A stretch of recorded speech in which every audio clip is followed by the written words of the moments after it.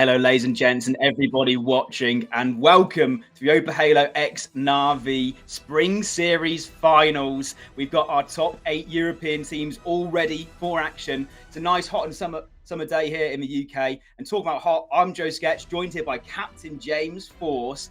Mate, it's been some quality Halo action throughout our last few weeks. Now we're here in the finals. Our first game up is going to be Natus Vincere versus Regain. And how are you feeling? Hey, thanks for having me. It's great. I love that segue, by the way. Just super perfect. It's also hot in the Netherlands, so that's real nice as well. Mate, I'm super excited. Like I said, the last 3 weekends, we've had the Open Series. Now we've got the finals, top 8 teams. I think this is going to be great. Lots and lots of Halo action. It's best of 5s all the way through until, of course, we get to the winners final, the losers final, and the grand finals. And they are best of 7s. So, mate, all the Halo action you can want. And we got drops. Unfortunately, there was a slight mix-up with timings. We're going to blame the Americans, but they will start in about 45 minutes, the drops. But do not worry. We have so much Halo action, you're guaranteed to get a much best. Yeah, those best of 5s and best of 7s as well, just to add even more Halo to the weekend.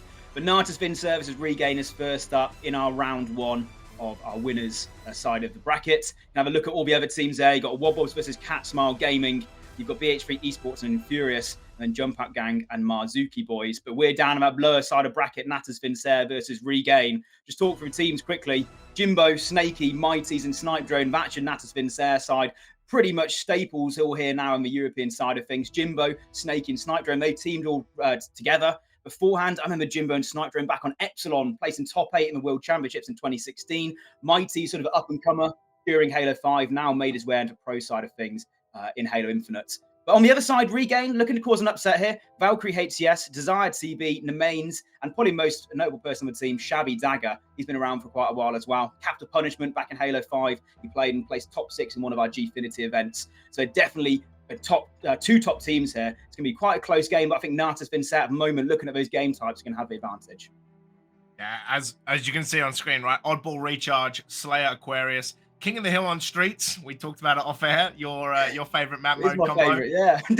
if we need it, it's going to be Pit CTF and then Live Fire Slayer to finish off. So yeah, I think this is going to be a banger series.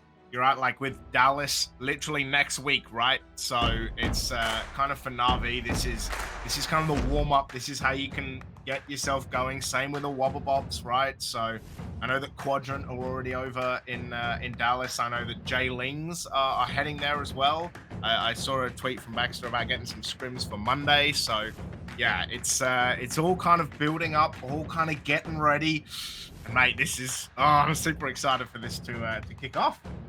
Yeah, and we're locking and loading into our first game as well. Recharge, Oddball, NaVi versus Regain. All for the chance for goodies. That €5,000 prize limit as well for the winner here in the event. And yeah, this is for top European action. Of course, you'd mentioned J-Lings and Quadrant already been across in Dallas, but NaVi, they want to make a statement in this tournament. They want to go into Dallas next weekend hot and firing. Off the board here, we're going to start with Jimbo as he makes his way towards the control room, just trying to get some shots down early doors, trying to feel out both oppositions. Normally see quite a lot of trades back and forth here at the start of the game, James, as both teams trying to buy all those power positions. Yeah, and I think, for NaVi, it's important that you get off on the right track, right? Like, that you put your best foot forward and you really make sure that you're kind of taking it to Regain, because at the end of the day, Regain are the kind of underdog here, right? So for these guys, it's how you can get amongst it. I have to say, great start, though. Really, really even. And now it is going to be Shabby Dagger, as you mentioned, been around for a while and just removed Snaky with the shock rifle. This is what we're here to see, Sketchy. Oh my god, what a shot. And 3 dead for NaVi already. Yeah, it's a nice start there from Regain, but they've got to do a lot more than that to try and cement themselves into this series. Shabby Dagger with the shock rifle, with the oddball. He was putting in some plays right there for his team. And now what can his teammates do around him? As Iron and Mains, they both fall. Valkyrie, the last one alive. It looks like NaVi have broken up the setup which Regain fought so hard to reach. You can see now on your screen, you've got 3 NaVi players all towards this attic side of the map. They're rotating the ball towards Hydro as well, James. All the blue players have Regained. They're in such a tricky position now. They've got to break this initial setup, and Snakey's doing such a good job. We saw him in some of the opens with that shock rifle. He's been putting on some absolute monster performances. But it's all well and good holding this position right now, James. His teammates are falling around him. That ball is off the map, so that a nice little break there from NaVi. Doesn't really go to much at the moment, so still pretty even across the board. Yeah, 13-7, and you're right, Snakey, like, great shock rifle at elevator, top A, right? But if all of your teammates run over to Hydro, that's not exactly great. It was just a 1v1 with Shabby Dagger, right? Just trying to keep him off the ball. But it's going to be Mighties that comes through with the double kill. It was, I think it was Snipe Drone by the look of it that managed to play the ball earlier. It is going to be Nemains who finds this camo. We'll call out... Oh, let's find Snipe Drone. That didn't even look like it was going to hit. Snakey removes Desire, though. And it is going to be Mighties who goes down. Jimbo does find a kill, so a little bit of a trade going on, and it is 30-12, but you're right. Regain had that early lead, but NaVi, there's experience there. And there is the will to just move this ball as they wish, and you can see in front of you, Regain. They're all on one side of the map, Sketchy, and it looks like NaVi getting this top A setup, although Shabby Dagger is going to find one and get traded. It is going to be heading towards pipes. Yeah, Snakey often playing the anchor for this NaVi side, holding down those pushes, maybe watching the flanks, and you can see that in his score, 7-2 off the start of this one. Nice setup there from NaVi. They do fall down, but Snakey stays alive, gets that crucial 1v1 there, and regains control of the ball, and those seconds are already ticking away from Regain. They started so well, but the NaVi just have been trading out, getting the slays they need to, and holding that odd ball. You can see Snakey, there's no one near him contesting, and I'd like to see him rotate this ball towards Jimbo right now, as you can see on his screen right there. And the Regain players are just so far away. NaVi doing such a good job of spawning Regain out, meaning that they maybe even have to get 1.5 team wipes to get close to this odd ball. And by the time they've got anywhere close, they try to rotate it, or throw the odd ball off the map. Extra seconds from NaVi come in. The slays come through eventually from Regain here, but the ball's reset already. So nice play there once again from NaVi, and they continue riding this momentum. And finally for Regain, like I said, it took getting 3 dead on NaVi to even get this ball reset, right? Because the beautiful setup that NaVi have, and you're right, Snakey just so much ball, went from 0 to 27, and then like didn't all in one go, right? Like didn't die until that point. So yeah, basically got a quarter of the total time all in one go. It is going to be 3 dead though for the side of NaVi. But the thing about this, right? They are 3 dead twice. And Regain have not touched that ball. Like, they have not gone and grabbed that ball. And you talked about having to get kind of 1.5 team wipes to get this setup right. But Regain have got to actually go for this ball, right? Like, they're finding all of these kills. And Mighties is just watching Valkyrie. And he is going to find the kill. That is dirty, that. Just sit there waiting, watching. And now with that kill, NaVi are going to grab this ball. 2 dead again for Regain. But that's it, man. Like, no matter how good... Oh, that's a bit of a miss, but it's all good because he gets it cleaned up anyway. But however good Regain were, if you're not getting ball time, man, like, you're not going to be winning games. For NaVi, this is great. Time can tick down. 1:40 left on the clock. They have a 51-point lead. I mean, it's obvious, James, but obviously when someone's holding the ball, you're in a 3 versus 4, effectively. And Regain are just about trying to hold off the onslaught from NaVi with the 4 players. Oh, nice shot coming through there from Snipe Drone. Almost made it look too easy. And as soon as Regain get the ball, get the setup, you can just see NaVi break it so easily. Because as soon as one of those players has to hold the odd ball and prioritize objective, they're almost in a disadvantage. And when Snipe Drone's got the shot rifle and he's hitting those shots like that, James, and you can't do anything about it. You can push up, but you're just going to get wiped off the screen. Desire just about slides underneath that one, but that pressure from NaVi is just enough. You don't even have to hold the odd ball right now. I'm sure NaVi want to go for 100 points, as you can see Jimbo picking up the odd ball, but they don't need it. The time's in their favor, points are in their favor. Snipe Drone's popping off with these shots and the shot rifle right now, and it seems like whatever Regain are going, they're running into the guns of NaVi, and NaVi have turned up in this game 1 already, James. Oh my lord. Snipe Drone putting on the masterclass, talking about the snipes. He finds the killing spree as well, and now it's just Nemains, the last one alive, and that is going to be round 1. And I have to say that at the start, Regain looked so good. They got points on the board, and then NaVi just absolutely took control, and that was a devastating finish to that game because that was absolutely brutal. Snipe drone 13 and 7 off the top, also with 7 assists. Only Snakey, who has the 1 assist, didn't really, find that much damage, but did a lot of work holding that oddball kind of during the middle bit, and that's really what broke Regain, right? Like that 27-second streak that Snakey had before they played the ball, that really kind of opened up this game, and NaVi, they streaked to 100 pretty easily. Snipe drone's going to get stuck though, and it is going to be 2v2, and Desire, him and Nemains, going to try get this ball towards Hydro. He can beat Snakey, which he can. Might be a chance for a setup, but Mighty's is there to cause disruption and disaster. Jimbo's coming around. Nemains is going to find him. Oh my god, Nemains. That's another kill. Now, hopefully they can find some ball time, but look at the amount of NaVi players, Sketch. No matter where they are, they're just flying in from everywhere.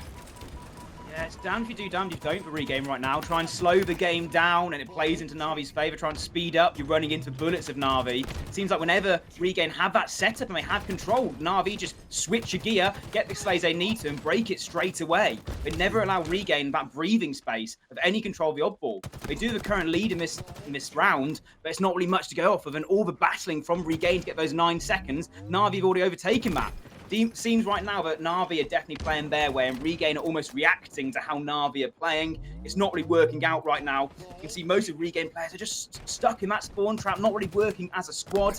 And what I'm really liking in this game so far, James, is whenever we go on board with Snakey, he's holding those angles. He's anchoring. He's trying to be that first-line defense for the oddball. The seconds aren't coming in right now for either team, the oddball, but NaVi doing such a good job to try and hold down the pressure from Regain. They don't need the oddball time right now. They're just trying to force Regain into those disadvantageous positions. You can see Jimbo sort of baiting out this oddball, maybe getting a second, maybe trying to reset it because they're not comfortable with this setup. But even when Regain slay out NaVi, that ball goes off the map and they've got to do it all again. And it's just one of those things where, he almost repulsed him off the map. But it is going to be, you're right, it is going to be Regain finding more slays in this kind of second round. But you're right, they're just still not converting it into ball time. And now we're going to see Shabby Dagger. I mean, look at this scoreboard. Only 2 players from Regain even have OBJ time. Valkyrie and Nemains have not touched this ball yet. And that kind of just shows that maybe this is what they need to do better, because you're right, NaVi are just playing their game and Regain are having to kind of keep up. Yeah, obviously. Yeah, we are looking though, James. This is definitely NaVi of a bit higher seed here. They are the better of the 2 teams. So Regain, to get a result in this game, they have to play top tier Halo. The fact that they're holding in this second round is almost positive for them. They've got to do just more than that. They've got to get the slays. They've got to almost outslay by 1.5 times to do anything against this NaVi side to get the oddball control. And we've seen this oddball and Hydra for so long. NaVi just basically are baiting the players from Regain into positions where they're not too happy. They're pushing down bottom lanes or pushing out as a squad into the gunfire of NaVi. Nice shot there from Mighty's. And as soon as the shock rifle comes in, they just get the slays they need to. No matter which player on NaVi has this shock rifle, it's going to be headshots. You can see that right now with Mighty's. We've seen it with Snakey. We've seen it with Snipe Drone. Every single one of these players is a menace with this weapon. And it's so tricky to try and push into a player like that. And now suddenly, from being 22-19 in favor of NaVi have upped their game again, got 30 extra seconds, and Regain have to once again try and react to the play of NaVi, try and get and stop this oddball. That was so beautiful as well, and you're right. These guys on the shock rifle, they're all just as good as each other. And you're right, like it's the same as game 1, round 1. When Snakey had this run, Jimbo has this run again, and both times it's one player just holding this ball while his teammates do a 3v4, literally, and they just get this time where they have this unbreakable setup for 20, 30 seconds, and yeah, they kind of blow the middle of this round wide open and Regain less than 2 minutes on the back foot again, and Desire, well, he's got to do something, I was going to say with the camo, but the camo's out, and he's getting shot to bits. and he will go down without finding a kill. But once again, NaVi just grabbing this ball, looking so effective, man. 73 to 19. There's just over 2 minutes left. And honestly, Regain just haven't looked in this map. They've kept it competitive at the start of rounds, but after that, man, NaVi just blow this wide open. I mean, there's 3 guys on 20 kills, for God's sake.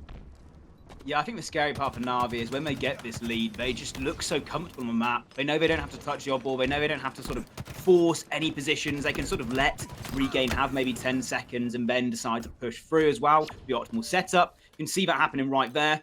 It is going to be Mighty's trying to grapple that odd ball towards him, but instead he flies straight towards it.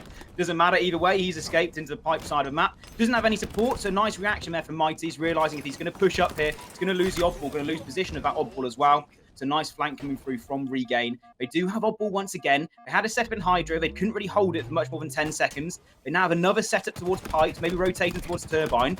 Let's see if they can get some extra seconds on the board. Desire does fall, and that camo is going to be crucial for the next part of this game. You can see Shabby Dagger through sort of the walls. He's the only player alive on this side of the map, so he opts to throw that odd ball down. Nice play from him, but he really needs to get some teammate help here. They need to get this next set of Slayers to really control this game and get back into it. It is only a 20-second difference between these two teams, but Sniper just running straight through. Gets the double kill, which is going to open up the map here for NaVi. You can see Desire, he has to get back to Wave there because he's weak. And now suddenly, just from that break from Snipe Drone, nice play from him, and the camo on the side of NaVi as well, they've got control once again. And Jimbo with the shock rifle and the camo, the Predator combo, doesn't hit the headshot, but does get the cleanup onto Nemains. Desire should be cleaned up as well. Nice shots here from Jimbo, being that line of defense for his team. Valkyrie and Mighty's in a 1 versus 1, which Mighty wins. This should be the round right now, James. Mighty wins as 1 versus 1. Jimbo gets the slays he needs to. Gets a nice one onto Nemains as well. Take your haircut. There you go, buddy. Game's about to be right, set, and match. Misses that shot to Shabby Dagger, but it doesn't matter.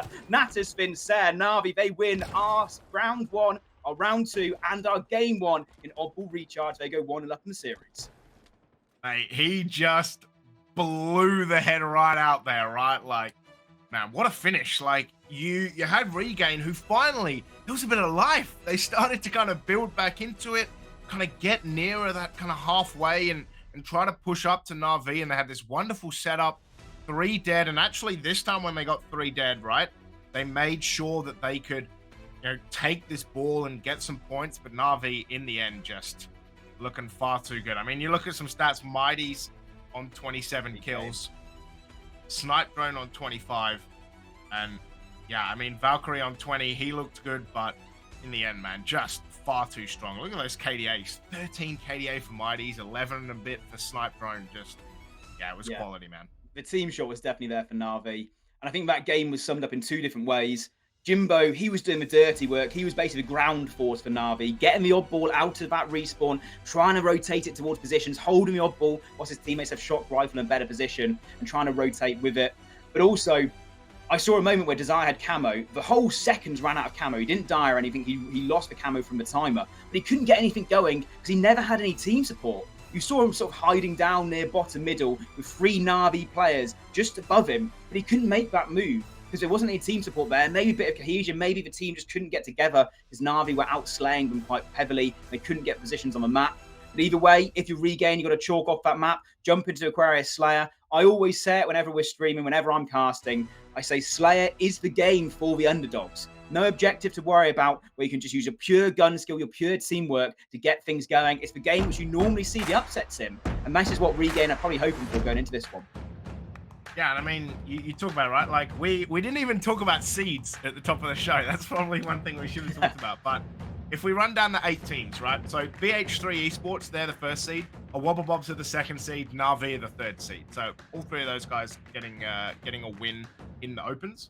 Then it's the Marzuki boys in 4th. Jumpout gang are 5th. Regain are 6th, so it's 3rd v 6th. Cat Smile gang are 7th. The old Cat Smile boys. And 8th is Infurious. So, yeah, the 3rd versus the 6th seed. So Regain, you're right, should be the underdog. Should have a better time at Slayer. Having said that, there's also a couple of things to think about, right? Like, firstly, NaVi have not always been fabulous at Slayers. That's kind of been a point over the past kind of few weeks, few months that we've looked at where sometimes NaVi can be pretty weak on Slayers. So that's something they'll be looking to improve. And secondly, I mean, it's Aquarius, right? NaVi absolutely love Aquarius, especially when it's CTF. So yeah, we're gonna have to see if that plays into the favor as well. But whatever it is, should be a cracking match. NaVi up early 4-2. Yeah, we're already on board with the action in our Aquarius Slayer game 2 of our winners round 1, NaVi versus Regain. NaVi taking that first one, but as you normally see at the start of Slayers, you always sort of say the 30 kill mark is where the Slayer really starts, because at this first sort of tail end of the Slayer, you see both teams sort of battling, vying for positions, a lot of trades, maybe teams aren't getting the setups right. It's a nice little spree there, or run there from Desire, get some work going with the camo. But right now, Regain do have a small advantage in this series. NaVi, yeah, their Slayers haven't been that good, but you definitely know Coach Wonderboy is going to be trying to change that, especially going into Dallas. And already you can sort of see like both teams just trying to battle that position, trying to get some sort of area of a map which they're comfortable with, get those Slayers they need to. But the kill feed is all turning blue right now as Regain have the initial advantage in this one, James. Yeah, a quick early lead from the Regain boys. Be interesting to see kind of how NaVi are going to respond to this. Camo's up in 30 seconds. I can imagine after losing the first one, they'll be wanting to go for the second one. But Nemain's going to be here with the heat wave. Oh, surely he spotted Jimbo, right? But Desire finds 2, actually, so doesn't even need it. He's going to find Snaky. Desire just waiting, getting his health back. Mighty's top of the charts last time. A little bit of a slower start now. And it is going to be Shabby Dagger and Valkyrie finding kills. So, yeah, Regain doing a great job at the moment. 13-8. It is, yeah, you don't want to run into those nades, Desire, especially not team ones. But it is going to be Camo that's coming up. What can Regain do about it? Desire's going to find Jimbo as well. He is 7-1 right now, and he's going to pick up Camo.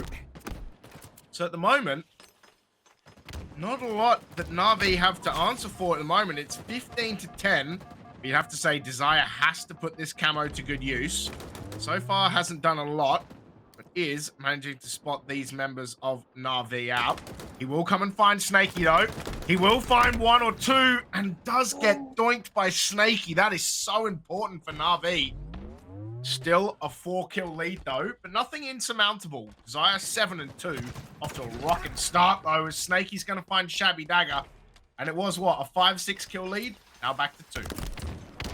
Yeah, what I'm liking from the Regain side this game is the fact that they're working as a team. You see a lot of them, the comms are on point because a lot of them are rotating back, trying to prioritize those kills. They do go fall down there momentarily, which has allowed NaVi back into this game. And this is where it gets scary because as soon as the spawn trap comes in from the side of NaVi, putting them pressure towards Regain or towards his backside of the base, that's when you're in trouble. NaVi just have the numbers, they push in as a force. They get another squad wipe and suddenly this game is flipped. It's about clean 6 or 7 kills in a row here for NaVi as they're turning up in this game. And once again, you can see all the players in blue, they're spawning back base again. They're in a tricky situation trying to push out of. Desire once again getting a nice kill, but it's only the one. Trades are favouring NaVi right now. And all the players of Regain are suddenly scattered. They're playing so cohesive together as a unit. Now they're all spawning up. They're a bit rattled now in this part of the game. See Desire, he literally just spawns up. Snipedrum runs in, gets some shots behind him. These trades going to favour the NaVi side. Snipedrum flies in again, gets the one shot, and suddenly the teamwork's gone the other way. NaVi have turned up towards the mid part of this game. They're getting the slays they need to. Look, so much more comfortable on the game as well, James. That camo should be up any second now. It looks like Desire is trying to wait to see what he can do. But it is going to be Snipedrone finding where he is. There's a lot of callouts going on as well. You can see Mighty's tagging up the map. And the camo's disappeared. Maybe it's Mighty's that has it. Don't know. Jimbo, he's going to go down to Valkyrie. But you're right. It was 15-10 to Regain. And now it's 29-21. And you talked about it being about the 30 kill mark where things change. But for NaVi, they couldn't wait for that. Around the 20 kill mark was when they started putting the pressure on. He mains. Well, Desire's going to find 1 at least. Desire's going to find 2.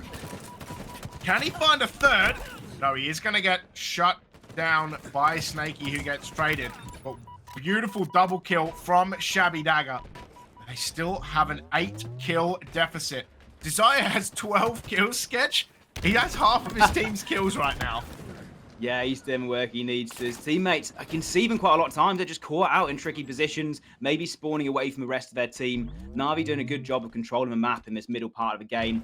And when NaVi get a lead like this, it's so scary to come back because NaVi just Their confidence goes through the roof. They push things which they don't normally push when it's a closer game. And yeah, you might get 2 slays against them. But then Jimbo comes in for cleanup on Valkyrie. He's got help from his teammate here in Mighties. They get another cleanup as well.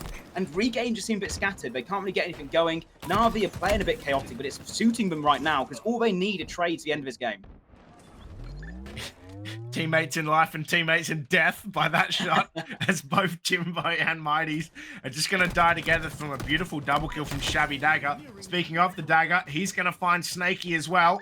Can he get another one? No, Jimbo is going to shut him down. 42-31, only 7 kills now for NaVi to take a 2-0 lead in this series. For Regain, Desire has looked so good, but he's got to have some teammates. He has the most kills, the most assists, and it is going to be Mighties who finds this camo. We'll get the thruster pack back as well. What can he do with this? Jimbo, kind of being the sacrificial lamb at the moment, he's kind of getting these Regain players to try and chase him. Oh my god, they're actually going to run right into him. That's going to be a plasma grenade as well. That's going to remove his shield. And Mighties is going to go down to Shabby's as Desire finds the 13th kill and 9 assists as well. But he's going to be left spinning in midair. Valkyrie, so important to find these kills now. It's 48-35 sketch, and trades will bring it home for NaVi. Yeah, Desire, my head would be exactly like that spinning Spartan if I had 14 kills and 9 assists right towards the end of this game. And the end of it, after a close start, after initial great start there from Regain, 50-36, NaVi win our game 2. They go 2-0 up in our best of 5 series here in winners round 1. And you tuned in halfway through that game, it looked very comfortable for the NaVi lads there. Yeah. As they really just sort of turned it up. They didn't have to sort of put the pressure on at the start when they realized they were a couple of kills down. They flipped that switch. They got control of the map. They got control of the kills. They basically set Regain on a spawn system. Desire, massive shout out to him there. He basically was carrying his team on his back. His back must be aching after that one. 14 kills, 9 assists. That's the most assists in the lobby and joint most kills in the lobby for the Al for only 36 points. James, he was involved in 23 of his team's 36 kills. Yeah, just an unreal performance from Desire. And yeah, you're right. Like, Regain had such a good start, but that's what I super like about this from NaVi. Is so many times you've watched them in Slayers either have a great start or kind of hit the mid game and it's kind of even, and then they've just fell away. But here they didn't panic. They understood, hey, it's only 5 kills. It's only a wipe and a bit. And they started building back into it. And then you're right. They went on this absolutely massive spree where it went from 15-10 down to 29-21 up. So for them, they didn't panic. They put all the fundamentals together. And that is a much better Slayer, not only for NaVi, but I think for their confidence to know that you can have a slow start, but that's not going to matter. So yeah, I think if you Regain, man, you've kind of looked outclassed after the first initial bit. They seem to have such a good opening and then just run out of steam, and NaVi just roll right over the top of them, because that's what happened in kind of both oddballs as well as this Slayer. That Regain have such a good start, it's so even, and then NaVi just pick them apart. So King of the Hill Streets need a good start. Yeah, I think starting strat is something which a lot of teams go over, and they can sort of perfect that against any sort of scrim they go into. The starting strat's always stay the same. They see which works out for them as a squad. It's that middle reactionary sort of, like, you know, how you get out of a setup, how you sort of hold a setup, how you work as a team against, you know, a 10 kill down disadvantage. That's where you separate the men from the boys, you know, the best teams from the sort of middle of pack teams. All these teams in this tournament are some of the best in Europe. You did mention the seeds beforehand, NaVi being 3rd seed. They only played in one of our tournaments, one of our opens. They didn't play in Open 2 and 3, which means they probably were going to be 1st seed. So if anything, Regain are probably a bit sour. They're like, well, why are we placing NaVi in winners round 1? They should be 1st seed and we should be playing another team. But either way, Regain, you got to win against teams ahead of you. It is going to be King of the Hill Streets. I mentioned this, my favourite game mode, for the chance for NaVi to lock up the series, and it's do or die basically now for Regain. They will fall to the losers bracket if they don't get anything going in this series right now. We're kicking off just in a moment's time. And yeah, Regain, they've got to start strong. They have started strong though, James. They've got to continue. I want to see the mid-game strats. That's what I want to see. And that's what I want to see, how they work together, how they try and break setups if NaVi get ahead, and how they react to the map and control which NaVi comes into it. Because NaVi, they're one of these teams just likes to set up. They like controlling. They like putting pressure on. We do often see Sniper and Snaky. They're not the quickest players. They like sort of holding these power positions or watching flanks or anchoring for their squad and allowing Jimbo to sort of do the OBJ work and Mighty's just to basically do everything on the map.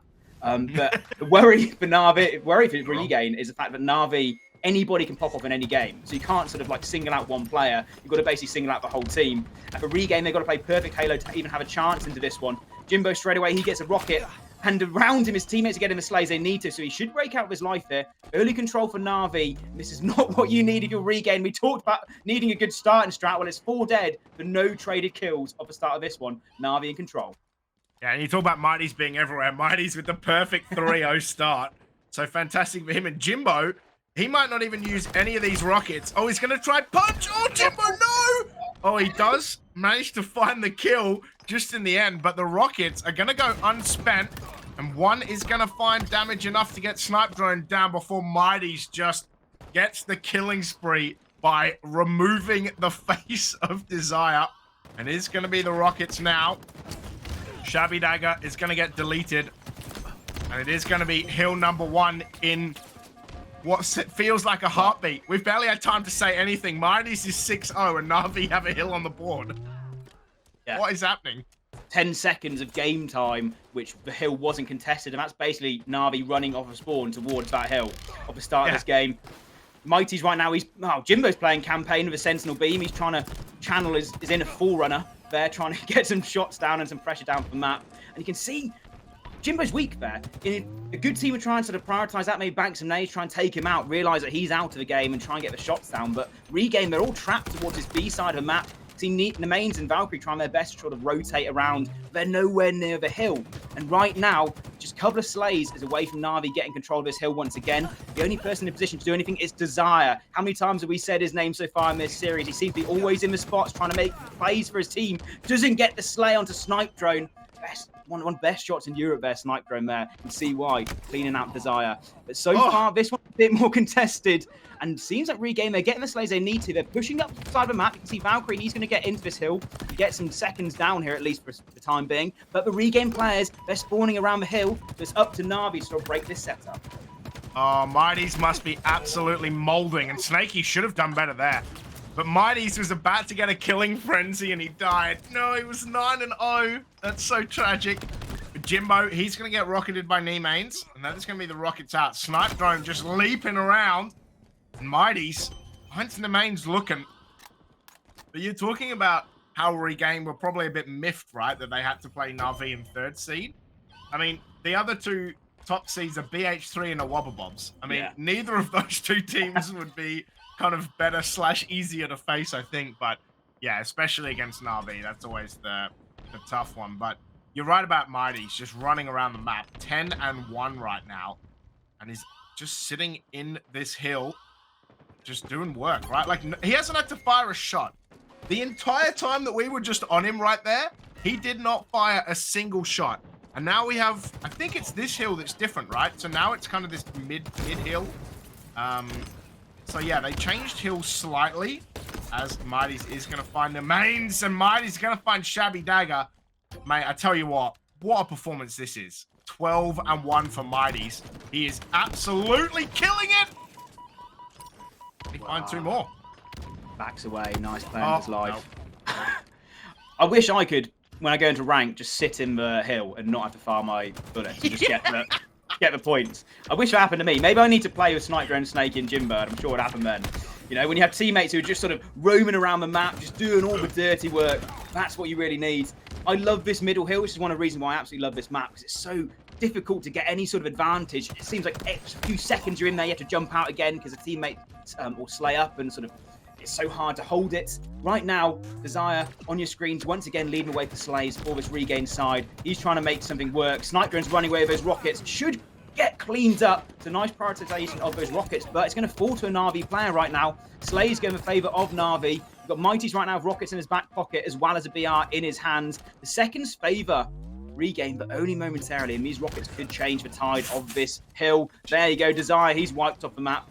Sentinel Beam comes out, gets picked up there by Mighty's, but round Mighty's doing his thing. You've got NaVi players in the hill, locking down extra seconds, ticking away towards 3-0. And if it goes 3-0, this game pretty much ridden off. It's so tricky to come back from a 3-0 down. But Regain, they're trying their hardest to get anything going in. And if it is going to happen for them, it's got to be in this hill, James. Yeah, you're not wrong there. I think I have a sneaking suspicion that Mighty's fired one rocket and then dropped it with one rocket left in it.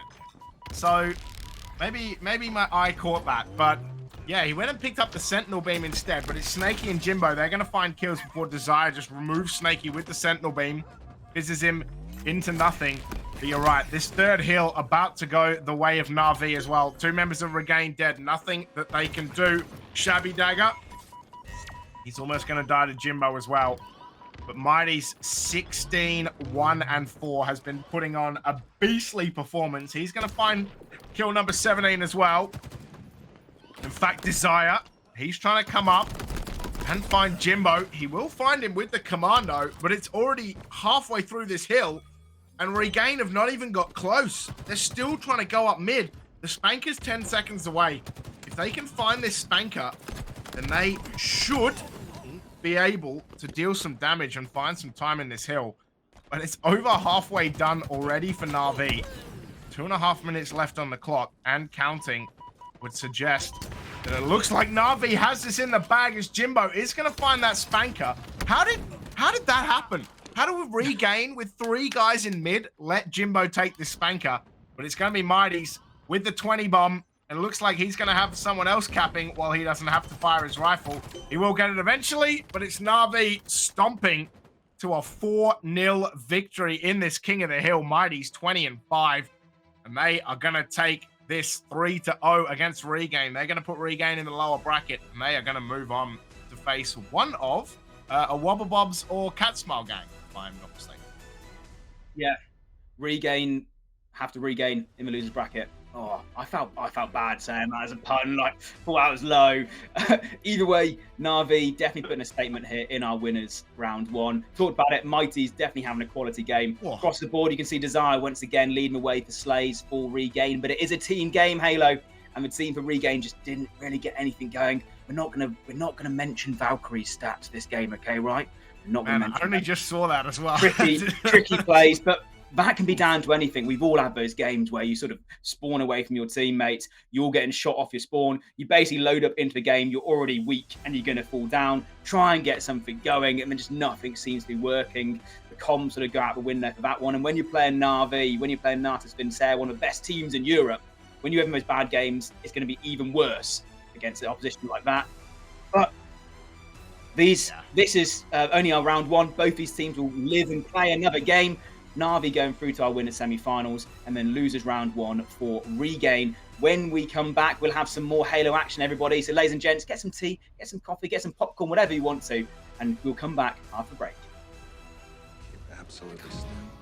Hello, ladies and gents, and everybody watching. Welcome back to the EuropaHalo X NaVi Spring Series Finals. We've just seen Natus, Vincere, NaVi win 3-0 against Regain. They continue through the competition. I'm Joe Sketch, joined here by Captain James Force. And James, we're going straight into the winners' semis-finals here. And it is a matchup we've seen many times beforehand. It is NaVi versus a Wobbabobs. I remember casting a game where Wobbabobs won 3-2. They were 2-1 down in a series. And they came back and won against NaVi. And since then, I have not seen NaVi lose to this team. And I just think you see this sort of setup team of NaVi versus this young, sort of like free-flowing team of a Wobbabobs. And I can't wait for this one to start. Yeah, I think this is going to be a fantastic matchup. I think that this is probably the highlight of the semifinals. No offense to BH3 or Jumpout gang, who also won 3. Everyone won 3-0. It was super sweepy. It was just 3-0s across the board. Yeah, I doubt that's going to be the case here. I doubt it's going to be 3-0 in both semifinals, but yeah, I think it's going to be great. A Wobbabobs, NaVi, you talked about it. They have such a history. They've played each other a bunch of times recently. And I think we have a cracking map pool as well. You know, if we look at these maps, it's Strongholds Live Fire, Slayer on Pit, or Pit 21, or Imperium, or whatever you want to call it. Oddball on Streets, King of the Hill Recharge, and we're going to finish with Slayer on Streets as well. So double dipping the old streets here, which I'm quite a fan of. Yeah, I do like this matchup in terms of the close quarters of Live Fire Strongholds. Is a really good way to start this series off, because I do think a Wobbabobs, they're going to be more suited towards that sort of live fire compared to a Pit. You definitely know some of the players like Snipe Drone and Jimbo, they've been putting their reps in since Halo 3 effectively. So they're going to be so well knowledgeable on a map like Pit. I'm pretty sure Snakey was also there back in those days. I don't think Mighty's was even born. I joke, obviously. He was born, but definitely the younger player in the team. But a live fire strongholds, definitely, I can see a Wobbop sort of like going ahead and sort of trying to clinch that game. This is a battle for our winners finals to a guaranteed top 3 in our event here. And Wobbots have also been the cusp. They have beaten this NaVi side, as I said before, but they sort of fallen into the slot just behind them at the moment. And if they want to make a claim, they want to make a statement here, definitely going out and winning this live fire strongholds is a way to do it. Just to go for the teams, we already mentioned NaVi beforehand. That's Jimbo, Snakey, Mighties, and Snipe Drone. Whilst we're loading up, we've got Sire, formerly Lumi, Flux, and I tell you what, I can't even find the other 2 players on a Wobbots right now. But you've got Glories in there as well, who we've seen has popped off with all those power weapons too. Whilst we wait for something to load up. It's Mo's, Glory, Flux, and Lumi or Sire. As he got a name change buff, man. Like he was always good, but when he changed his name to Sire, he has been on complete fire, and you love to see it. And actually, this is even more an important matchup because this is going to be replicated next week in Dallas. Pool D, Native Red, Complexity, NaVi, and a Wobblebobs. So this is kind of the spicy online before they get to land version of this matchup, which I think is going to be great. I will admit, if we just talk about Dallas for a little bit, I think we got a little bit robbed, considering we have 2 EU teams in Pool D and 2 EU teams in Pool C. Optic, G1, Quadrant, and Jailings. That is a nuts group, but I wish we could have had 1 EU team across the board, but I mean, at least this way we guarantee at least 1 EU team is going through. Could be 2. Could be top 2. You don't want to be optimistic, but yeah, hey, you never know, man. You never know. But yeah, I think this is going to be just an absolutely banging matchup. I think for a Wobblebobs, they beat out the Cat Smile boys. So yeah, I think it's going to be kind of interesting how kind of these guys will start. I mean, NaVi, you saw, had a little bit of a slow start in that Slayer before they got on top of it. The King of the Hill, they just dominated from start to finish, like I said, Mighties. Now that he's finally, been born and matured, it has turned into such a good player.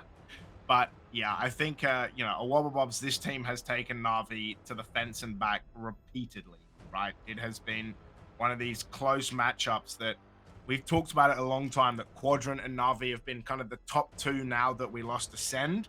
But a Wobblebobs, Jailings, BH3, these guys are all knocking at the door. And I think this is a fantastic test for a Wobblebobs, especially before next week, to kind of see how they compare. I believe we have everyone, so we should be getting into this game of Live Fire Strongholds pretty soon. Yeah, lock and load for our winners semi-finals here. Game 1 of NaVi versus a Wobbobs for bragging rights, for potential mental game advantage going into Dallas as well. But ahead of Dallas, they got to win this tournament here. NaVi wants to do it on their own home turf with their EuropaHalo X NaVi tournament. And both these 2 teams coming off a 3-0 win, so you can't really separate them in momentum. So it's all going to be played for at the start of this one on Live Fire.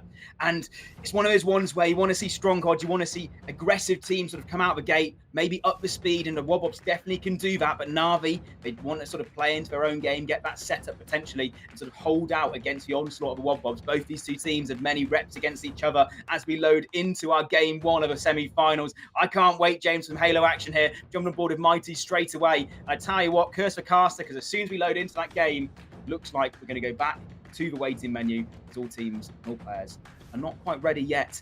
Bit of a time to sort of regain again, reset your mental, go over some starting strats, sort of reload and just get ready again. Yeah, I would. Yeah, I'm not 100% sure what happened there, to be honest. Everyone looked in, so there must have been something that went awry. I'm sure for viewers at home, obviously they're just enjoying the really nice loading screen right now. Yeah. You can see live fire. Watch a beautiful fly through. Look how pretty this map looks, man. Just a solid sniper in mid. There's the overshield. There's a beautiful tower. There's a garage with no cars in it. Yeah, it looks good. There's some dummies. Yeah, man. Yeah. It's a beautiful map to fly through. Yeah, I'm not sure what happened.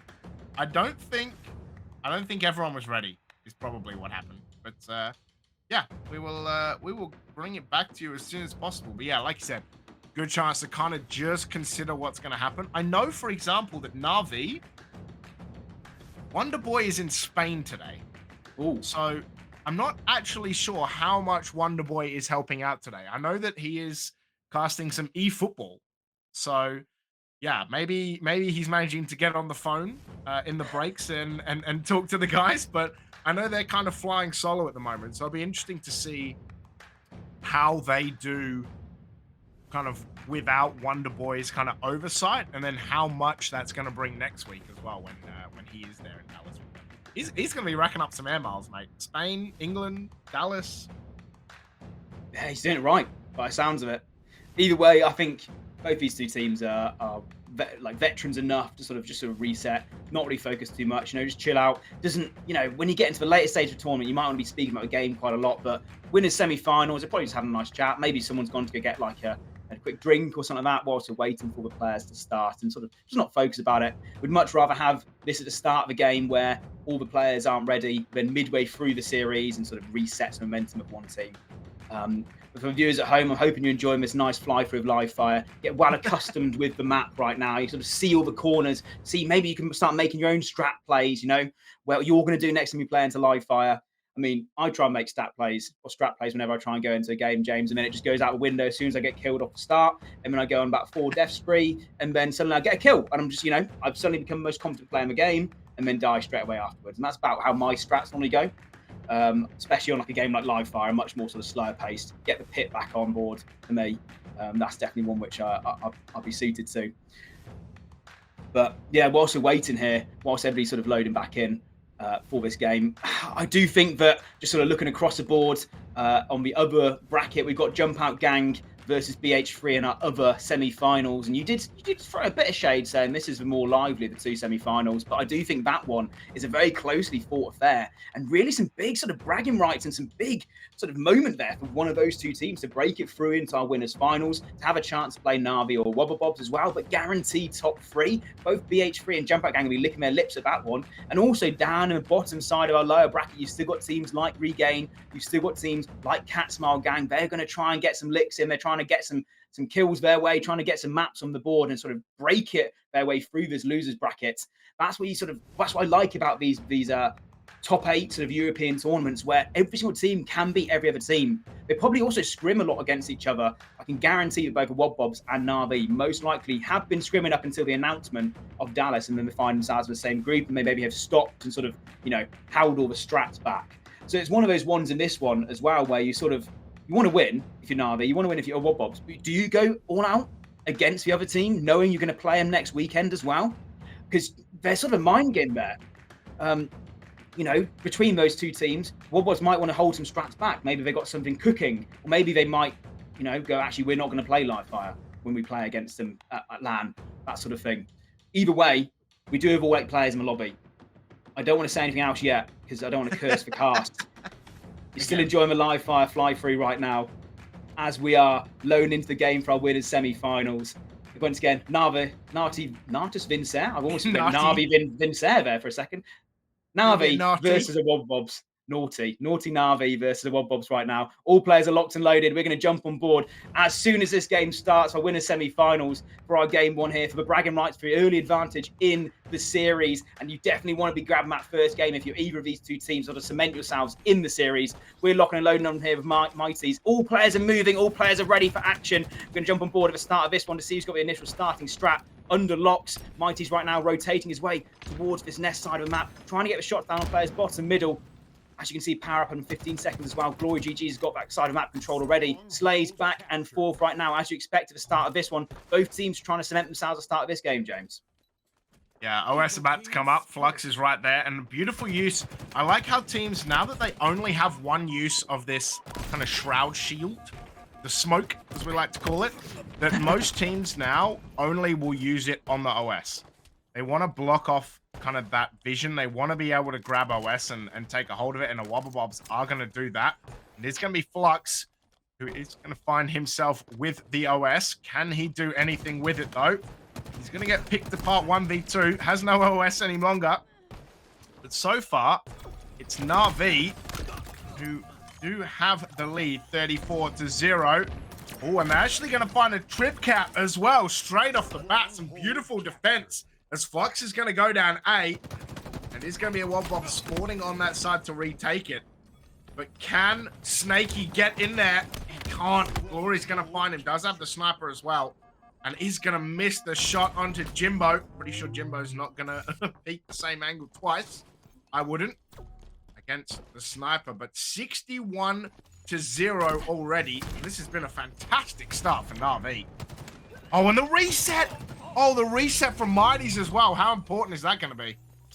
Yeah, that's huge there from Mighties. But he does get cleaned up. Glory can't really capture that stronghold just as of yet. Has to back away this sniper rifle, prioritising the power weapon. His teammates have all fallen around him as well. And you can already see that A's being solo captured by Jimbo for the side of NaVi. Moses coming in to try and block it. But all of that was a distraction. Because Jimbo really overextends, make sure that Wobobs have to go back to their own bases to sort of prevent themselves from getting trip capped. And that means that there's a players focused back towards their base. NaVi have a bit of control once more. As that OS comes up, he sniped down with it in his hands right now as one of the players from a Wobobs goes flying. That's 3 dead from a Wobobs again. And NaVi, they lose B for just a second, but in order to grab that OS, in order to get control once again, recapture B. So a nice sort of prioritization there of the power-ups. And you can see on the map, look at the setup right now. Snipe drone with the OS, he's going over towards B. The rest of his teammates towards C, trying to watch that flank, trying to make sure that no Wobobs players get anything for free right now. And Snipe drone's just doing a one-man job, basically. He just has to hold his position. Gets a lovely throw stick across the map, gets the nice shots onto Sierra as well. But he's in such a great spot, and you can see the back of that. Slay's come off, finally gets that call to go in towards A, and the pressure is all NaVi right now, James. Yeah, they are playing some outstanding Halo right about now. And even when a Wobobs finds C, they lose A.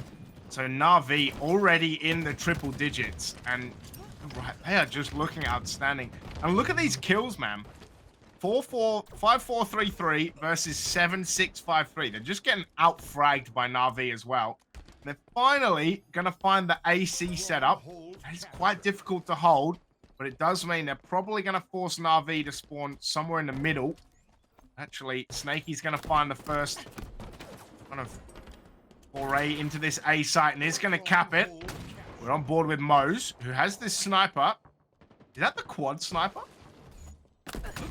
Looks kind of like the quadrant colors of the sniper, so make of that what you will. Snaky will find 2. He moves to 9 and 4. To an AB, it's 140-10 sketch. This is looking. I'm surprised. This is dominant from NaVi. Yeah, they've started strong, but the game's not over yet. Mose tries to desperate towards that overshield, being the only player alive for his team. Not too sure if that one was used up. No, you can see it right there. One of the NaVi players pops that one. And Snaky moving forward with Mighty, just backing away the sniper, playing another life once again. Snaky's in the back of this OS, trying to get something going, but Glory with a back whack. That push is stopped. But still, even though the push is stopped, NaVi have control of both A and B, and most of Wobob's kills are coming from defense, basically. You can see Mighty's gets 1 Slayer. He's all towards the base of the Wobob, spawning them out once again. It's rotation from the side of NaVi right now. They are in the ascendancy. Still have a power weapon on the side of Mighty's. He only got 4 kills. Could potentially nearly double that. Those 3 shots left in the sniper rifle. We jump off board of him as soon as he gets the sniper himself as well. Of course. Glory's tricky spot right now. He's going to get cleaned up. And how many times? You count those guys watching at home. Count how many times that all 4 players from the side of Wobobs are up on the map at the same time. It's very rare. They spawn up. They're already getting shot. They're basically caught in a blender right now. And it doesn't matter too much of what anybody's doing on a Wobobs because NaVi are just rotating perfectly around the map. Snipe comes in. He just gets the body shot, and it is going to be cleaned up eventually from Mighty's. But he's doing a great job of distracting. All the while, C should eventually get in control of the Wobobs. But whilst that's happened across the map, A has been controlled by NaVi, so rotations again come through. Yeah, and once again, just only Flux alive. And even though Wobobs take A, they're going to instantly lose C. And 2-12-10, they're just unable to do anything, man. And Mighty's, fair play, right? Found a headshot with the sniper, got an assist as well. But the most important thing was he kind of used the sniper where there was only 1 bullet left. So even though Wobobs killed him, there was nothing they could really do with it. Even then, Jimbo is going to be waiting as Mighty's is going to go down. Jimbo trying to find people. It looks like a Wobblebobs might go for this trip cap. But important has to be Glory, and Saye's going to come in and beat him. Now there's a trip cap. What can the Bobs do with this? Snipe Drone, he's going to find OS. Snipe Drone is 16-4. He has been sneaky good. I have not realized that he's got this many kills. He does have OS. They are capping A as well as this B site. Mate, even with the trip cap, they find like 30 points. It is going to be an A reset. Snipe Drone, he's going to find one. The Flux is going to trade him out. This is a lot better from a Wobblebobs, but is it too little too late, Sketch? It's never too little too late in strongholds, James. Doesn't matter if you're down 249-0, you can come back into the game, but right now, a Wobblebobs are going to play some brilliant Halo to get anything going. They did have the triple cap, but finally NaVi getting some momentum once again. This reset could be huge. Does come in, so nice play there from Glory, but across the map, C's being captured. B is half captured as well. All these strongholds could be converting over to the other team if it all goes their way. Right now, Flux on your screen, he's trying to capture his B point. He does get the capture, but the pressure's coming in right now from NaVi. Initially, one more control, and it basically is game over right now. Sniper on the side of Glory, he needs to get something going, but B is slowly being converted across to NaVi. They have the advantage in players as well. Slays going all across the board towards NaVi. Glory, the last one alive just for a second. He's got to put some work in this sniper rifle. Can't hit the shot onto Mighties. And that means that B's going to be converted across to NaVi. So one more push effectively left here from a Wobblebobs to get anything going into this game. NaVi just need one more hold and they've won this one. Oh my god, how important is that miss going to be? Because Mighties wasn't even looking, right? And he still missed him. Glory is going to kind of repay that favor and get it done. 236-78. They are going to go for this trip cap, as it's only Snipe Drone and Jimbo who were alive briefly. Looks like the boys from NaVi are going to get this OS. They are going to start capturing C as well. Yeah, Mighties has got that OS already. That is too late for those nades, Glory. Jimbo's going to eat a heat wave to the face. In fact, he's going to make sure he goes down. As Mighties is going to find Glory, though. So Glory gets the killing spree. But B and C have been capped. And now, if Mose dies here, you might have to say he can't find a way to get onto this side, as he will die from Mighties. This might be it, unless Flux and Sayer can find a way to kill Mighties. And in fact, it's Glory that's going to get it. So another 3 dead for the side of NaVi. 245. The problem that Wobblebobs have is that every time NaVi cap 2 points, they get about 10 points. So there's only 5 points left to play with. So Wobblebobs basically have to play perfect Halo from here on out. NaVi, well, it's just that one more kind of epic push to sweep a Wobblebobs off. And it might be this. As you can see, players flooding in all sides of this B side. It's going to be Mighties finding a double kill. It's contested here. And it is going to be 2 players trying to chase, but now they're going to cap. Snaky gets Sayer. They are losing this C site. They are going to cap A. And is this it? Is this going to be the straw that breaks the Wobblebobs back? We will have to see. Sayer, he's trying to get into this site. He's going to get repulsed away. In fact, it's going to be Mose who's trying to cap it. It's just going to be contested. Can he find Mose? He will. And C looks like it's going to go over as well. So NaVi, off the back of some Mighties defending, it looked like it was going to be a stomp, but in the end, 250-131. And mate, a Wobblebobs respect, because they look completely outclassed for most of that game. They finally got some points on the board, but it was too little too late, man. NaVi just, again, with another push there at the end, some great defending around B. They're going to go 1-up in this best of 5, but yeah, I think respect for the Wobblebobs, though. They got back into that game, but NaVi, what a start that was. Yeah, for Wobblebobs, it was more, they gave everything to try and get that setup, try and get the 2 strongholds, even the triple cap at different points. They basically threw themselves at trying to get that. They never really was able to hold it because they died in their efforts to do so. As you said, you mentioned a couple of times, they 10 points basically whenever they got a setup, which was basically reflecting at the point that it took so much effort from the Wobblebobs to break the setup of NaVi, that by the time they've sort of got the A and B or got B and C or whatever combination it is, they're exhausted. They've got 3 players down, maybe 1 person's left, or someone's made like a desperate sort of reset. And NaVi's just sort of rotate again. You saw towards the end of that game, yeah, they had a couple of sort of all-out pushes trying to get a quick cap onto B. Didn't work out, so they decided, you know what, I'm going to slow down again. We're just going to sort of regroup as a team and sort of get the slays instead of going for the objective.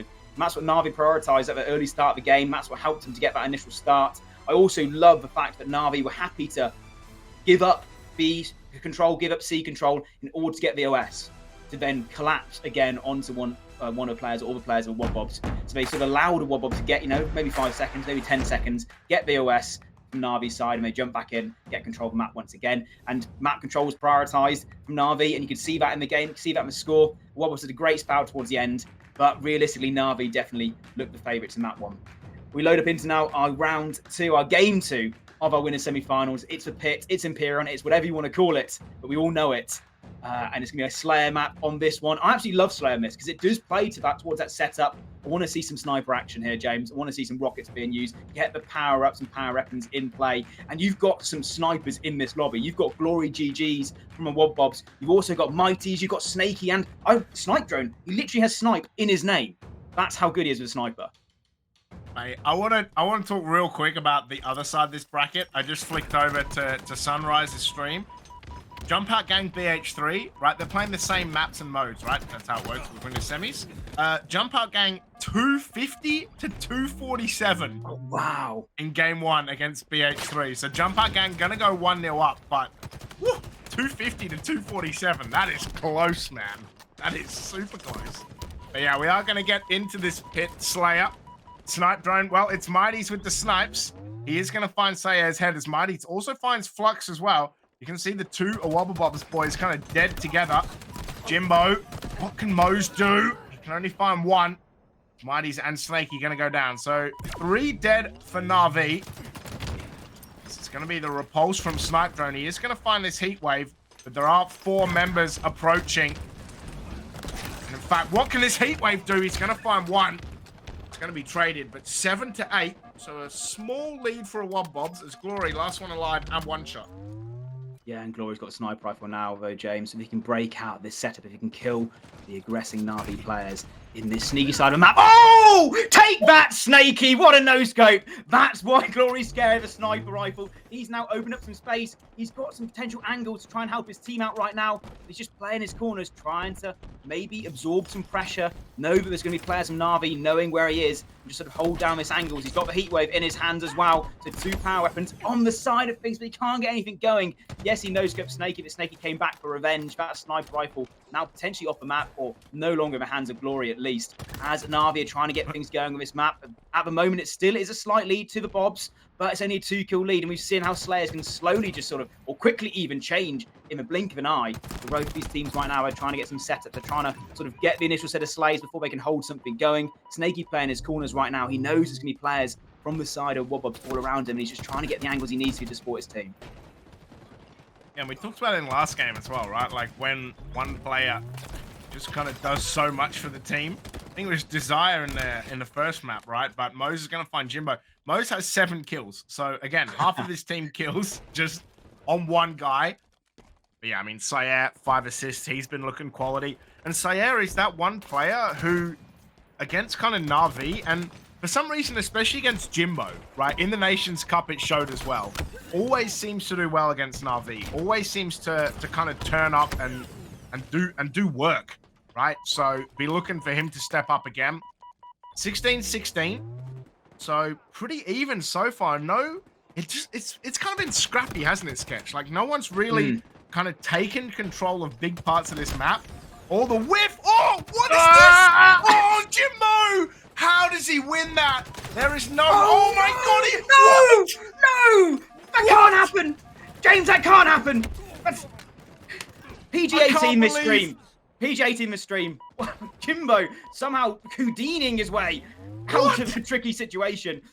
He was playing Matrix mode there with the Wobbobobs. Gets 3 kills when he was basically on a sliver of how... I don't know how that's happened, but that's going to rattle the Wobbobs players. They were close in this game. We were talking about how it was a scrappy affair between the two of them, sort of going back and forth. That might have opened things up right now as Jimbo gets another kill with a heat wave. James, I mean, I'm flummoxed. I don't know how the Wobbobs player is going to feel after that one. I can't speak. Mate, that was, what was that, man? Like, the first kill was improbable. The second one was just merciless, but the third one? Really? Man, that is... Oh, man. If that's a sign of things to come, as Jimbo's going to find glory as well. And it's just Sire left, man. All 4 of the Wobblebob's dead again. And it's now a 6-kill lead. But if that is a sign of what is to come, I am incredibly excited for next week. Because that is unbelievable. Like, there is no way, as a Wobblebobs, that you should be letting that happening. 1, fine. 2, maybe. But 3? Yeah, that's a bit of pain in the mental there, I can assure you, because that is just outrageous, man. 12 and 5, looking on fire, and whew, mate, I don't even know where to go from that. Like, that was so insane. But yeah, now it's just trying to keep this lead, right? It was 6, now it's back to 5, and it's just trying to kind of work out. Just I don't even know, man. It was just so ridiculous. I don't even know how to recover from that. It's just about kind of now just trying to put this together. You said games change around the 30 kill mark, and again, it's one of these things where it happened slightly before that, but now OS and Spanker are up. We're going to see which teams can find it. As Jimbo finds a double kill, including the stick from the grave, and it looks like Glory's going to find this Spanker. Mighty's fell off. Mighty's fell off and died, so I don't know whether he took the OS with him. No, OS is still there, so somehow, yeah, Mighty's killed himself. This is going to be a wobble back into this game. I think they're going to pick up OS. They've used the rockets as well, so they do have the control of the advantage of the power-up right now. You can see on your screens, it's going to be Flux. He's going to clean up Jimbo. Power-up in the side of Moe's. They're going to root out Snaky. Look at Snaky's position. He's going to be collapsed on. He's got the needle in his hands. Can't get anything going. Desperation there from Snaky trying to get something going.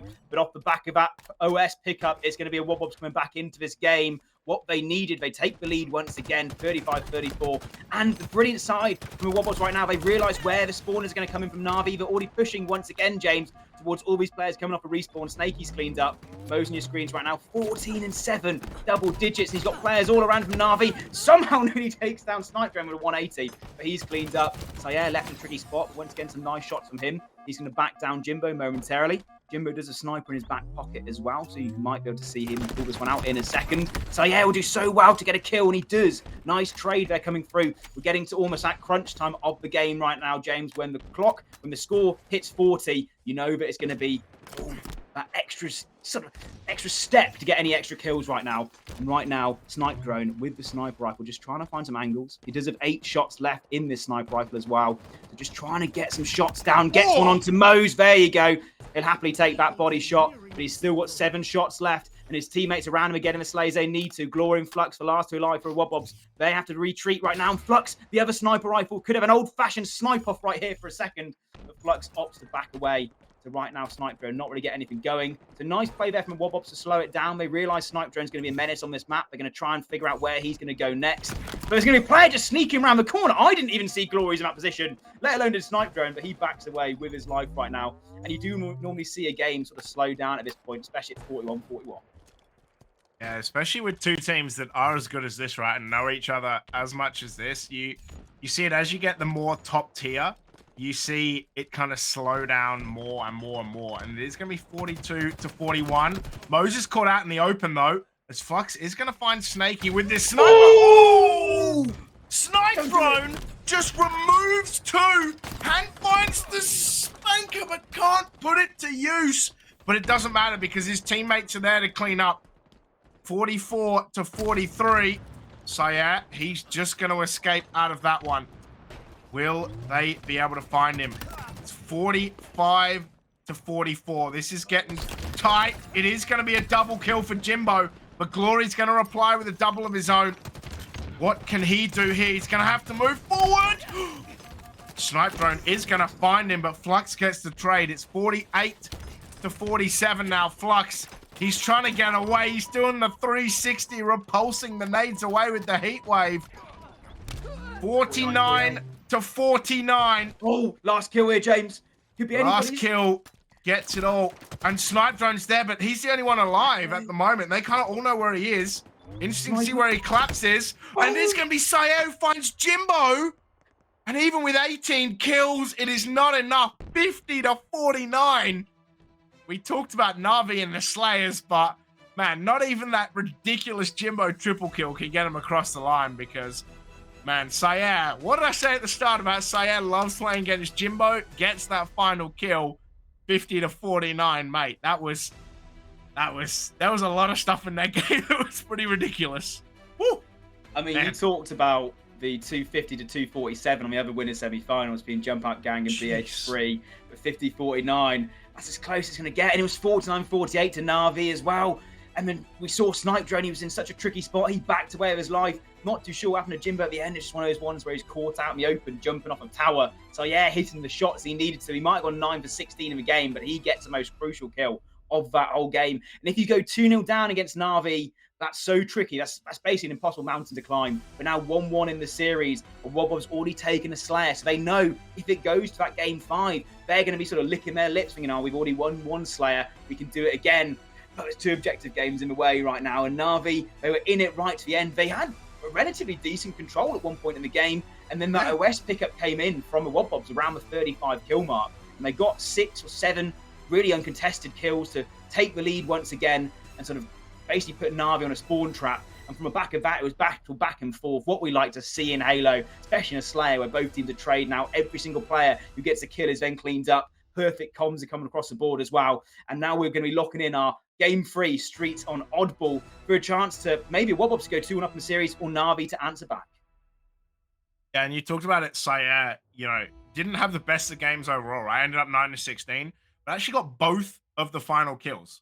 So they were 49-48 down. Then Sire just activated and found 2 kills at the end. But man, that was insanely close. And man, that Jimbo triple kill as well was probably the filthiest play we might even see today.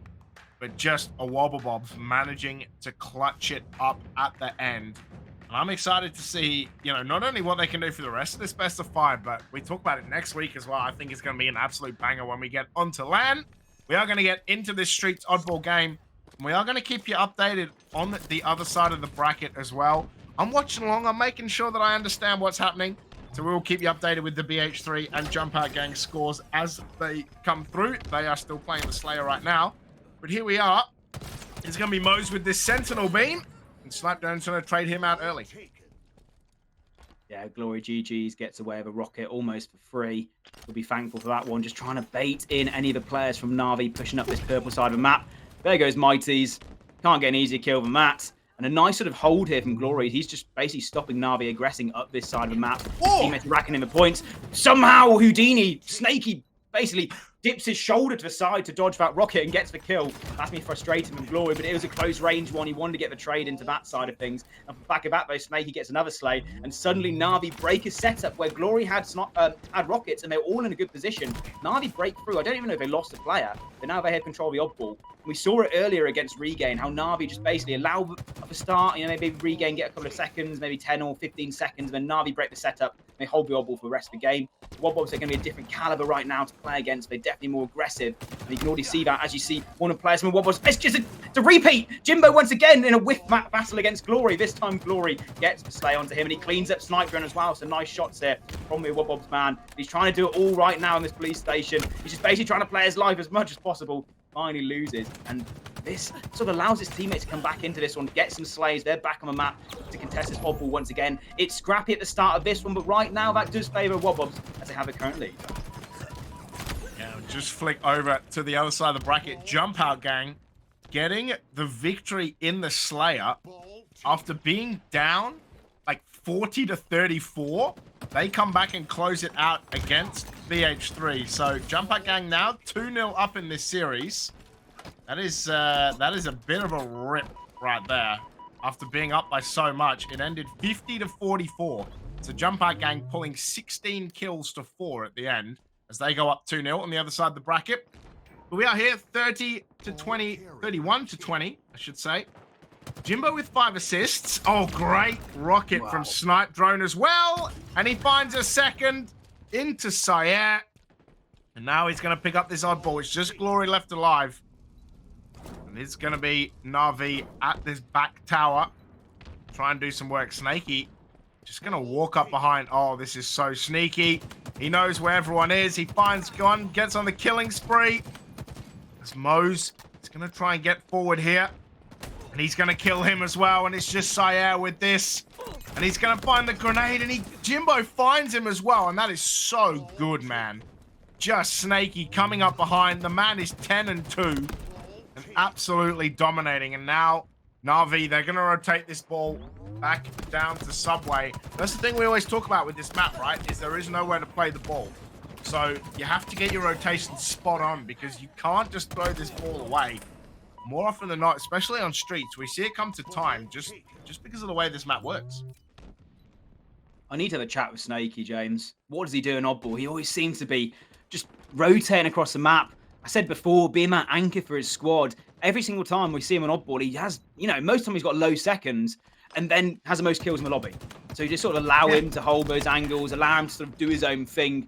But also talking about people doing their own thing. Mighty's, he's normally a player, does that, gets a kill there onto one of Wobbob's players. They get the kills they need to. And what I like about NaVi right now, they're holding the oddball, even though there's 2 players left alive from a Wobbob's back in that base. They still just getting those extra seconds. Broke the setup from a Wobbob's who are getting close to time back in this game. And once again, now spawning out here for the blue team. We've already got Snaky with Bulldog in his hands. He's trying to hold down this purple side of map. Trying to strong side his way out of this position, does get away with his life as well. And with that Bulldog in his hands, he's going to be super scary as he tries to re-challenge once again. Just being a nuisance on the map, but whilst this is happening, seconds were ticking in from the side of NaVi. Now you can sort of see Jimbo left alone, Sniper, and also just trying to back up his teammate right now. Does have one potential rocket left. Actually, no, I speak too soon. He's already used it. He's left alone by himself. He's got blue players all around him. So a nice break there from a Wobbobobs to sort of prevent NaVi from breaking away from this round one. But now they've got to hold a defense before we can get anything going with this oddball. Not right. He was talking about like different players popping off, right? Snaky and Snipe Drone both 13 and 4. And that's the turn of Jimbo and Mighty's to have kind of quiet games. Whoa! Mighty's. I mean, who was that? Snaky just sees a flux flying through the air. It's going to find Slayer before Mose gets the trade. And Mighty's back and forward. And once again, it's Glory, the only one alive for a Wobbobobs. How many times are we going to see that as he's going to go down to Mighty's as well? Must have heard that I said he was having a quiet game and manages to find 3 kills almost instantly. But yeah, Snaky 14 and 5, no oddball time, right? So, been doing well for his team to just find these slays as Sire somehow manages to find a lot of damage and not die and wait for Glory to get the kill. Was that a stick? Oh, it was! The mid-air stick from Glory! That was such a nice nade. But the problem for them is that that's good, but time's running out. There's 1:30 and they're 33 seconds down, Sketchy. And Snaky and Snipe Drone, I mean, look at Glory. He has been running all over this map as well. Flux, just having a tough game, mate. Yeah, Glory just trying to get things going once again for his team. He does have everybody up right now for a Wobbobs. They're getting the slays they need to as well. It's this nice rotation there coming in from Mose, getting behind those players from NaVi. They get the oddball. But Glory's just sort of left in a bit of a weird situation right now. You'd want to sort of see him rotate either towards one of the side of maps. Maybe he's waiting for his teammates to sort of open up a route for him. And instead, he's sort of just caught in no man's land right now. Just working out as he's getting extra seconds. That 1-minute timer, which was playing against the Wobbobobs, now might go into their favour. This might be a bit of a rotation coming through from Glory, which I don't really like that. Jimbo spawns towards the station. He's ran without his teammate there. No one to hold his hand. And Jimbo, in the right time, at the right place, he's going to get the kills he needs to. Picks up a Bulldog from Glory as well. And Glory has given the oddball to NaVi. Wobbobs, they need to push him. They need to get something going right now. They need to put the pressure towards NaVi. But I'm not liking that play from Glory. Maybe miscommunication. Maybe he thought the players from NaVi were going to spawn out. But instead, Jimbo basically on a plate was given that oddball.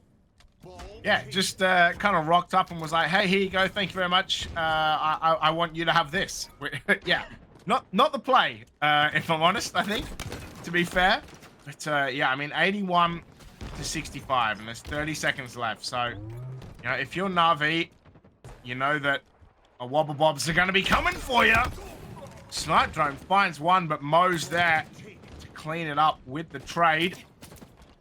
Now, a Wobbobobs do have the ball, and if a Wobbobobs play this right, it could kind of play to be ahead. Oh, that's awkward. As Mose is going to find 2 kills, Mighty's is going to find 2 back, but all the while, Sayer is just sitting at the back of Subway, racking up points.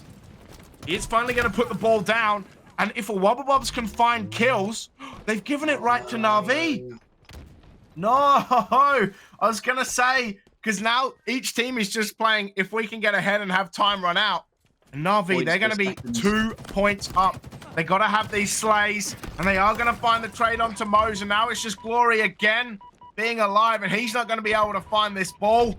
NaVi are going to win this first round as all of our Wobble Bobs go down. But Sayer had the right idea, almost played it to perfection, and then just took it right to NaVi again. So again, another miscommunication is going to cost them the first round. Oh, that's brutal, James. That was tough to watch. Sayer couldn't do anything really. He was in such a tricky position. He was doing the right thing, playing the time instead of the points. But you sometimes see that go, back and forth. One team picks up the ball for 2 seconds, another team picks it up for 2 seconds. But NaVi threw it in such a good spot where basically off spawn, Wobbles couldn't even get close to it. But that is only 1 round. There still could potentially be 2 rounds left. So Wobbles have to regain once again into this one, try and get things going. Basically, it was in their own hands. Pardon the pun with the oddball. But they didn't really get anything worked. They sort of threw it away in 2 different situations, as you mentioned, James, with Glories and Sayer there as well. 2 times where they should have maybe done something different and they would have won that first round. Either way, though, both teams trying to contest at the start of this one. NaVi had the advantage at the moment. They got the slays in their favour. Snakey's going to get away with this oddball as well. It's up to Wobbles once again to try and push back in these disadvantageous positions. You can see players from the side of NaVi, they're already falling. Both teams are trading back and forth, so no real setup once again. But Mose flank comes through again. Nice place from him. Flux also gets the slays. That's 4 down for NaVi. Oddball back in the side of the Wobbobs, and they have at least a bit of a setup right now to definitely sort of stop the momentum of NaVi after that first game. They're back in, answering back in this one. And just like I said, there's going to be a Wobbobs who find kind of early time. Shield going to go up. Now, they got to get the communication right. Yeah, and for Flux, you're on your own in a 4v1. There's no good way to go there, right? But yeah, at least knew that when he went up towards that kind of B site, knew that was going to be the wrong way. Now they know that Glory has the sniper as per, and it's going to be Flux. Almost stuck him as well. Well, now NaVi have the setup, right? And they can kind of sit back tower and try to work out how they're going to get points. But Flux is going to blow this wide open. Now it's Snipe Drone. Yeah, jumps out there, finds 3 looking at him. He's going to go down as well. Now it's just Jimbo and a Wobble Bobs. Well, they're going to find kills everywhere. Now it's just Snakey, and they can set up this quite effectively near PD. And they also have Spanker. This could be the time of a Wobble Bob sketch if NaVi are not careful. Yeah, but all that work from Wobbobs, they finally get the oddball, but it never seems comfortable. Whenever I see them, they're sort of rotating, they're sort of playing a bit worried of NaVi right now. Rightfully as you should do, they're definitely being very aggressive, but I like that play from Glory, just holding the angle down. They finally get some slays, they're rotating this oddball towards the station side of the map. Right now, Glory just trying to make sure that no one's going to get a free spawn here really from NaVi. No one's going to have to push up a map for free. They're going to have to fight for every single second, but that can work against you as well if you all fall. Right now, Glory's trying to be annoying. He does get cleaned up. The 2 players left alive, but at least they'll be spawning back with the oddball taker. That's thrown off the map. Initial seconds in favour of the Wobble Bobs, but the push comes through from NaVi, and it's a nice sort of break there from NaVi. How many times have we seen NaVi in these 2 series so far make these sort of perfect breaks? Where in situations where they shouldn't really be able to do so, they get the slays they need to, they get the oddball back in their favour, and they just basically inherit the setup from the other team. Yeah, and I mean, Jimbo's covering this corner, but like all the rest of his teammates died. Like they do not have control of that ball anymore, and he's gonna go down to Glory. Yeah, Jimbo just trying to stalwart it out, but just not able to do it. Sayer finds Snakey as well, and the nade from Snipe Drone. That's like the Hail Mary nade right there, because that went deep to get that kill. And he's gonna be Glory who sits by this oddball. And you're right, like NaVi have just kind of taken over the positioning wherever a Wobble Bobs have dropped this ball, but this has been scrappy. One thing you're seeing right now is NaVi almost constantly 2 or 3 dead, man. Like a Wobble Bob's doing a lot better in round number 2 than they did in round number 1. Flux with the Spanker now as well. What can he find with this? That is the wrong way. You shouldn't look away there as Mighties is going to find the back smack and steal the rockets and get a double kill onto Sayer. Can't find the kill onto Glory with the snipe. Sorry, the Spanker, but he is going to find him with the nade. And Mighties essentially finds 3. And this should be enough for NaVi to grab back control of this ball sketch. Yeah, but there's a bit of a lead right now from the Wobbobs. They've done so well in this second round. They did so well in the first round. Arguably, you could say that should have gone their way as well. But just one break comes through from NaVi, and they're so good at holding these setups. Mighty just patrolling this front side of yard here right now as he backs away to try and help his teammate get control of his oddball. And I like the rotations coming in there. SnipDrone sort of saying, you grab this oddball, I'm going to get the Stalker Rifle, I'm going to get this better position right now. And you sort of just sit back, play your time, maybe check your watch, check your text, whilst I'm just trying to get the slays on my map. Just, sit back.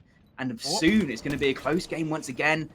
Only 10 seconds away from time is from back up from NaVi. And you can just sort of see, even SnipDrone in his power position isn't really getting much pressure towards his way because Mighty's is doing such a good job sort of sitting back, and Snakey and Jimbo doing such a great job of sort of stopping the push coming through from the Wobbobs. They're all going to fall. Flux, the last one alive. He's in a tricky spot. He's almost forced to push him by himself. He's going to met the Stalker right off SnipDrone, who's going to just hit all of his shots. This is quality play here from SnipDrone. What a hold from NaVi. We talked about how good a Wobbobs have played in this game, but almost just like that, NaVi come back into it. They take the lead in this one. They still have control. Yeah, that is unbelievable. And the SnipDrone is still alive, by the way. Yeah. Just dropped the 30 bomb. Finally going to go down to Mose with the new and improved spike grenades. But man, that guy was just on fire right there. And the oddball is going to fall towards the center. There's a minute and a half left, and NaVi have the lead and should, by rights, also have the spanker. But no, it's Glory who manages to steal it. But whiffs on the shot on Mighty's. Mighty's, can he go and claim that spanker back? Sayat, he's not going to be looking. He is going to be chased, but all this time, the ball is just sitting there on the ground. Sayed's going to be hunted down and killed. Looks like he had the spanker. Man, Snakey with almost 30. SnipDrone with 30 as well. Mose has got 32 for the side of a Wobbobs. Let's not forget him. But look, man, there's less than a minute left. And the ball has just been sitting down near Subway for just forever with no one touching it. So yeah, Glory, he's going to try and come in and grab it, but he's going to be stopped as well by Mighty's, who is going to be traded. Now there's less than 40 seconds to go, but it's only Jimbo and SnipDrone up right now. But SnipDrone, well, he has the Stalker Rifle. It's not going to help him. Jimbo is going to find one, though. There's 30 seconds to go. This ball staying down there for the moment. Glory finally going to pick it up, but Jimbo's going to kill him, and he's going to bring it into the safety of Subway. He's going to bring it into kind of the Arc Street bend. And now there's 20 seconds to go. A Wobbobs, they have to find this push. Flux is going to be backsmacked. Glory is going to get SnipDrone, but it's 10 seconds to go. A Wobbobs, they got to make this push. And I don't think they can do it. I'm not sure they're going to be able to find it. Mighty's with the defense. There's 3, there's 2, there's 1. Glory goes down to Mighty's. And it's going to be a 2-0 victory to NaVi. And what an ending that was. What a defense in Subway sketch. Woo. Yeah, I've got to go back to that first round, though. It was in a Wobbobob's hands to win it, and just a couple of misplays. And suddenly, NaVi get that win. Looked more comfortable in our round 2. NaVi now go 2-1 up in our winners' semi-finals as well. And that's such a big game to win. Quite often you speak about round 3, or game 3 even, being the swing game. Whichever team wins game 3, they then go on to do well and win the series, most likely more than not. I'd love to get some stats on that, actually.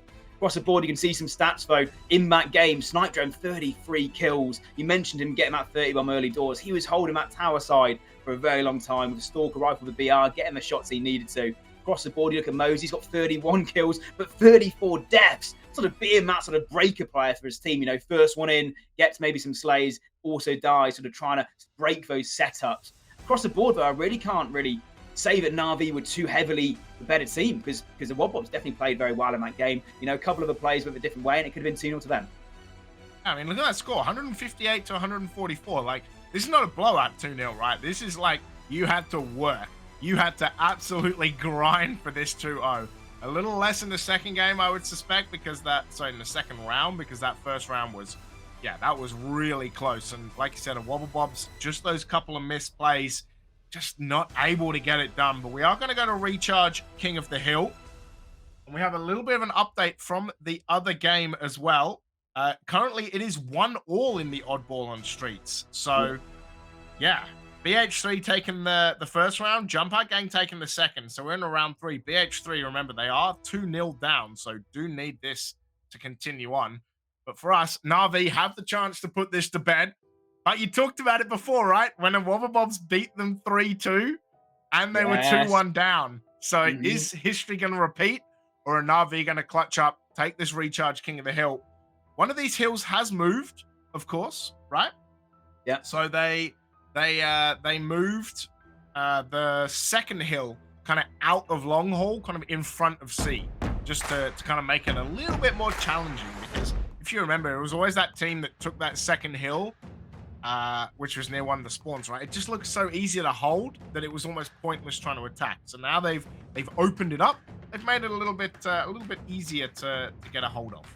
Or, sorry, a little bit easier to attack, a little bit harder to keep a hold of. So yeah, it should be good. It should be interesting to see how these two teams adapt to that. It looks like we are underway. A Wobbabobs NaVi, game number 4, winners semi-final. Hill number 1, always the tough one, Sketch. Yeah, and I feel like if the Wobbabobs win this game, the Slayer just favours them. So get to that game 5 and you've got a good chance. But right now, you've got to go through that game 4 first. You've got to lock this one in. King of the Hill on recharge. Both of the teams trying to vie for this initial start. Camo on the side of Glorious. He does manage to get away. Playing his life, jumping back and forth. Does get his shields back as well. It's a nice play there from Glory. So he doesn't really have any support right now. He's just still trying to play his life as Camo. Be a nuisance. Eventually cleaned up. But I love this middle hill to start it all off. The back and forth, the scrappiness of it. But right now, NaVi have control. They also have the shock rifle in Snipe Drone's hands as well. Slays definitely favour the Natus Vincere side as well. So just trying to play and wait for the side of the Wobbabobs to make their next move. But whilst this is all going on, the seconds are ticking away towards this first point for the side of NaVi. Snipe Drone just sort of trying to be a blocker right now for his team. Just trying to play the angle. Trying to find different players. There's Sire. Back of a headshot from him. The Snipe Drone just sort of playing a bit cautious as we see him do beforehand, just sort of locking down this area of the map, control side of the map, trying to make sure no one's going to get through for free. But instead, someone comes behind, that's Glory, cleans up. Not too sure really if that was a good play there from Snipe Drone. His teammates fall around him, but the second's definitely in favour right now of NaVi at the start of this one. I love how Mighty's ran out, saw the shock rifle, and was like, no, and just like ran back in like, I don't want any part of that, thank you very much. But yeah, it is going to be Jimbo finds this hill, and he is going to beat out Sire as well. Glory with the trade. Briefly, it was a 1v1. It is going to be Mighty's doing his best Spider-Man impression. Try and get through. Can he find Mose? No, Mose has the high ground. And as we know, Sketch, high ground is the one that's going to beat you. But Jimbo does set off the remote det. So this is a scrappy start to this game. Hill number 1. Always difficult, and with these King of the Hill changes, right? Like, as soon as you get in the hill, you're scoring. So it is bugged, I will say. Sometimes it doesn't always work like that, especially when you come out of the hill. There's usually the countdown timer. But yeah, it's working in NaVi's favor at the moment. Board of Sire just trying to play his life. He's cleaned up. Snaky getting some slays. Camo into the chest of Mighty, so he backs out of a hill. I like that play. So he gives it to another one of his teammates and says, you know what, you can capture this one whilst I'll try and play my life with this. Camo does miss the shot into Flux, but does connect with Glory. Nice shot for shock rifle. Does connect with Sire as well. Double kill. Can he get the triple kill? Yes, he can, James. Camo in his back pocket. Mighty's with a shock rifle gets free. And off the back of that, NaVi get the first cap of this game. What a play there from Mighty's. He makes it look easy as well. No zoom. There you go. There's another one. That's 4 in a row there. Sire cleaned up as well. What shots here from Mighty's, and he's on an absolute tear right now. Finally zoomed in for the first time. The first time he zooms in, he misses a shot. But it doesn't matter either way. The players from Wobbabobs right now, they're going to be scared because wherever they go, they might get their heads cleaned off on the side of Mighty's. Just have to back away once again, trying to force the shots into Sire. Does get cleaned up, but what a nice set of play there from Mighty's. They get to the capture off the back of that one, and they're already halfway towards getting the second capture in this second hill. Yeah, just the insanity of that play, not only to get that first hill, like you said, but the amount of time they have on that second hill, literally off the back of his triple, and then just staying alive to be an absolute nuisance is insane. And it is going to be Glory who does find a kill. And the boys from the Wobbabobs, they are going to be finding some time in this second hill. And you can see that now this second hill is out, right? There is so much more ability for it to be played, right? It's not as easy to just hide away anymore. Having said that, you know, it almost looks like NaVi, I'm not pursuing this hill. Like, it almost looks like they're sitting back. Mose is going to find a double kill. So Snaky and Mighty's, they're going to be on the board as well, but now they've managed to get a Wobbabobs off this hill. I think now they're going to be able to start to push. Mighty's find Flux as well. He's going to find Mose, and it looks like Mose had popped camo. So the double kill going to go down. He knows where Glory is as well. Can he find him? Glory is going to nade him out from that long haul position. The Snipe Drone's going to find one before getting traded. Now it is going to be Jimbo trying to find some hill time. They are going to send a lot of nades, and Snaky is going to find Flux. Saye's on no health as well. He's going to go down too, but it's not going to matter because even as he dies, he caps the second hill for a Wobbabobs. And it is one apiece sketch. What a sacrifice from Sayer. Yeah, and they needed that hill as well. If Sayer went down without capturing it, it's probably going to be a hill in the side of NaVi. So brilliant play there to double stack it from the Wobbabobs to get that one locked in. They don't care about going back to respawn time. They just want that point on the board. But NaVi, they've answered back. They've already got the spawns. They got the setup for this third hill to try and lock it in. And the shock rifle in Jimbo's hand and 4 dead for the side of Wobbabobs. It's going to get scary right now for the blue team. They're going to have to push from this long course side of the map. And Jimbo, such a great spot. Doesn't get the connection towards Glory, but now he's made himself known. Just sort of whiffing on those two players as they speed past Jimbo right now, but it doesn't matter too much. He's holding his setup. He gets the shots onto Sayer. His teammates clean up the kills around him. May get that second hill basically for free. I don't think anybody from the Wobbabobs was anywhere near that second hill. So nice answer back there from NaVi. They go 2-1 up. And Jimbo still has control of his shot rifle and just has the better angle right now towards the players of Wobbabobs. Even though he's not hitting the shots right now, he's basically forcing a Wobbabobs to play differently. They can't sort of rotate the way they want to towards this hill. They've got to go the long way around, got to try and prioritize Jimbo to take him away from this shot rifle. And whilst that's going on, the seconds are ticking in favor of NaVi. Jimbo does a great job of playing his life, eventually cleaned up. But off the back of that, NaVi have control once again of his fourth hill. And it looks like it was a Wobbabobs taking the camo as well. I think it is Glory. He's going to find Snipe Drone, who is going to have the trade with Sayer. Yeah, like you said, that third hill just went by in the blink of an eye. And now a Wobbabobs again on the back foot. Again on this hill, though. Again, even though another hill where NaVi have got to halfway pretty quickly, it looks like a Wobbabobs gonna start to take this hill back. Jimbo. Oh, Flux would have heard the one shot is one shot in his ears as Jimbo does go down. Snipe Drone is going to win that trade, though. Snaky's going to find Glory as well. Now with 2 dead, NaVi in the 4v2 are going to find some hill time. Sayer, he is going to be able to pop some nades down. Can Snipe Drone find the kill? He will. There's already one down there, but they are going to get another person onto this hill. Flux is going to fall down. He's going to have no shield. Snaky's going to take him out. Sorry, Snipe Drone's going to take him out with the help of Snaky. And this is going to be 3 hills to 1. It is do or die now for a Wobbabobs. Got to get 3 hills in a row. Otherwise, they are down in the loser's bracket. And there's going to be Glory who steps foot on this hill, goes to plant the flag, and then we'll leave again. What?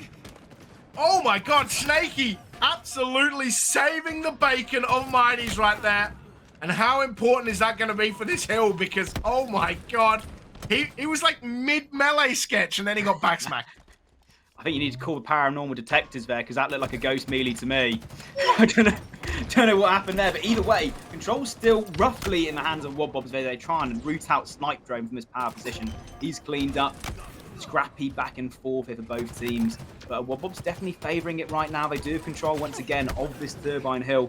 You see players from the side of NaVi falling once again. That's 3 dead for the red team. They're going to be back on the spawn timer. Glory trying to be a bit aggressive towards, I believe that's Snipe Drone, who backs away from this position. But whilst Glory's in this position, Snipe Drone's basically locked out of contesting that hill. He's got to be rotating across the map to try and help his teammates. Looks like it's going to be a pipe push here from the side of NaVi. But although they've got control, it's so tricky to get a player in this hill, James, to try and get some seconds on the board. You almost got to get a couple of slays your way before you can jump into it. You can see Wobbabobs doing that just right now. They get another set of 3 dead. And finally, Glory GGs gets into this hill to get some extra seconds, but it's so tricky to stay in that hill. Spawners coming in from the side of NaVi. They're getting shots towards Glory. He's just going to try and play his life. That nade comes through. Snaky, brilliant eyes from him. Brilliant arm from him to get the nade across, taking Glory out of that position. And finally, NaVi have a bit of a setup towards this hill. but it's going to be Sayer to try and answer back from this orange side of the map. He's going to back down, get some shots onto Snipe Drone, Flux with a shock rifle as well, jumping on board with him. So he's got that power weapon trying to take some heads. Bit scrappy, but 40 seconds left on this map. They need to get something going. If you're a Wobbobs, the shock rifle might be the difference. Oh, Snipe Drone just going to remove Flux. Sayer does manage to find a double kill. But you're not wrong. It is kind of now or never. Jumpout Gang, by the way, as a quick check-in as we get to the end of this map, Jumpout Gang 3-0 against BH3 Esports. So they're awaiting the winner of this matchup. And for NaVi, they are just 19 seconds away. The Wobblebobs have to get onto this hill. But look at this defense. Flux is going to go down. And there is no one near here. Glory, he's going to try getting this hill, but he can't. There's 5 seconds to go, and Mighty's with the double kill might have won it. The double kill again. Mighty's finds kills at the end. The man, just the defense is so strong. And NaVi, they are going to 4-1 this King of the Hill. They're going to 3-1 this series. The Wobbobobs cannot do the miracle comeback. So it is going to be Jumpout Gang versus NaVi in this best of 7 winners final sketchy. But mate, that was Wobbobobs. You felt there were chances, but NaVi were just too strong. I think it's won and lost in that oddball. We could be seeing a 2-2 right now, but oddball's there for Wobbobs to win. They had the chances in that game, and it was very close. But NaVi winning that one, they always seem to be favoured going towards that King of the Hill there on recharge. You can see the slays just favour NaVi across the board. Jimbo, the only one negative, and he's -1. So realistically, NaVi sort of just made it look comfortable in that last game, which didn't really reflect on the series as a whole, because the Wobbobs definitely came out in game 2 and 3 especially. And it could have been a 2-2 going into that Slayer as well. And Wobbobs probably with a favourite. They're still in the competition mode. They're down in losers bracket, but NaVi, they've locked themselves in to our winners finals, at least guaranteed top 3. They wanted to be top 1. So they're going to have Jumpout Gang coming in next as well, James. After this break, stay tuned with us, ladies and gents. We get through to our winners finals and some more Halo action. We'll see you then. Absolutely still. Hello, ladies and gents, and everybody watching. Welcome back to EuropaHalo X NaVi Spring Series Finals. Yes, we're all the way into the winners finals now. I'm Joe Sketch, joined here by Captain James Force. We've been taking you through the Halo action so far. We now have 2 teams left in the winners side of the bracket. That's going to be Natus, Vincere, NaVi versus Jumpout Gang. We've talked about NaVi throughout this tournament. James, talk to me about Jumpout Gang. How have they been doing? Yeah, Jumpout Gang, they've been doing pretty good, mate. Actually, let me just pull this bracket up so I know exactly how they're doing. They had a 3-0 versus the Marzuki boys. Here is the bracket, as if I pulled it up myself. Jumpout Gang, they had a 3-0 against the Marzuki boys, and then a 3-0 versus Jumpout Gang. Sorry, against BH3. I will say, though, like, that BH3 Jumpout Gang game, Jumpout Gang got real push, right? BH3, they were ahead in the Slayer. I think it was 40-34. Right, we talked about it, and then Jumpout Gang managed to come over the top. The oddball game, BH3 won in the first round, were ahead in the second round, and then kind of got swept away there as well. So, yeah, Jumpout Gang just clutching up to pull out that win over BH3.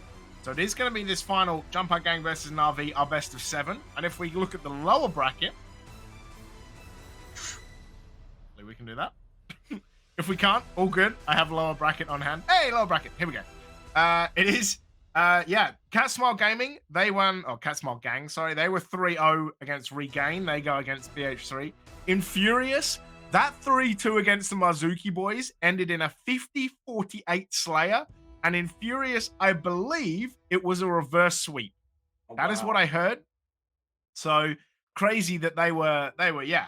2-0 down, coming back with getting the broom out, getting the sweep, and they will go on to face a Wobbobobs. Yeah, that's a pretty much looking lower bracket as well. But if we look at some maps and modes, mate, it's going to start with my favorite, which is going to be CTF Aquarius. It's going to be Slayer Recharge, Stronghold on Streets, Oddball Live Fire, Slayer Pit, King of the Hill Live Fire, and Slayer on Streets to finish off. There's a lot of map modes in there. Yeah, saucy for sure. Aquarius CTF. Yeah, it's not my favourite. We did talk about this off stream as well. You saying it was nice to start the winners final with your favourite game mode. It's just because it's back and forth, man. Like I remember. Do you remember Onslaught back in Halo 3? Or various different names for it in sort of like the sort of quick pace CTF maps back in Halo 3. Sort of reminds me of those. And yeah, it's just something about that CTF sort of game mode, which is one of the staples in Halo. It's one of those ones where if you get CTF right, you're almost sort of guaranteed going further into brackets. You know, get that objective is always going to be there. I know we do 4 nowadays, but yeah, no, CTF Aquarius is a great place to start. Both these two teams, though, they've had a pretty, I mean, you'd say NaVi's more comfortable ride to the winners finals than Jumpout Gang, but they both made it here. Both these two teams are very familiar with themselves as well. We talked about NaVi's players beforehand, but Jumpout Gang, that's Millsy, Kimbo, Zove across the board here. And really that Zove player we talked about beforehand, like him sort of coming into the side, sort of established Jumpout Gang beforehand, and sort of how he's adapted to this position. Used to play with like Hybrid and Boaz beforehand, and now making his way into Jumpout Gang. And he definitely made a statement last time we casted together in the open. Yeah, he was really good as well. Sticker is the 4th player as well. It is Sticker, yeah. Millsy, Sticker, Kimbo, Zove. Yeah, we talked about it, right? Like Zove, kind of that newer player into that lineup, but yeah, played some outstanding games in the last open as well. So I think it's gonna be really good. I know that we did have all players in the lobby, but Sticker went slightly MIA, and I know Millsy was having some troubles as well. So yeah, looks like Sticker's controller isn't working, but we'll get back to that pretty shortly. But yeah, I think, you know, for this CTF Aquarius, we talk about it with NaVi always being it their like bread and butter. They are so good on this map, right? And I remember I was chatting to Jimbo when he was streaming, and I was like, what is it that makes you guys so good? Like, you really love this game mode. And he was like, it's honestly not me. Like, it's the other 3 guys that make it so good. And Jimbo, he's the flag runner. You so often see him with multiple flag caps in these game modes. So they're so used to having a cap in a minute, 2 caps in 2 minutes, and then just kind of blowing the game away from there. So for Jumpout Gang, you know that's how they play, right? You know that's what NaVi do. How do you stop it? That's the real question. Because every time they play, they go 1-0 up super quick. So yeah, you just got to work out how to stop that. What I think we're going to do is we might throw to a very quick break while we wait for this, and we will be back with you super shortly, like probably less than a minute. So stay tuned, guys. Don't go away. Absolutely. Welcome back, ladies and gents. We're already jumping and board with our CTF Aquarius here in our winners finals here. NaVi versus Jumpout Gang on your screen right now. You got Zove. We talked about him just before we shut down the stream. This new player, this new pickup for the side of Jumpout Gang. He gets a kill off the start right here. You see contention back and forth. NaVi get the pickup onto that camo. It's going to be a snipe drone right now with that in his back pocket. Pushes it into his chest. He's already baked away as well. Now that he's got his camo, you might see him make some plays right now. Just trying to play his life. Kimbo's going to go past him. Nice. Trigger discipline there from Snipe Drone. He does get the kill on Kimbo as well. So nice play here. James, we're already back on board with this one as well. The flag's already on its way. Just trying to bait out those last little sets of kills here right now. Sniper doing so well. This camo, just playing his life. That's all he needs to do. They're going to be aware of him. He's going to get cleaned out. But whilst he's been taken down, look at where the flag is already, James. Mighty's already got this one nearly all the way home. It's going to be Zove trying to chase, but Mighty's might be clean free. He's got his running shoes on. He's basically back to his base, trying to play his life this last second. This should be a capture. And you talked about it before we shut the stream down, before we came back. NaVi, they start so quickly. They once again have got a flag already. Aquarius CTF, definitely their domain. I'm so disappointed. It took them more than 1 minute. That's shocking. Yeah, 1 minute 10 seconds, right, to get back on the board. So, yeah, just insane work from NaVi once again. It's so hard to stop, right? Millsy already, 0 and 4, just being absolutely targeted right now. It is Mighty's who finds that kill. Mighty's who finds the cap. So Mighty's has not died yet, right? So pretty outstanding start for him. He's going to find 4. Can he find 5? No way! Okay, Sticker, almost. I was so scared that Mighty's was going to find him, but Snaky is going to get the cleanup there. But you're right, 1-0 already. Tell you what, no matter what they're trying to do, is Kimbo, though, is going to find Snipe Drone. Should allow the flag to be pulled once he has some health. But as soon as he grabs it, murdered away, and that flag will be returned. But NaVi, just a force to be reckoned with here on this map. The nade just bounces straight off Millsy's sketch. 1 versus 1 here. Snipe Drone wins 1 versus 1. Oh man, Snipe Drone shots is absolutely incredible so far in this tournament. It seems to always be winning those 1 versus 1s. Kimbo, the last line of defense from his team.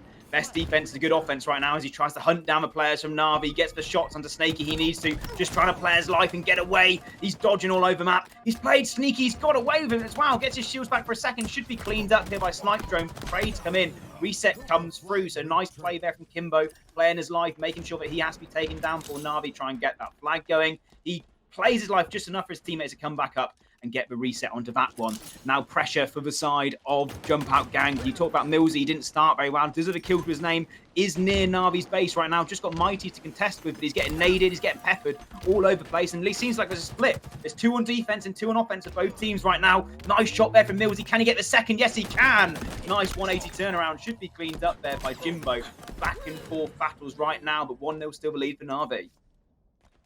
Yeah, beautiful work from the side of NaVi at the moment. Yeah, Jimbo, the first one into double digits. You're right, Millsy was so lucky. There was a nade that killed Zove, who was standing basically right under him.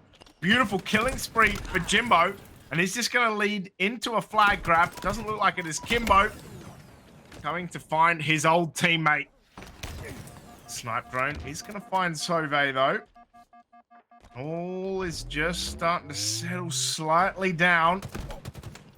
4 minutes gone. 8 minutes to go.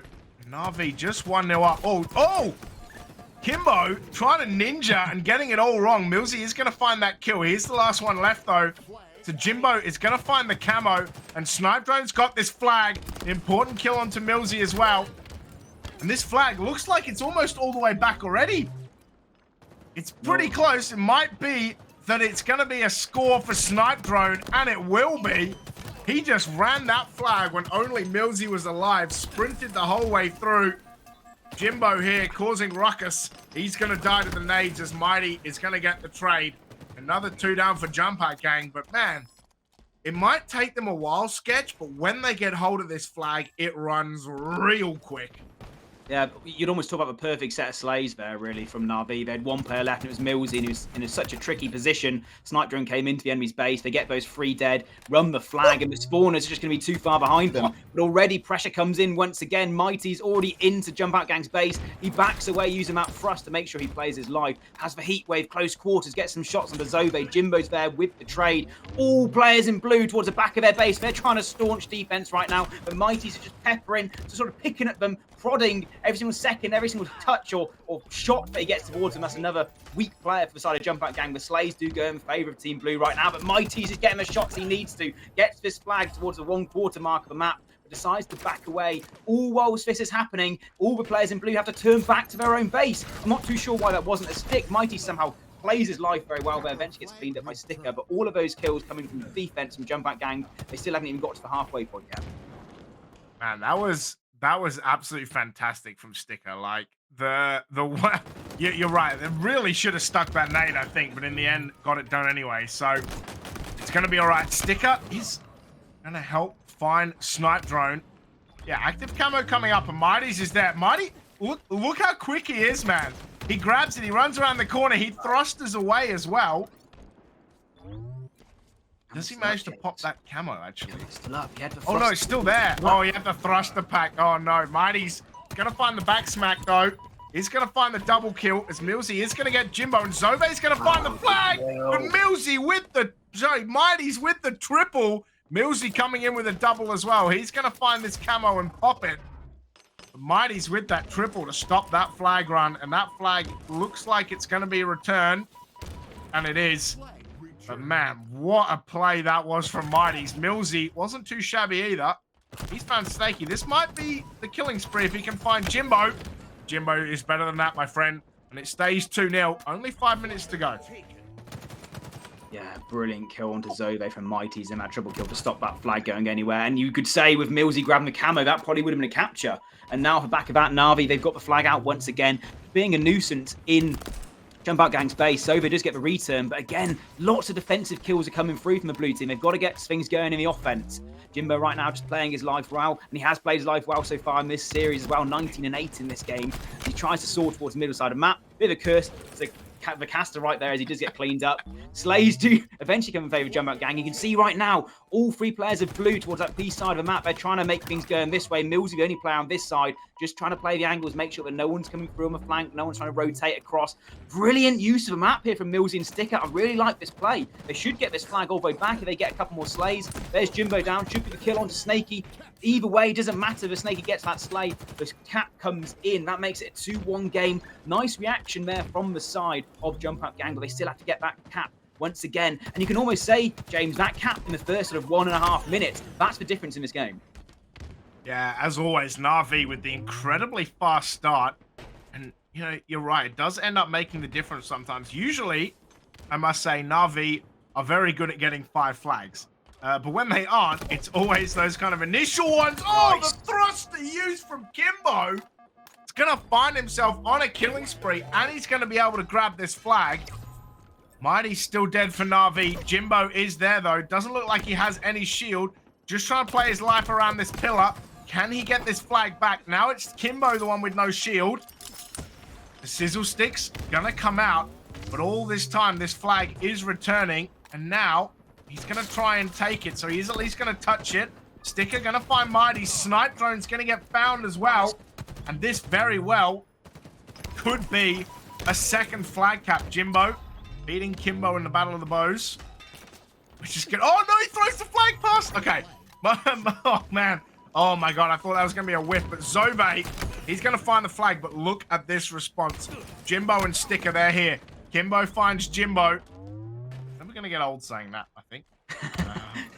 Just a nice rhyming quality to it. But, yeah, 2 minutes 45 left. And Jumpout Gang, after going 2-0 down relatively early, they have brought this back.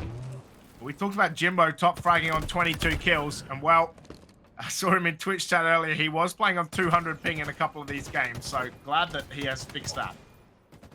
Yeah, Jimbo and Kimbo used to be on a team together, so imagine casting those games when you just have one letter difference between the two of them.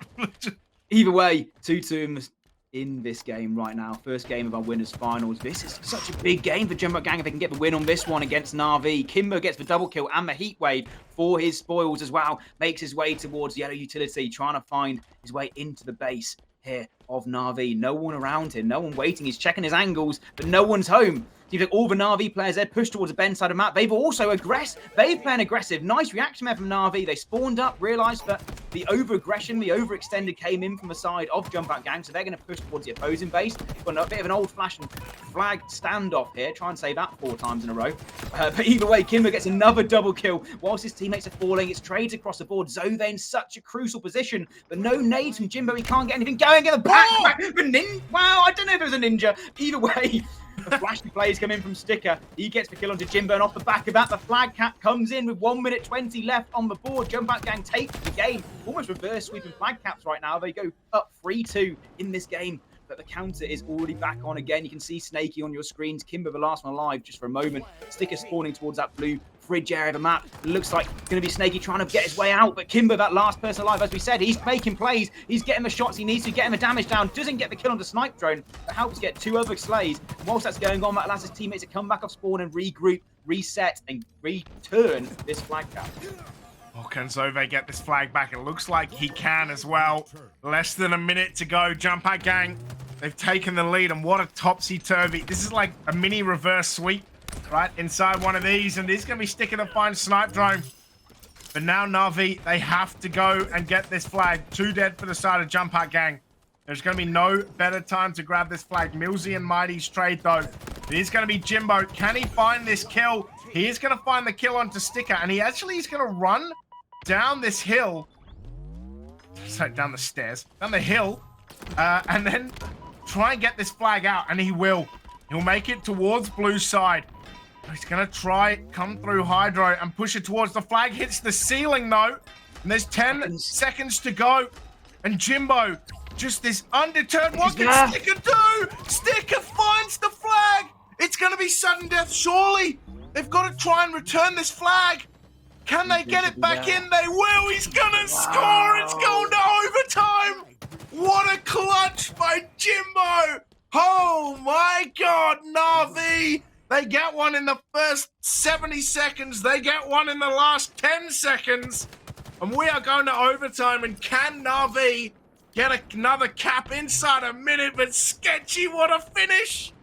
Yeah, and we're still on board with Jimbo as well off the start of this one. He's trying to get things going. He's cleaned up. Sorry, Sticker even. Mighty's with the camo right now. Great finish to our first game, our winners finals. That's what we like to see. The Mighty's trying to slow play it right now. He's got the camo, just trying to bait out the opposition, trying to get the shots down, trying to play his life. He's cleaned up. So nice camo eyes there from Kimbo on the defense. But there's players from NaVi all around his own team's base. He's got the heat wave trying to root out the players, but NaVi back away. They say we're not going to try and challenge that one. We're going to regroup as a team, try and get mid-map control, and then push once again. Sticker in a sneaky position. He's playing the angles right. Does get the shots down onto two of them. Cleans up the push coming through from NaVi.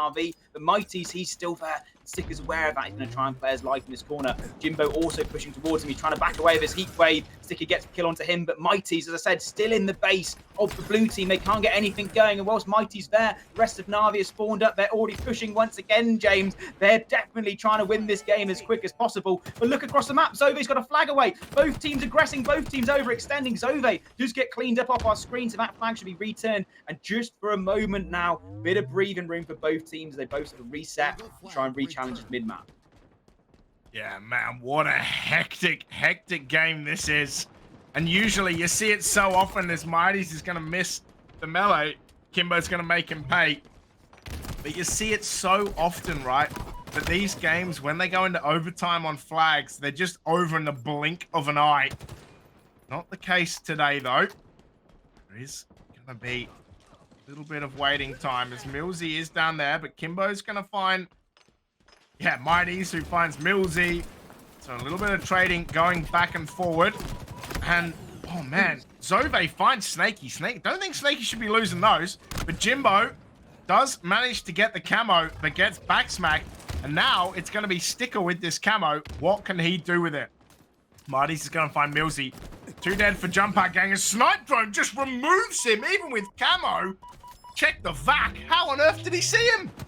Camo eyes there from Snipe Drone. I think the movement there coming through from Sticker sort of gave himself away. He wasn't full shields. Either way, back of that Mighty's with Heatwave. He's got 2 players sitting ducks towards the back of their base. They are turtling as far as you can turtle right now if your Jumpout gang do get the kills they need to. That's Millsy taking down Mighty's, but it's going to be Snaky in the base trying to get the shots down. Snipe Drone middle of the map. He's putting down the also angelic protection almost on his team right now. Does get 2, but Kimbo cleans him up across the board. It looks like a flag is also running right now for NaVi. It's going to be Jimbo trying to get this one all home. We saw him clutch up in the start before taking it to overtime. He's going to get cleaned up. And all the players in blue right now, they're soaring. They're all mid-map, but they've got contention from both sides of the map right now. Mighty's at home, Snaky across in the enemy's base, and that flag is still out. Just needs one touch to get this one home. Slays are back and forth right now, James, favouring NaVi just for a moment, but Millsy, he's trying to play his life right now in the back of NaVi's base. The nade comes in, but he gets the kill onto Jimbo. What a play for Millsy, trying to do it all, trying to protect himself and try and just hold out until his teammates can join him. But he's in such a tricky spot. Zove gets a kill, but Millsy's taken down. Just enough time for his teammates to come out of the respawn. Brilliant play from Millsy and Zove there to get the return. And now the aggression comes in from the side of Jumpout gang. But Jimbo's there to meet Zove, and it should be getting cleaned up. Last 2 players are left alive. Kimbo's in a spot to potentially do something right now. Front yard from the side. NaVi, but they've also turtled up. It's turtle versus turtle right now. Who shall can break first? Kimbo takes down Snipe Drone. Going to have another player right weak next to him. Just clean him up as well, but just get taken down by Snaky. Defense is strong right now, James, but eventually Millsy breaks through the line, gets that flag away, and Zove is in a brilliant position here to try and help out his teammate. One set of slays here. It could be all over. Zove's got to drop down. He's going to get cleaned up, taken by Snipe Drone. Big kill onto Snipe Drone. Big kill from Jimbo comes through. It's all falling apart from Jumpout gang. They nearly get that one home, but Kimbo's the last one alive. Looks like the return should come in, and then it's now going to be the side of NaVi. He's going to push up as well, James. Back and forth Halo we can see right now. Yeah, beautiful work. And NaVi have got camo. NaVi, I think it's Snaky who has camo. Might be able to walk this one in with that camo. But it looks like he is going to backsmack Zove. Can they find Kimbo? They can. Surely they can run this flag now.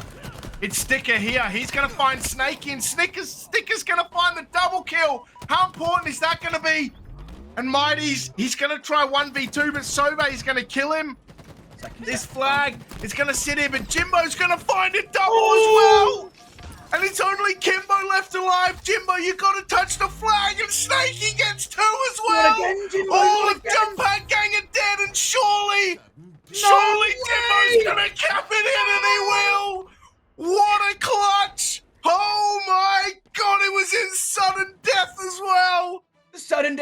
King Jimbo doing it twice, James. He did it twice. Oh my god, I can't believe it. Jimbo, the clutch minister. Oh man, I'm literally shaking. I can't believe that he did that twice. Props to Snaky for that double kill as well, man. That Jimbo with the double, Snaky with the double, and Jimbo puts it in.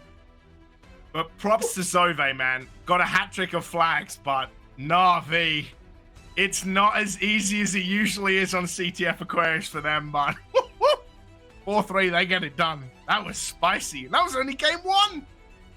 Oh, man. Jimbo, twice for hero in the game. Bring it to overtime, and then in sudden death and overtime as well. Man. Oh, what a statement it would have been from Jumpout Gang to take CTF Aquarius off of NaVi as well. Just goes to show how closely contested these two teams are. But whew, Jimbo making the plays right at the end. His teammates getting the slays. Jimbo making the plays. And wow, I can't say much more really for that one. We're jumping on board with Recharge Slayer in a second, but let's take a moment after that one. Take a breather, everybody. That was a very close game. Squeaky bum time for both the two teams. But NaVi, they get it done right at the end. And it could have been anybody's game, really. Back and forth. You saw overextension. At one point, you had 2 players of NaVi in Jumpout Gang's base and 2 players of Jumpout Gang in NaVi's base. And they're fighting across the map. It went in positions where they should be split. Either way, brilliant play from Jumpout Gang to keep it that close up until the end. But NaVi, they come out with our game 1. And when NaVi get game 1, they often go and win the series.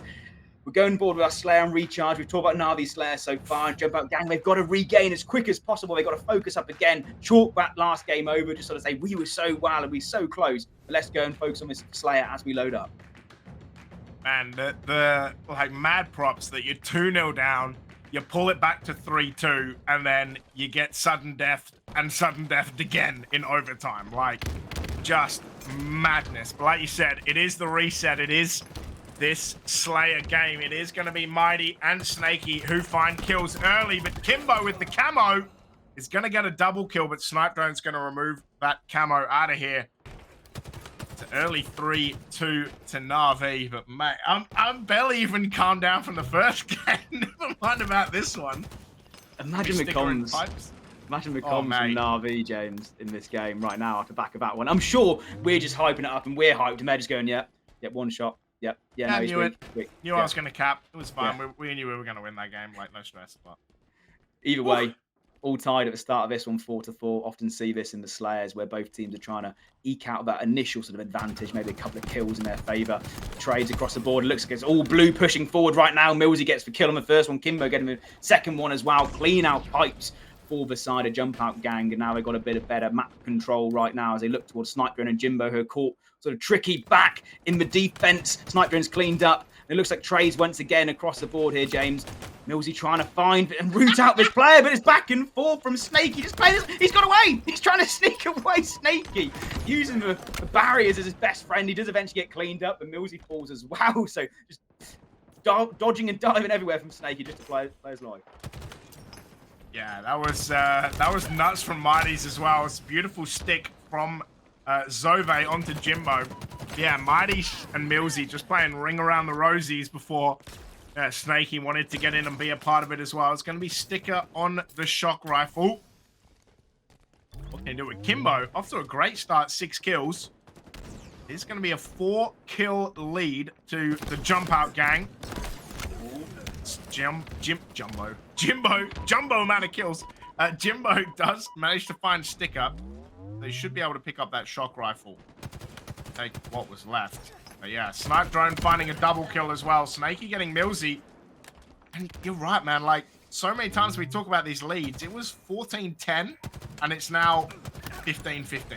Like, it can be that quick with NaVi that they get back into these games. And, oh, man, it's... I prefer the slower gameplay at the moment because that was a nutty CTF. But yeah, man, I think this is kind of, you know, this is going to be a test for NaVi is how can you ride that momentum and ride that high of that CTF, turn it into this Slayer.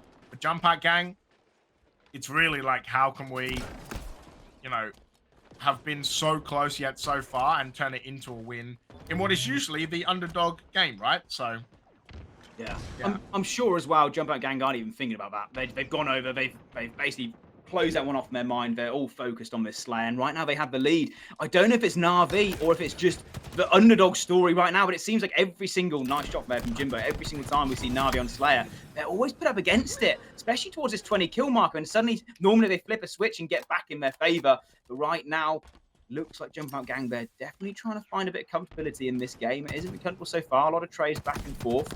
Kimbo on your screen right now, just getting some pot shots. And you talked about the game slowing down. It definitely has right now, as both teams are just trying to eke out that first slay, get the advantage on the map, and then push their corners. Right now, it's just Kimbo and Mighty just peppering shots towards each other across the map. Snakey's reluctant to move up as well. Probably all playing for this next power up. The camo is going to come up in about 15 seconds. So all players sort of slowly rotating around the map, trying to get their eyes on that camo and make sure the other team doesn't grab it. Millsy, the first person to get a slay, but he's cleaned up. Once again, back to 3 versus 3. Camo is up right now. Sticker potentially going to try and get this one. Both players, all 8 players in the lobby have got eyes towards that camo right now, James. As both players are trying to work in. Snakey eventually rotates round, cleans up the play, and this should be NaVi after that battle, getting the camo, but no. Jimbo last second gets cleaned up. Millsy, clutch play to get the camo in his favour. And across that as well, the Slay's go in favour of Jumpout Gang. I thought NaVi were going to run away with that camo and then run away with his initial sort of lead in this mid-pack. Instead, it's Millsy. Playing sneaky. Can he get the back whack? Yes, he can. Jimbo gets cleaned up. He does get cleaned up himself, but nice little play there from Millsy with the camo, and Kimbo also getting a kill as well. Finally, a bit of a lead here. One of our teams is Jumpout Gang. Shock rifle in the hands of Kimbo as well. And they have a better position as NaVi is spawning out. I don't know how that's like he got the back whack onto Jimbo. I don't know how the plasma missed Mighty's, but there you go. That's just how it is, man. Like Kimbo, like I said, first one to double digits as well. Can't find Snakey's face though. Will take this and move on, but you're right. It has slowed down. Been about 20 seconds since a kill, but Kimbo's going to change that with the kill onto Snipe Drone. Millsy finds one as well. Jimbo gets the double kill, and now it's just Kimbo left alive. Buddies finds Millsy, and now Kimbo just 360 removes Snipe Drone from this map, sends him back to the death screen, and it's 33-25. And Jimbo, can he find against his old teammate? No, they are both going to move away. Snakey does find Zove though, and it's Mighty's is going to clean up Kimbo. So back to only being a 6-kill lead for Jumpout Gang. NaVi are never out of this, but you can see that Zove and Millsy, they just know where everyone is. And Mighty's, well, he is a one-man band. He is going to have to try and find this kill onto Kimbo, and he's not going to do it. Kimbo just... body! Oh, the body shoot, the BM sketchy. Oh, Kimbo, I never liked that early in the series because it seems to always come back and bite the team. But Kimbo, he's definitely feeling confident, and when you know he's shooting bodies, he's definitely getting reared up, and you can see that in his score, 15-7. Right now, I'm slowly Jumpout Gang getting away with this game. It was such a close game one. It could have been going in the favour of Jumpout Gang, and they've definitely shown they're the better side right now in this Slayer. Everything seems to be going their way. NaVi, everything push they're doing, it's not working out. Jumpout Gang right now, they're just roaming the map. Kimbo just is on fire right now. He's feeling confident. He's 360 across the map. He's 17-7, living his best life right now on Slayer recharge. His teammates around him are getting the slays they need to as well. Seems like always NaVi in such a tricky position. They're caught out once again. See Jimbo, Kimbo does get cleaned up, but eventually there. You know, what confident the blue team playing with right now. Yeah, 45-31. NaVi, they're gonna need to really turn it on. They're gonna really need to have comeback of a lifetime if they're gonna get this done. Snipe Drone somehow backsmacks Kimbo, but Kimbo sticks him. So I'm not exactly sure how that one works, but sure. Mighty's, he's gonna be trapped in this corner. He's gonna be found by Zove, and that only 2 kills needed for Jumpout Gang. Well, that's not going to be one of them. And that's not going to be another. A sticker looks like he is about to go down as well. But Snipe Drone is the last one. He's trying to 360 finish onto Jimbo here. Yes! Oh, Kimbo! He's just raised his confidence game. He's raised everything right now. He is playing absolutely incredible. That was so cheeky. That was so cheeky from Kimbo. Everybody watching, like, we just knew it was going to happen. Like, there was no doubt in my mind he was going to get that last kill. It's like when you're playing with your mates in custom games, you go, oh, the last has to be a 360, no scope. Kimbo's like, well, do you know what? in this tournament in the winners finals. I'm going to do that right now. We saw him shooting bodies. He's going off 20 kills in that Slayer game right there. Oh my days, this is scary. When Kimbo starts going off like this, NaVi, they're going to have to be worried. Yeah, I mean, like, it wasn't even close either, right? Like, 50 to 37. Like, it's no stake, but, man, they just got, once he hit that 20 kill mark, just the acceleration, right, from the Jumpout gang, and you're right, Kimbo was just absolutely on fire, man. 20 kills, the 360 headshot at the end just oozes confidence, right? So, Jumpout gang, they're going to bring it back to 1 apiece. Fantastic finish, and we are going to move on to streets, strongholds, and yeah, I mean, for Jumpout gang, winning Slayers is good, but you've got to win one of these objective games, otherwise NaVi is still going to be able to take this in the long run.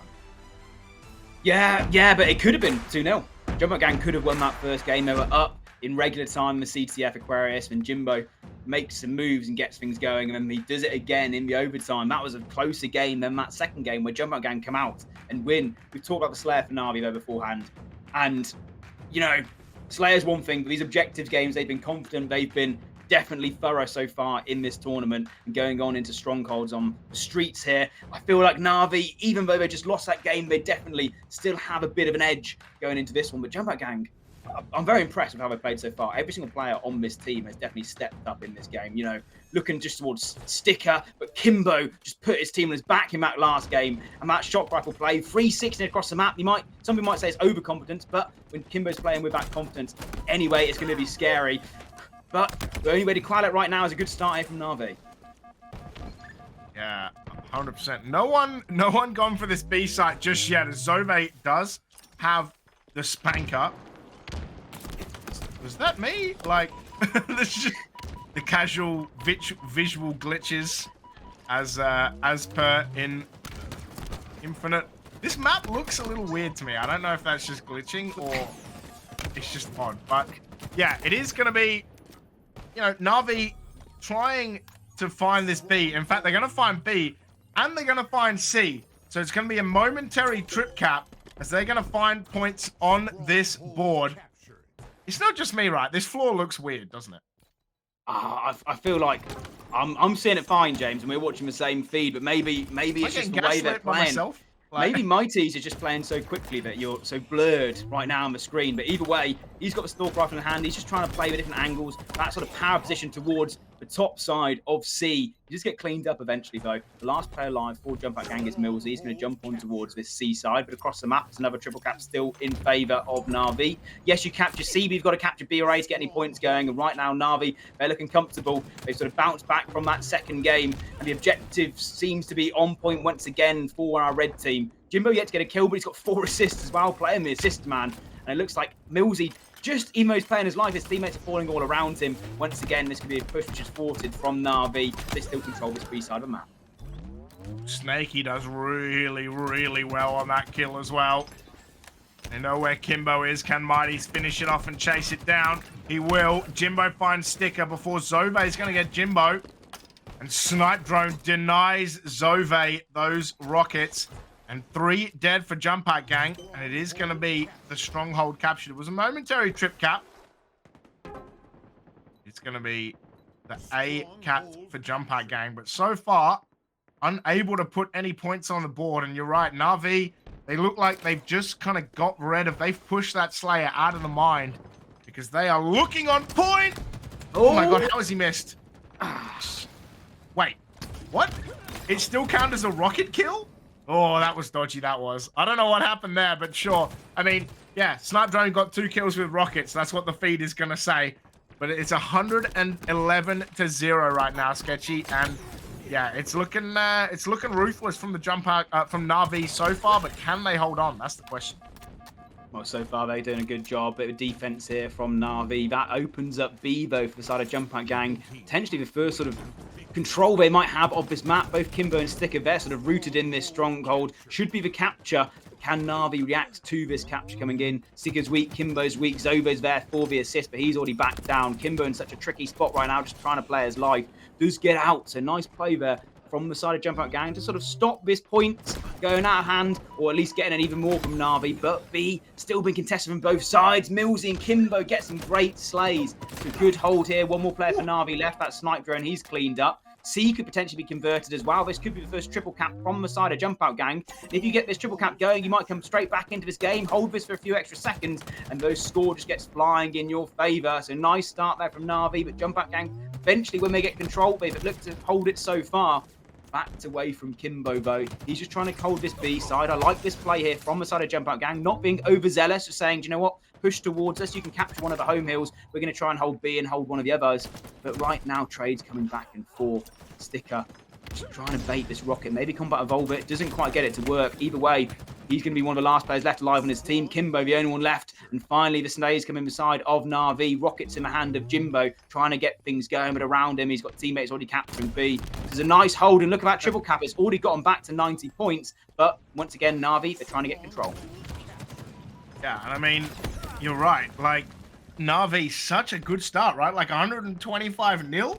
And then the trip cap brings it all the way back to 90. And that's the dangerous thing about strongholds, right? Is so often it can just kind of be such a massive lead.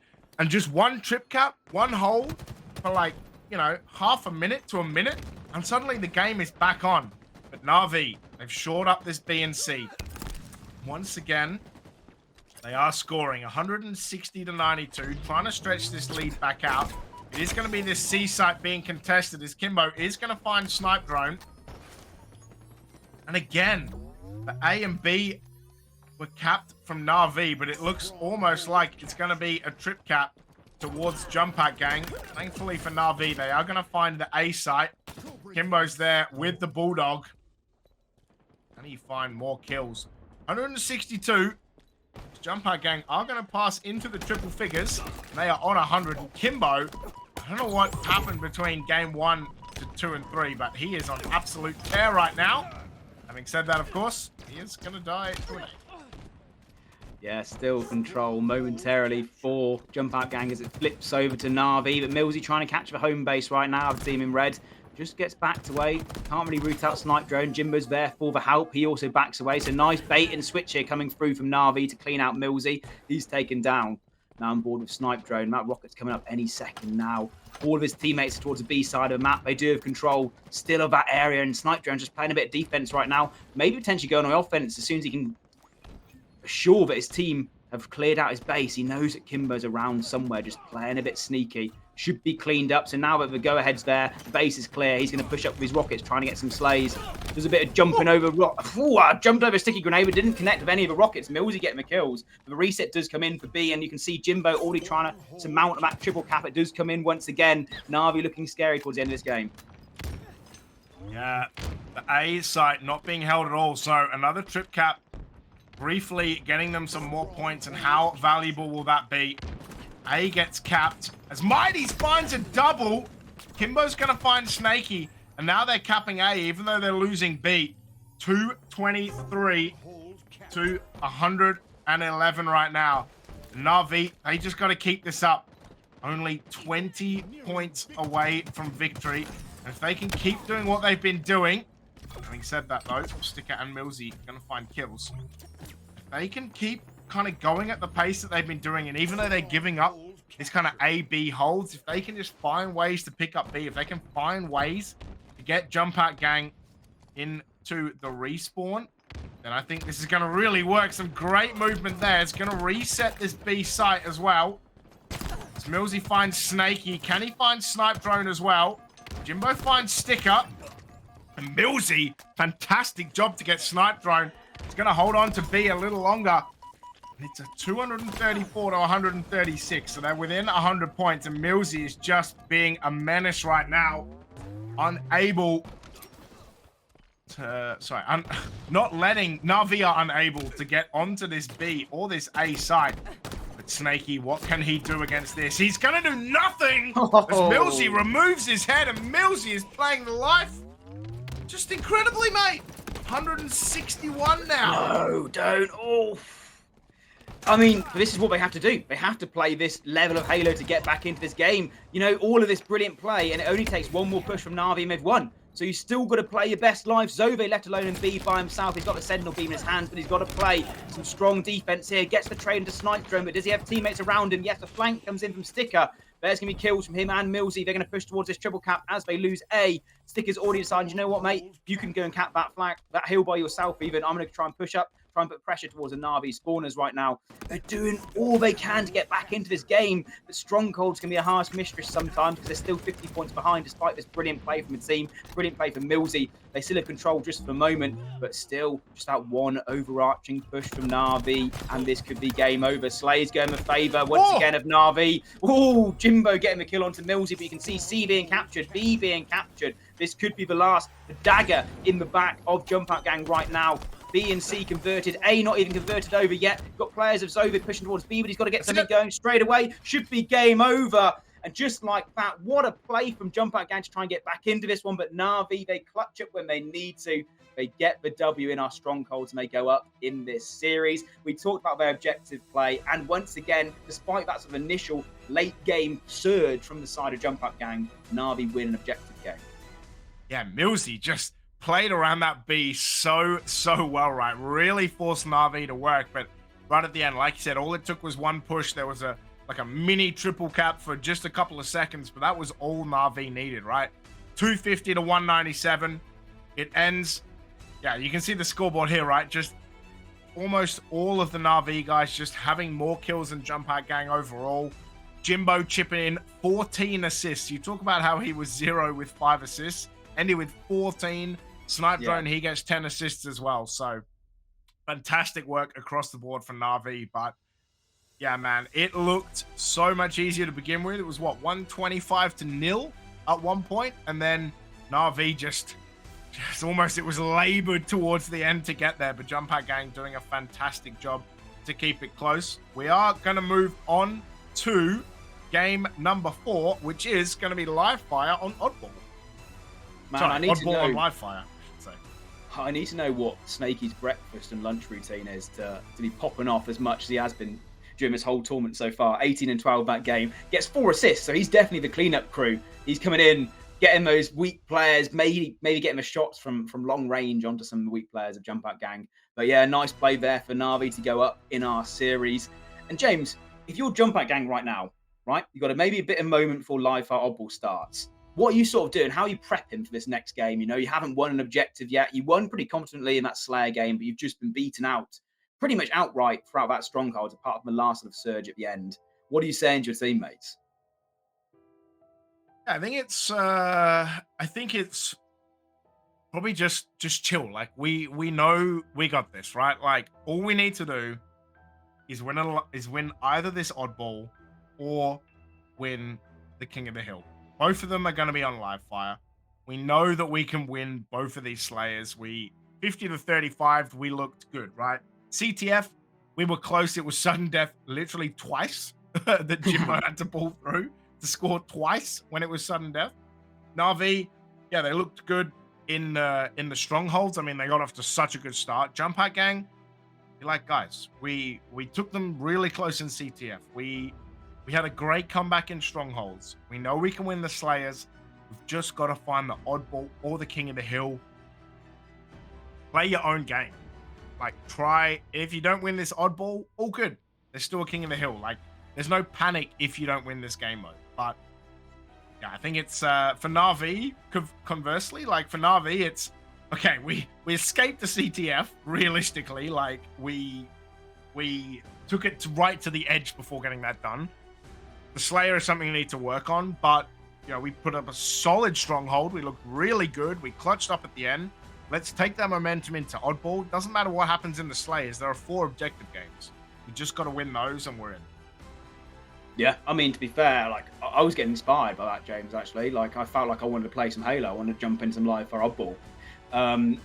Yeah, I think for Jumpout Gang as well, you do get that reset in rounds in Oddball, so that could work against them or in their favor. If you lose that first round of Oddball, it's not like it's going to spiral out of control. A lot of times when we used to play Oddball, like back in Halo 5, for instance, you didn't have the rounds system. So if you were losing an odd ball, it was so hard to sort of climb back up. But now the actual round, you know, you might not get to a good start, but you have that second chance almost in the game. And yeah, across the board, really, Jumpout Gang, they've been in it. They've definitely had times where they've played the better of the teams. And Kimbo shooting bodies in game 2, you know, he's got to bring back that confidence, you know. Make sure that, you know, he's not going to lose this series, because once you lose a series after shooting bodies, you know, eggs going to be on your face, basically, in this game. You know, maybe I normally save it till late. What am I talking about? I never shoot bodies because I never get to the point where I'm winning a game. So it's rare for me to happen. I feel it. Yeah, sure. But either way, Jumpout Gang, they're still in this one. And yeah, the winner goes through to the grand finals of this. Loser obviously has another chance down in the losers. Top 3 guaranteed for both of them. So Jumpout Gang definitely doing well to get through to this winners finals. But there's some scary teams down below. You still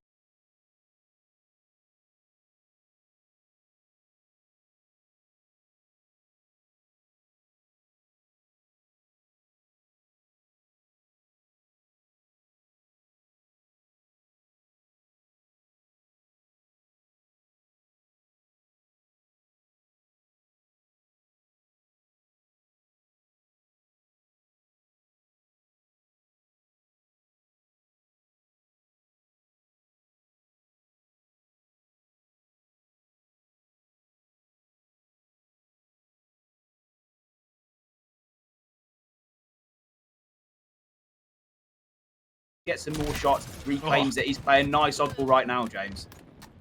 Yeah, fantastic start for Jimbo. Couple of kills early. Sniper falls to snipe drone. Get that to work. Bit of beautiful nade by Sticker. And we get to watch the entire fly. But 32-0 already. Jimbo, 2 kills, no deaths. Just happily chilling with the ball, making it work. Is going to reset as Millsy floods in on his position. It's going to be Millsy who runs straight in and grabs that ball as well. Jumpout Gang, they are almost about to score, but a snipe drone triple kill before Kimbo puts it down. But literally, Millsy got 0 time on the board as he ran that ball over and threw it out. Got 0 seconds. That's rough. Yeah, I don't know how that's possible. Surely held it for a second, Jim, a whole ball run. Either way, ball reset, now grabbed by Snaky just for a moment. NaVi doing so well to just get those extra seconds on board. Like, you know, even if they don't have control, they sort of back away, grab the ball for a second, drop it again, get some shots down. And that start from Jimbo was brilliant. That's sort of the difference in this game. The ball is rotated around, but no one's really in a position to sort of capitalize on that. As the US is coming up once again, Snipe Drone's going to get cleaned up, and it's going to be Millsy just waiting for his shield to regain before he's going to jump up. Maybe spoke too soon. As once again, NaVi, they've got control of this odd ball. Jimbo again towards green. He's going to throw off a map. I'm loving this play right now from NaVi, especially Jimbo. He's rotating this odd ball towards the side of green, and then he's got that opportunity to throw off a map if he needs to. OS goes in favor of Sticker, but right now he's just getting slayers in the middle of the map. Ball is eventually going into the hands of his teammate as well. So finally some seconds for Jumpout Gang, but Jimbo's starting off really well in this game, and definitely now a lot of a mountain to climb right now for Jumpout Gang. Yeah, they are going to find some time on this board as Sticker. It's going to find yet another kill in this life. Finds a double, gets a killing spree. Like you said, the killing feed again, all blue. So is the killing spree. Sticker is going to find one before getting taken down by that man again, Jimbo. It's going to be Kimbo winning that battle, though. All this time, though, Millsy has been holding this ball.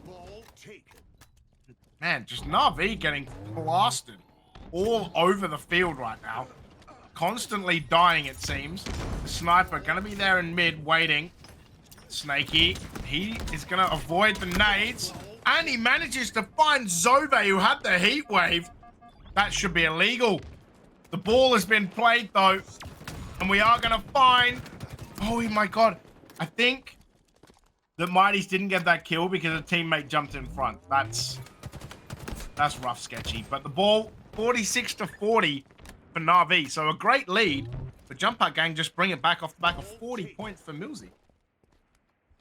Sniper in the hand of Mighties right now, though, just trying to play his angles, trying to find any sort of aggressive flanking players from the side of Jumpout Gang, but instead They're all pushing through the front door. The Shroud comes out. The snipes are there. Sticker gets one towards his body. Mighty's goes through the smoke to get that kill.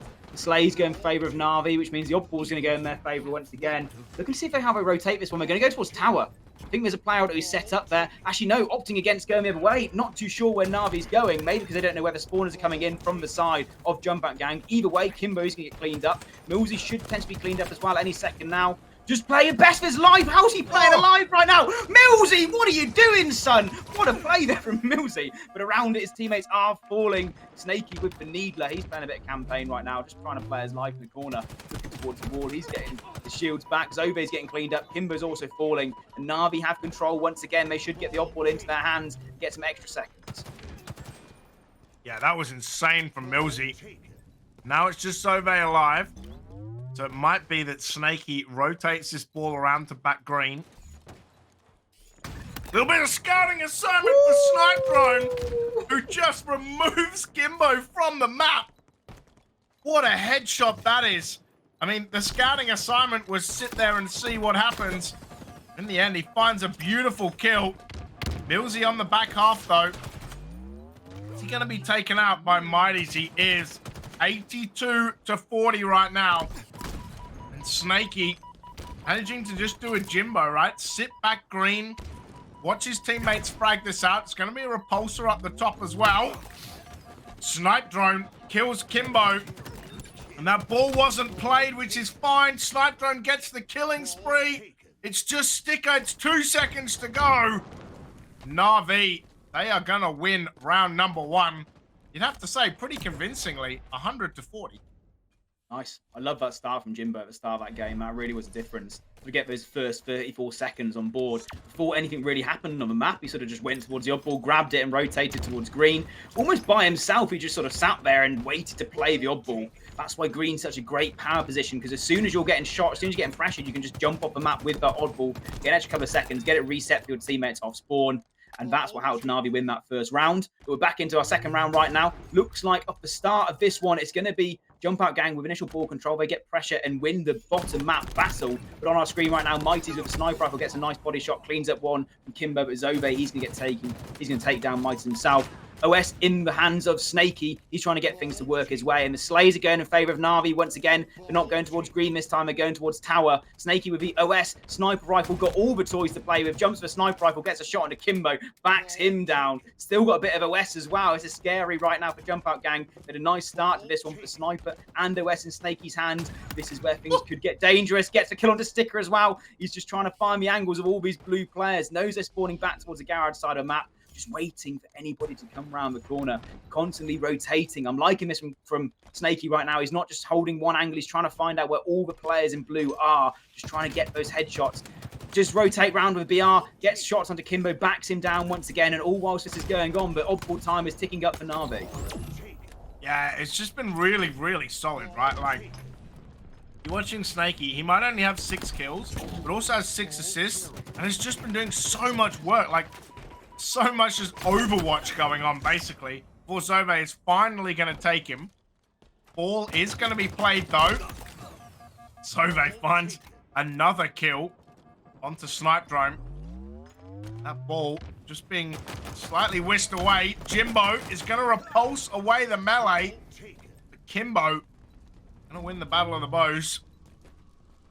Snipe Drone manages to find the kill onto Mighty. 30 to 14, though. Still plenty of time left. Yeah, NaVi just have looked very solid to begin with. But Jumpout Gang starting to bring this back, and it is going to be Zove who drops down. We're going to POV with Mighties. The Dutch monster has the OS. And can he find Zove before he plays the ball? He gets a double kill. The ball will be played, so fantastic effort from Zove. But this ball is going to go into the hands of NaVi. And it's Mighty still with an OS. Can he find damage onto Kimbo? Yes, he's going to find a killing spree as well. 38 to 28. And yeah, NaVi just looking really good at the moment. But is Jumpout Gang with this ball sketchy? Yeah, Mighty's trying to rotate around. Jumpout Gang won the middle map control there. They got the slays they needed to get this odd ball out of Snakey's hands. They've rotated this one towards Garage. Zobe's cleaned up. Millsy's weak as well. Basically give him a setup to the side of NaVi if they can get these slays. But the snipe comes through from Kimbo. Hits that one on the slide. Can't get the shots on the snipe. Dremo backs away. Does get cleaned up by Snakey. So that sniper rifle's down there for Snakey to pick up himself.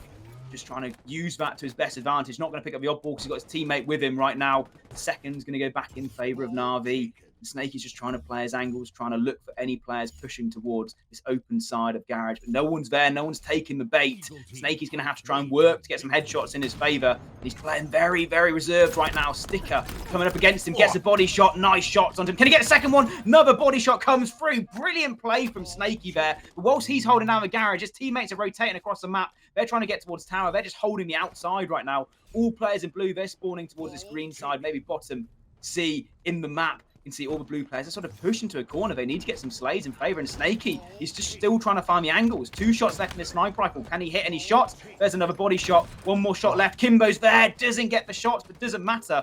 Just OS is going to be converted into his hands as well. So brilliant play there from Snakey, but brilliant play overall from NaVi to get the control they need to once again. They looked for a rotate, got the slays, and then retreated back towards Garage side of the map. And 1 more hold really here. 1 more set of slays, and they win this round and win the game. Oh. Beautiful killing spree from Snakey as well. You're right, I'm not sure there's anything the Jumpout Gang are going to be able to do about this, mate. 4 seconds to go. They're nowhere near. Kimbo's not going to be able to claim it in time. And NaVi, Jimbo getting 93 seconds of OBJ time. And we talked about how close kind of these first 3 or 4 games have been, but that was not close, right? That was a pretty dominant 2-0 when you look back at it. Yeah, NaVi, just 200 to 74 overall. Just put a really dominating performance together. And if you Jumpout Gang, well, your first OBJ didn't work. So now you got to go back. You got to win this Slayer. You got to try and push NaVi as much as possible and then come back for a King of the Hill. But for NaVi, you're so close right now. You just got to win this Slayer. And your Gucci, Mighty's, Snipe Drone, 22 kills apiece. Like I said, Jimbo, almost 100 seconds of objective time. And, mate, they just played much better Halo. They just controlled this map so well. They spent a lot of time in Garage as well. Usually expected to be back green. There was not much time in Tower. It was really just Garage. They were holding this ball. And it looked real good. Yeah, and I'm pretty sure I'm right in saying that NaVi hasn't lost an objective game so far this whole tournament. They lost some Slayers. They haven't lost any of the OBJ, and they now go 3-1 up in the series. It is going to a Slayer, though. That's what you got to look at. If you're Jumpout Gang, Empyrean Slayer, Pit Slayer, whatever you want to call it, that is a game where you can sort of come back in this series, get a bit of momentum on your side, get a bit of energy back into those comms, and win that game to force it to a game 6. And then, you know, anything can happen after that. If you get momentum on your side, you start that game 6 strong. But the Slayer, definitely what Jumpout Gang were probably highlighting going into this series. They won the first one, probably the most convincing game outside of our oddball so far in this whole series. But NaVi, just something about them right now, the way they played in that last game, it looked confident. It looked like they were playing against Regen again, where they had control of the map, where they were fully confident and fully flowing in their comms. They could sort of move around without even being contested. You sort of saw Snakey sit in Garage with a sniper, and yeah, he got some body shots on towards players pushing against him, but a lot of the work was going around from his teammates as well. He was just sort of left by himself and sort of looked a bit more controlled in it. Either way, though, our game 5 of our winners finals, obviously best of 7 here, 3-1 up in the favour of NaVi. 1 more win and they lock themselves into grand finals, guaranteed at least top 2.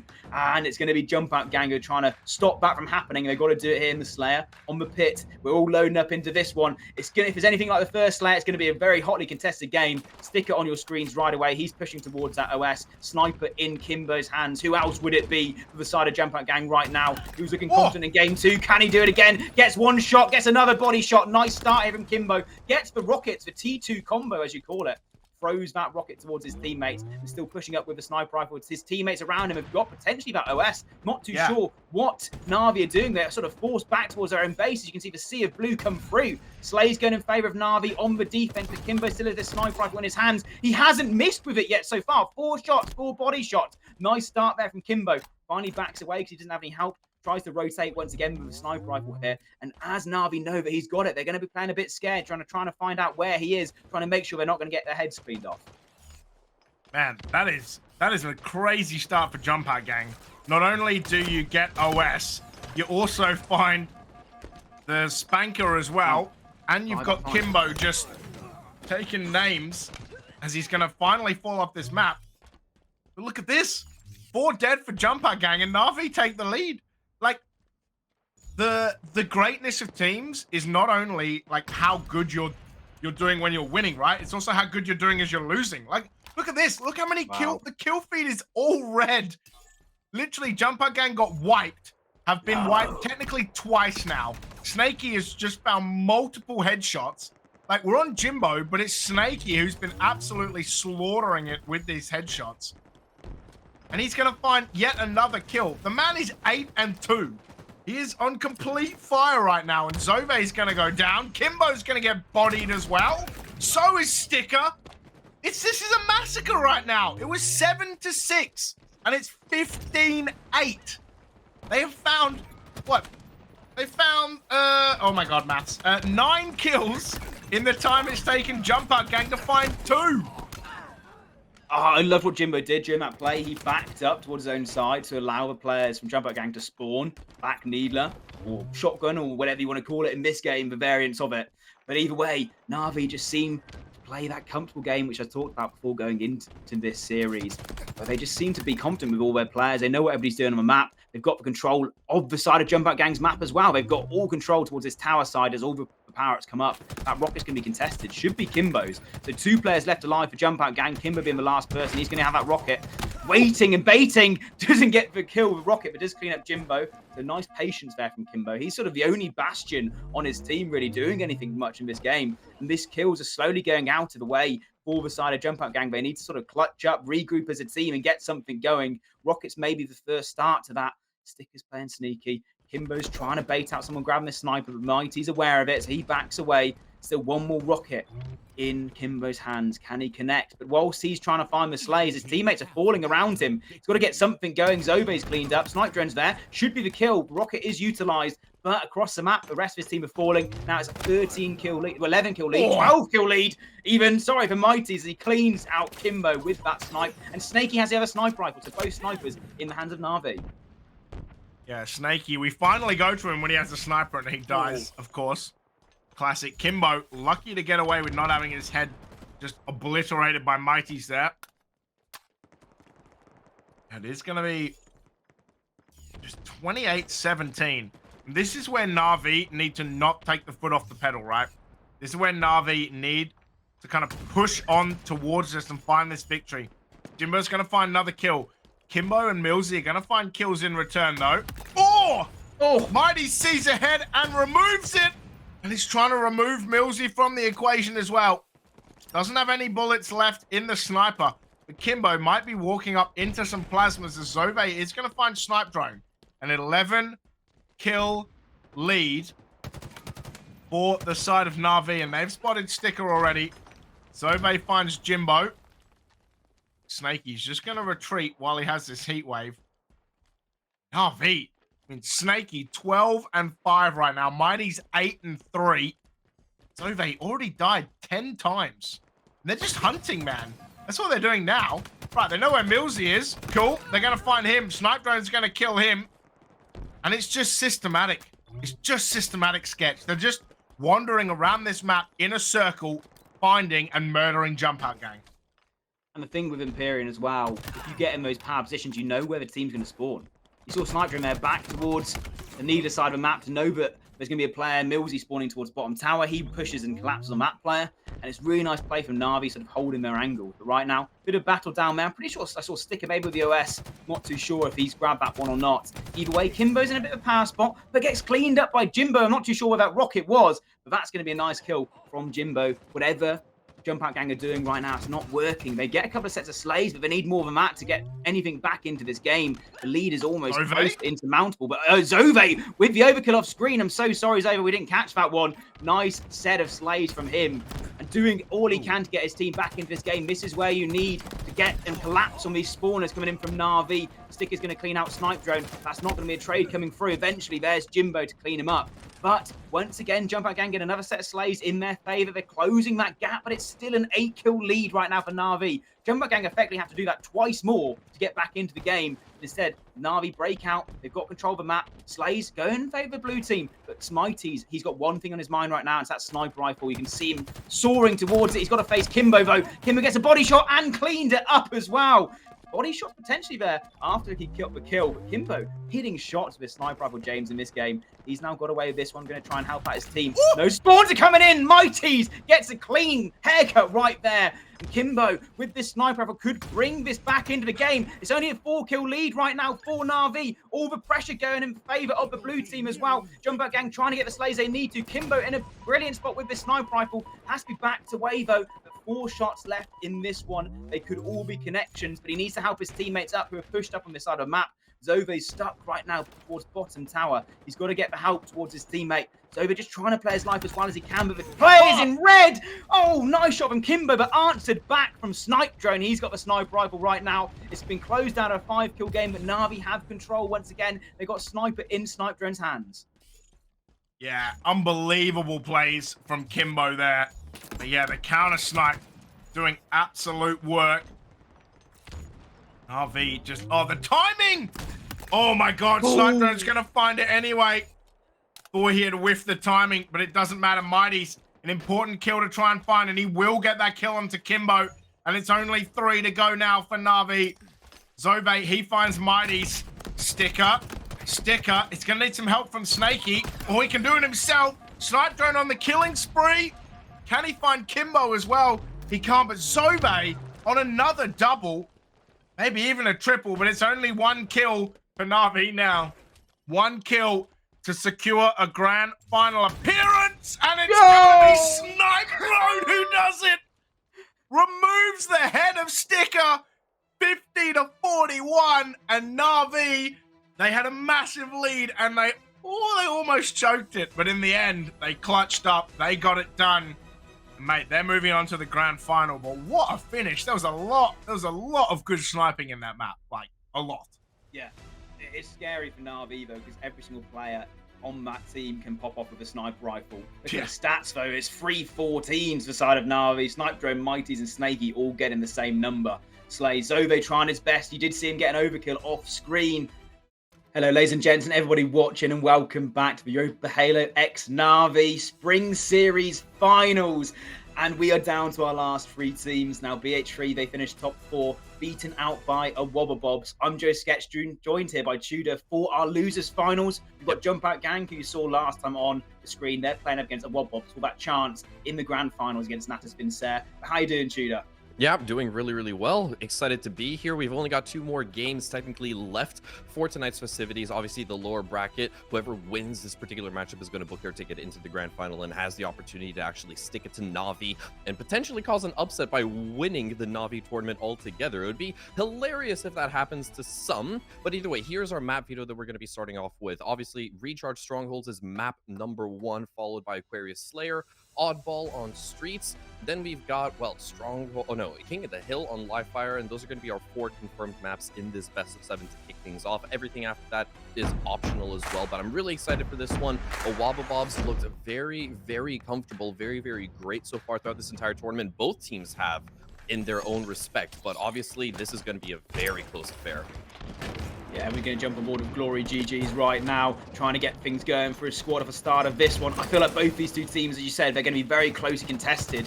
You normally see a bit of a back and forth at the start of these Strongholds games. Glory getting the kill right there, just waiting for his teammates to spawn up. Maybe play him with different spawns right there, sitting in a position to manipulate where the blue team's going to spawn. Yep. He's rotating towards C right now. His teammates got a better of a start right now, but it's still early doors. Just waiting to get those next set of slays. C's going to be converted across. His teammates get the initial start of the game here. Tudor, Tudor, but as you said, it's going to be back and forth throughout all of this. It's going to be a close affair, and it's going to be down to those gun feel, those individual skills, and maybe even specific moments in the game to see who's going to win this one. Yeah, definitely. See, once again, being converted back into red. So that does mean that, well, the side of a Wobble is definitely looking a little bit hot off the handle so far. Flux still maintaining control over the side as you've got the side of Jumpout Gang looking to actually apply a little bit more pressure over towards batteries. Glory does trade himself off with Zove. That's a nice little trade coming on through as well. Kimbo can't maintain control of elevators, so unfortunately for Jumpout Gang, they're going to lose out on A as well.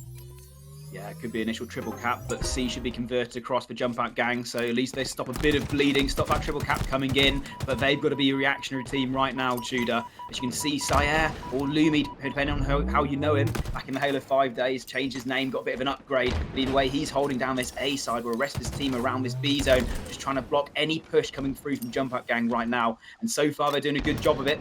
Yeah. Finally, some kills are coming in the way of Jumpout Gang, but they need to get a couple more slaves to get things rolling. You do see Sticker off our screens right there. He's capturing B. So initial break there from Jumpout Gang being good, but Saye's still in a brilliant spot here, just a power position, making sure his teammates are spawning around him before they can push again.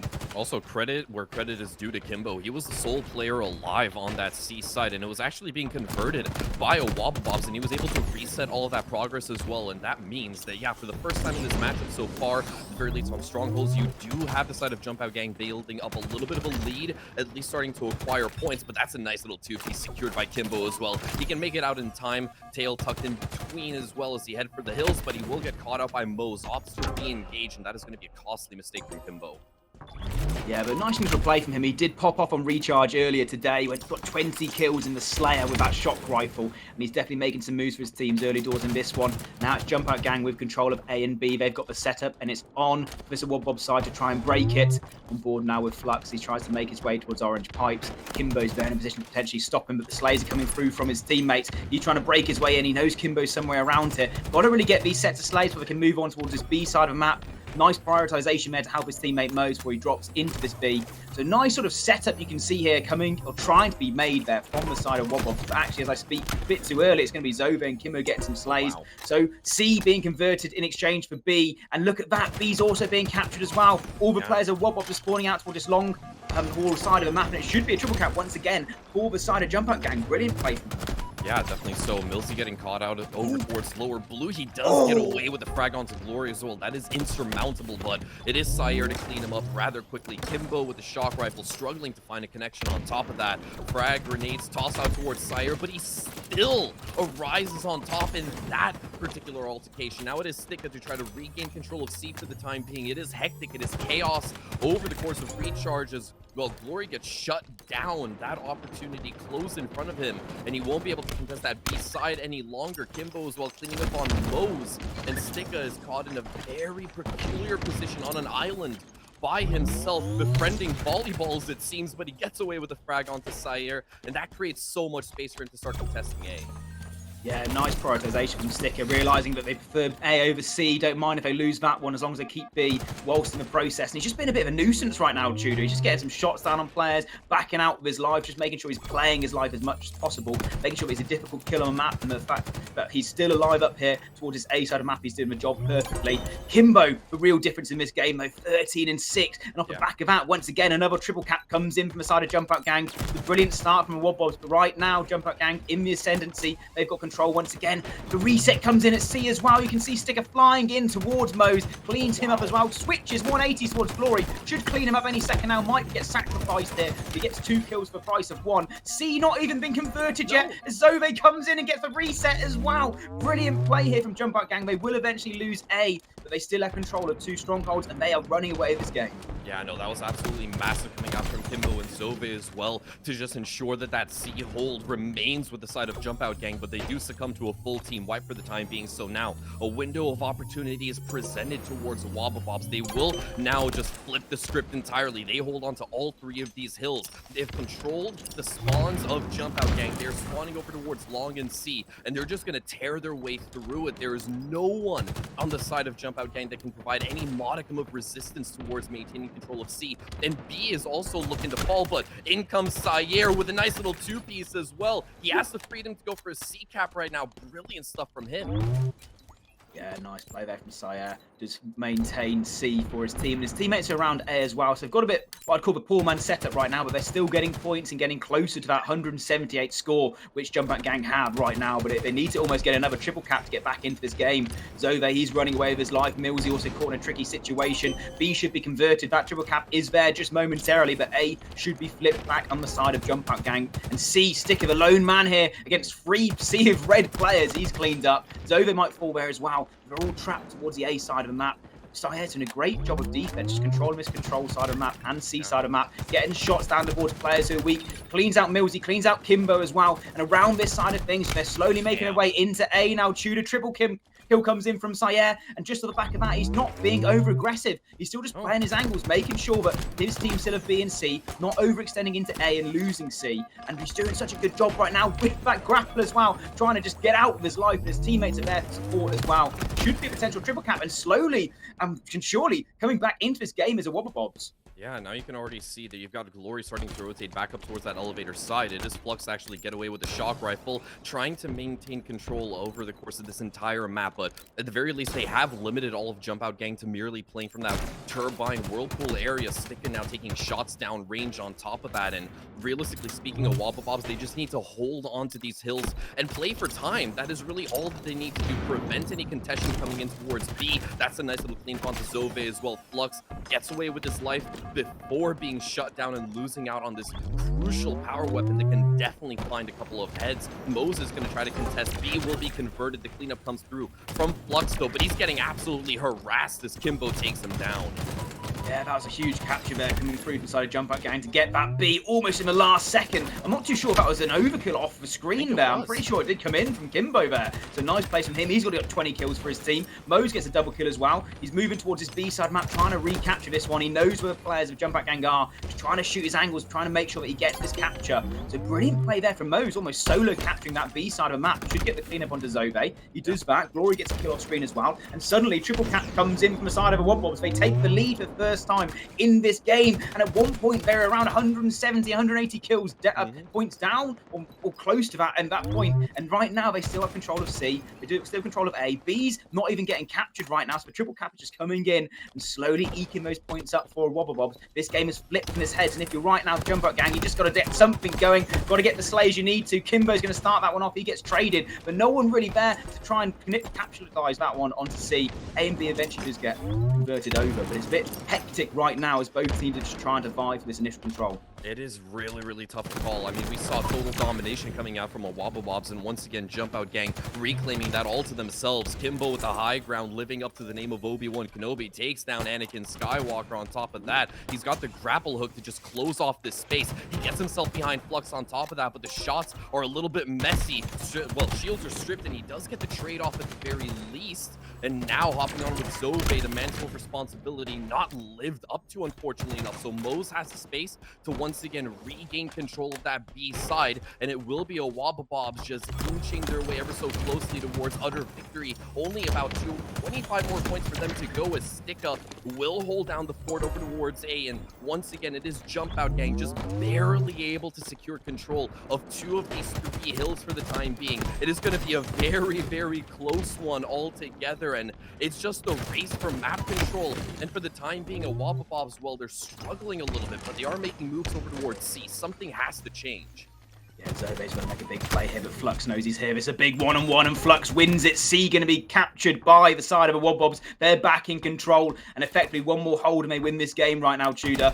Kimbo's got to get something going right now, but he's getting shot from Sayer. He's getting shot from multiple angles. He's got Glory GG's down there weak, potentially trying to fight out, but Glory's just doing a brilliant job to play his life. Eventually the slays come through. Jumpout Gang get 2. They need to convert something quickly here. They're trying to go for B. They're holding down A as well, so it's a nice play. Realise Mo's in a brilliant position right now. If he plays his life, that could be the catalyst for his team to get back into this one, but Kimbo realizes that roots him out. We're looking towards a squeaky bum time right now, Tudor. 241 to 226, and it's control right now for Jumpout Gang. One more set of slays, one more team might they effectively win this game, but vice versa, if it goes aside of a Wobbabobs, they come back, they can just capture one more point, they win as well. We're going to get tied up right now, Tudor. It's going to be all down the wire right now. B looks like the favoured position for both these 2 teams. You have a 2 split towards A right now. Glory GG's versus Millsy in a 1 versus 1. And it's going to be Millsy with the win. He's not going to convert it. He gets a kill onto Mose as well. Triple kill comes in. Anybody there to stop it? There's going to be a capture on towards B, though.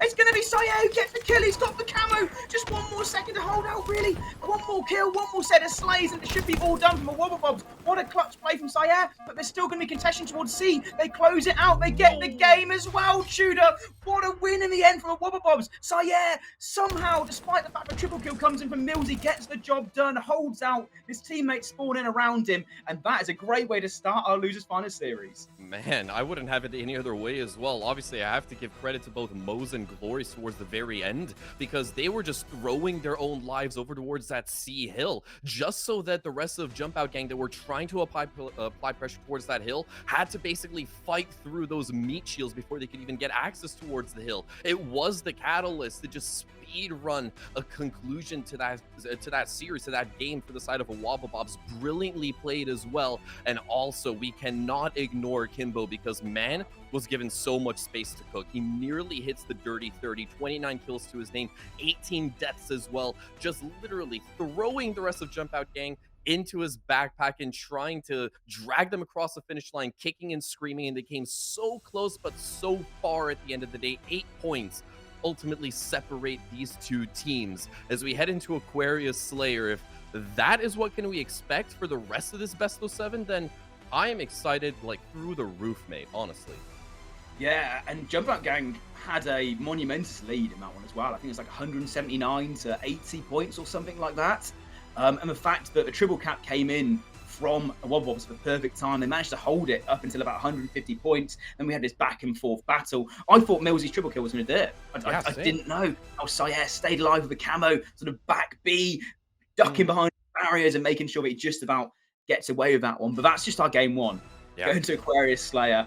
And I'm looking at these two sides right now, Tudor, and I really just can't see a difference. There's effectively 8 Slayers in this game. Yeah, no, it's ridiculous. The individual performances coming out from basically every single person, they all have their moments in the spotlight. They've all been able to pop off so far. And yeah, obviously Millsy had a ridiculous sequence towards the very, very end over there. It was a little bit of a shame he couldn't win the one over towards batteries to, you know, prevent that B hill from actually being converted into the favor of a Wobbabobs. But if that's the kind of performance that we can expect from players on the side of Jumpout gang altogether and from every single player in the server, then I'm really excited to see exactly how this the Slayer on Aquarius is going to turn out to be. But obviously, it being a Slayer, it means that things are going to be a little bit more slow paced, potentially speaking. You don't necessarily have any objectives to worry about. All you basically have to worry about is maintaining control of that heat wave, as well as the active camo that spawns in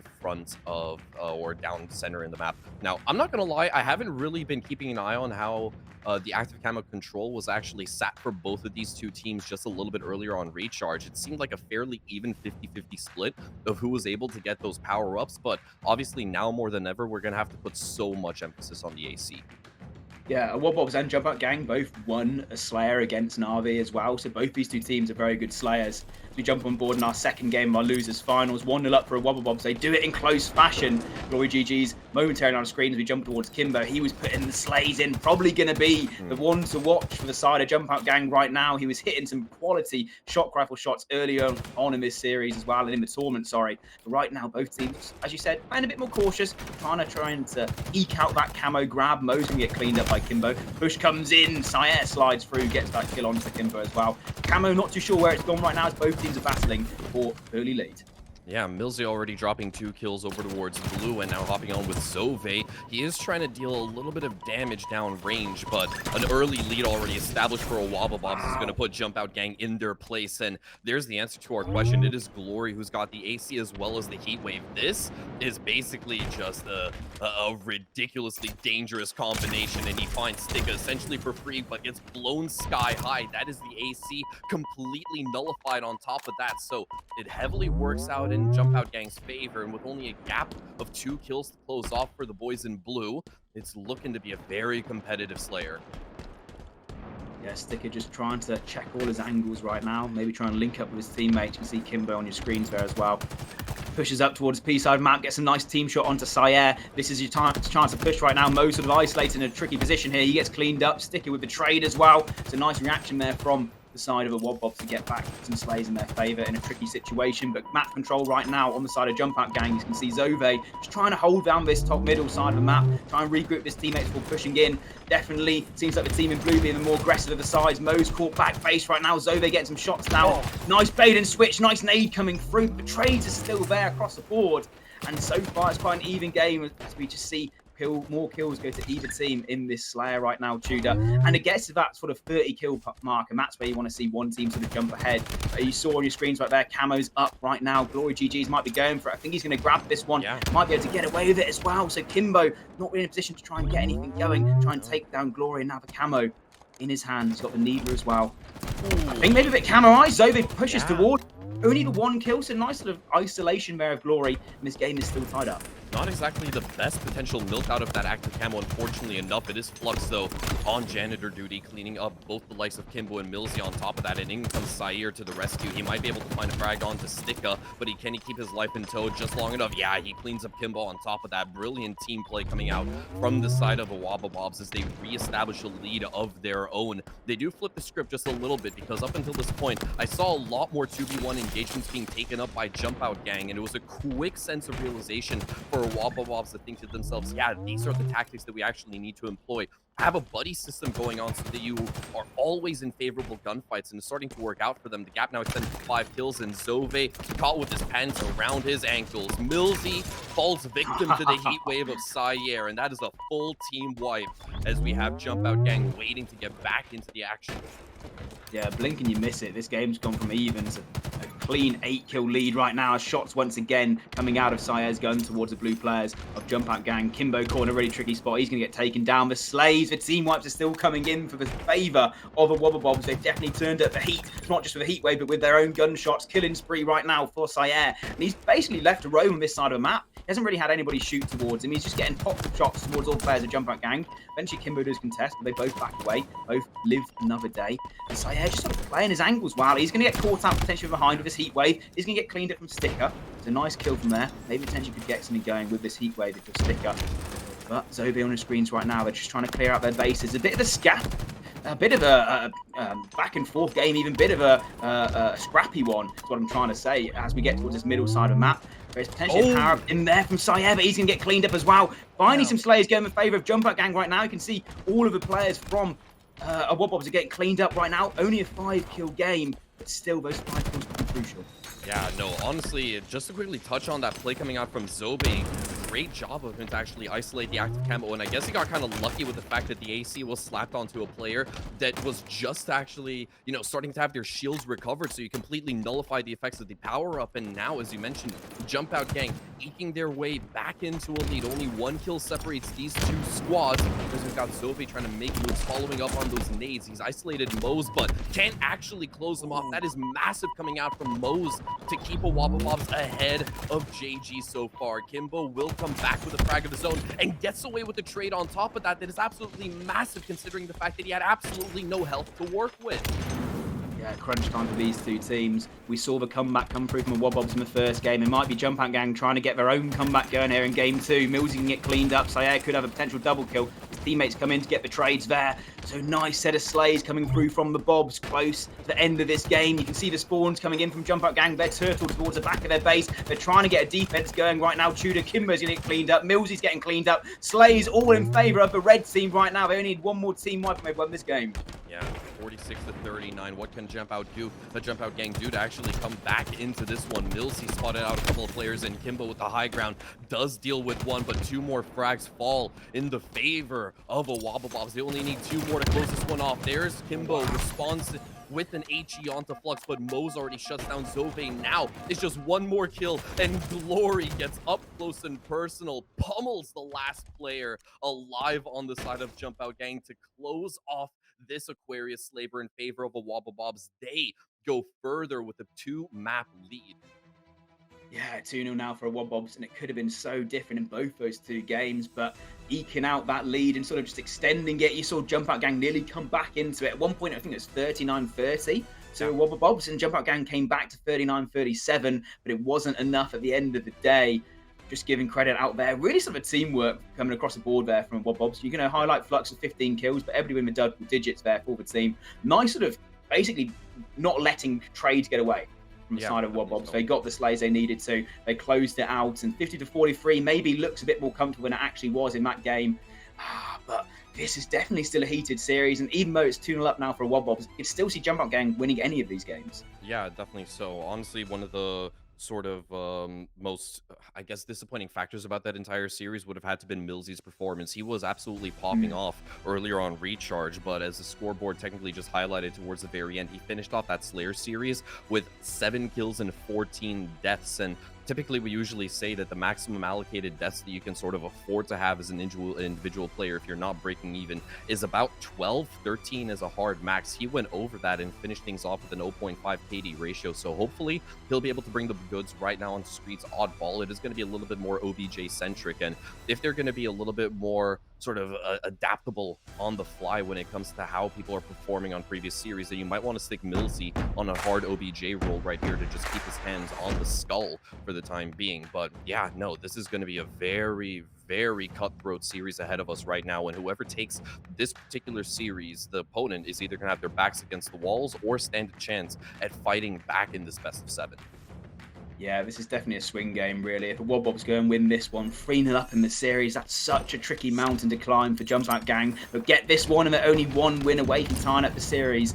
So right now, we're going to jump forward with Sticker to see what he can do for the start of this game. Get some nades down onto Syed, but the rocket's in Syed's hands right now. He's already utilised one of those to get no kills. He's trying to hunt out any of the players in blue. There's Kimbo. Doesn't even shoot Kimbo. Nice trigger discipline there from Syed to get the double kill. Nice start across the board from the Wobbobs as well. They should be able to get this oddball, maybe potentially to see where they're going to rotate this one, if they're going to favour maybe police side of the map or maybe even towards the subway. At the moment, looks like Sayed's just caught in a tricky situation, trying to regroup with Moze and Glory. Just play very sort of cautious. I do like this, not sort of like completely sacrifice or commit to going towards his teammates, but look at the kill feed as well, Tudor. Yeah. It's all red, another 3 dead, and that's basically 3 versus 4 where they get 3 dead. The last person alive, Zove, he's going to be in a tricky spot. But all whilst this is going on, you've got Syed just holding the oddball and basically living for free.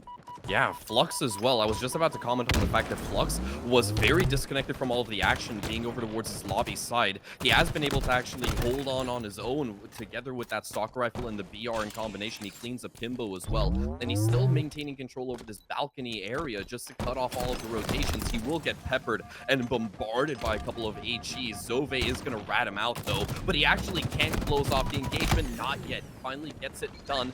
That is going to alleviate a lot of the tension off of the shoulders of Jumpout Gang, but all the while, look at the lead that Wobbobs have built up, near 60 points, and just now Jumpout Gang get their hands on the skull. Yeah, Syed lived his best life there. 57 uncontested points. And you can look at Glory as well. 1 kill, 2 assists, 0 deaths. I don't even know what he's doing on the map, but it doesn't matter. His team are 57 3-ups right now. It looks like they're going to get control of the oddball once again. It's going to be Flux trying to rotate that one out. Gets his shots onto Mills as well, but is cleaned up. So a bit more of a scrappy affair right now, as both teams are just trying to get control of this oddball and get control of the map as well. Glory comes out on top. He's going to get a couple more seconds. And I like this play from Glory right now. He knows his player's going to be pushing him any second, but he's deciding, you know what, I'm going to get an extra couple of seconds for Zobball, trying to rotate towards my team, trying to get something going. A rocket's here for Sticker, trying to get the melee, doesn't get it done. So Glory, once again, drops the oddball, cleans it up as well. Realizes he's in a tricky position, so he's going to throw that one out, but the rotate has come through for the side of the red team right now. Wobbobs have got it towards this other side of the map, and it's all because of Glory's plays. Yeah, about 25 more points to go before they can close off this first round of ball. Zove trying to apply a little bit of pressure, look for some chinks in the armor, a gap to close off, but he's having a very, very difficult time of actually doing so. The rest of the Wobbobs, they're over towards mid, and he's isolated the Skull Carrier on top of that. That's both players of the lobby side down, so now Zove can get his hands on the OBJ for a little bit of free time, but they're going to need a lot of free time if they want any hopes of coming back into this first round. Kimbo smacks down Moze on top of that, but he's getting very, very much pressured by Glory, who will be dealt with on top of that. Kimbo now bailed out on top of that as Flux trying to work his way back over towards Terrace. No Stalker for him to play with. It's still offline. And Zove might just get away in the nick of time, but nah, Oddball actually goes down. And 2 players on the side of Jumpout Gang also go down for the time being. It's made his way back over towards police department. And you can see a Wobbles they are not letting Jumpout Gang get away with any free inches whatsoever. They have got them in a chokehold position for the time being. Yes, has been massive with 3 kills of his own. 2 kills and a 1 versus 2 effectively to get the ball rolling for his team. Now they're in a bit of a tricky position. It's their turn to play defense. You can see all the players from Jumpout Gang trying to push some pressure towards his police department. And it's going to get cleaned up. Mo's the last one alive. He's taken down as well. Clean 4 for the side of Jumpout Gang. They're going to have some seconds now. Spawns are coming in. You can already see Kimbo trying to put some pressure towards the red team off of spawn. He backs away. Doesn't need to play and sacrifice his life there. So I like that positioning there. I like that play from Kimbo. Just sort of be a nuisance.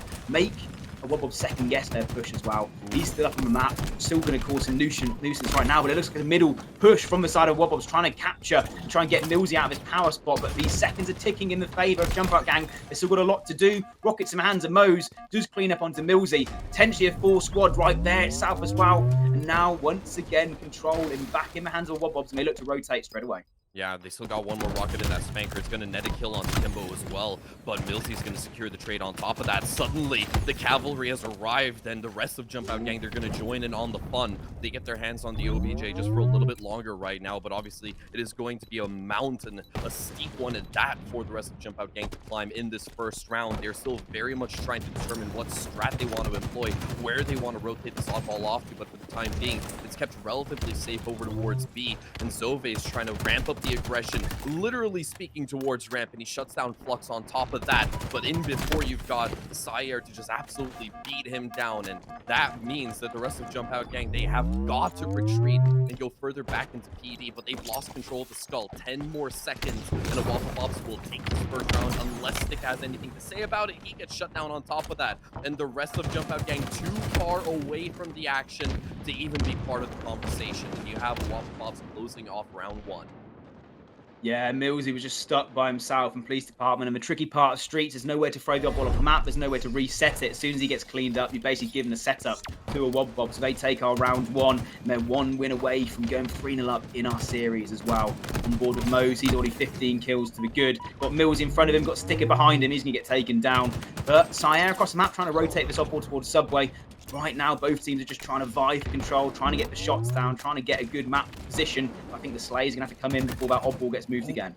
That's actually massive coming out from Glory. He does get away with the rocket launcher, and it's still got both rockets inside of it. The Spanker finds one onto Stick Up. Moses going to get cleaned up, and there's a, well, literally just shoot and forget kind of rocket coming out from Glory as he picks up another. The Bulldog as well finds a little bit of extra impact, and now Glory just has one thing on his mind: to get right up in the faces of Jumpout Gang with this Bulldog and try to hit him where it hurts most. 15 points already accrued for the side of a Wobble Bobs. They are off to an absolutely bombastic start. Yeah, still on board of Glory though, trying to get some angles, gets a killing spree as well. But Sticker in control of Subway, and Kimbo also trying to be the bastion, be the guardian towards him as well.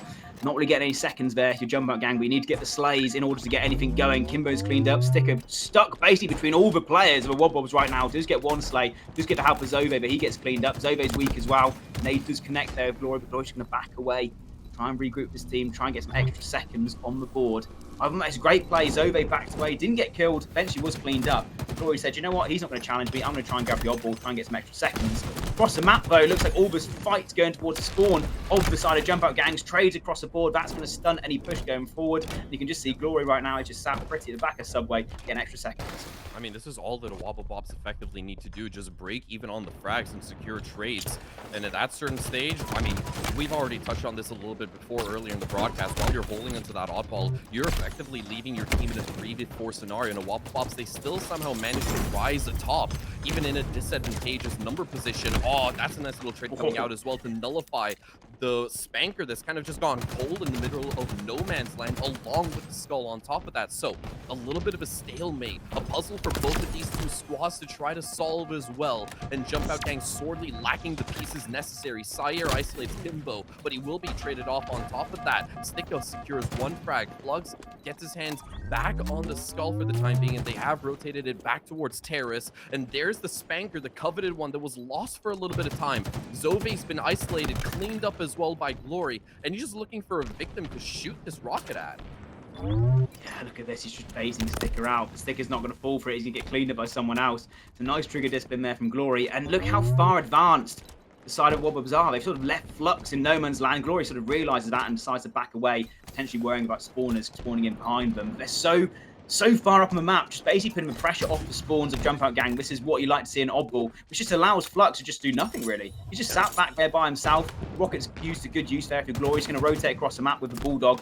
Sees Millsy, knows Kimbo's there, so great comms are coming through from the side of the Wobbobs. Cleans up Millsy for killing spree, and across him, his teammates getting the slays as well. They're no longer holding the up-ball, they're just getting the cleanups they need to. And they don't really need to hold the up-ball right now, they just need to absorb the pressure, get a next set of slays, kill Sticker, kill Kimbo, and they get some time once again. There's Sticker being taken down, Kimbo left alive, doing enough to get his teammate back into the action. But all whilst this is going on, Glory GGs have just stayed alive for so long in this game, and just off the back of that, his teammates get an extra more seconds. Eventually, the trades are coming in still. No one can really get control of this off-ball. Spawns favour Jumpout Gang right now, and they should at least get some initial setup before the push comes in from the Wobbobs. Yeah, now Flux will finally take down Sticker as well. Bombardment sent over towards that terror site, and they have got Millsy towards the very top, and Glory actually falls. Can Flux win out the 1v2? Unfortunately, no, he can't. Zove responds in kind as the Spanker once again comes back online. Pre-nades tossed out by Sire, but it is Zove to just actually narrowly scamper away with the Spanker as he slips back into the shadows.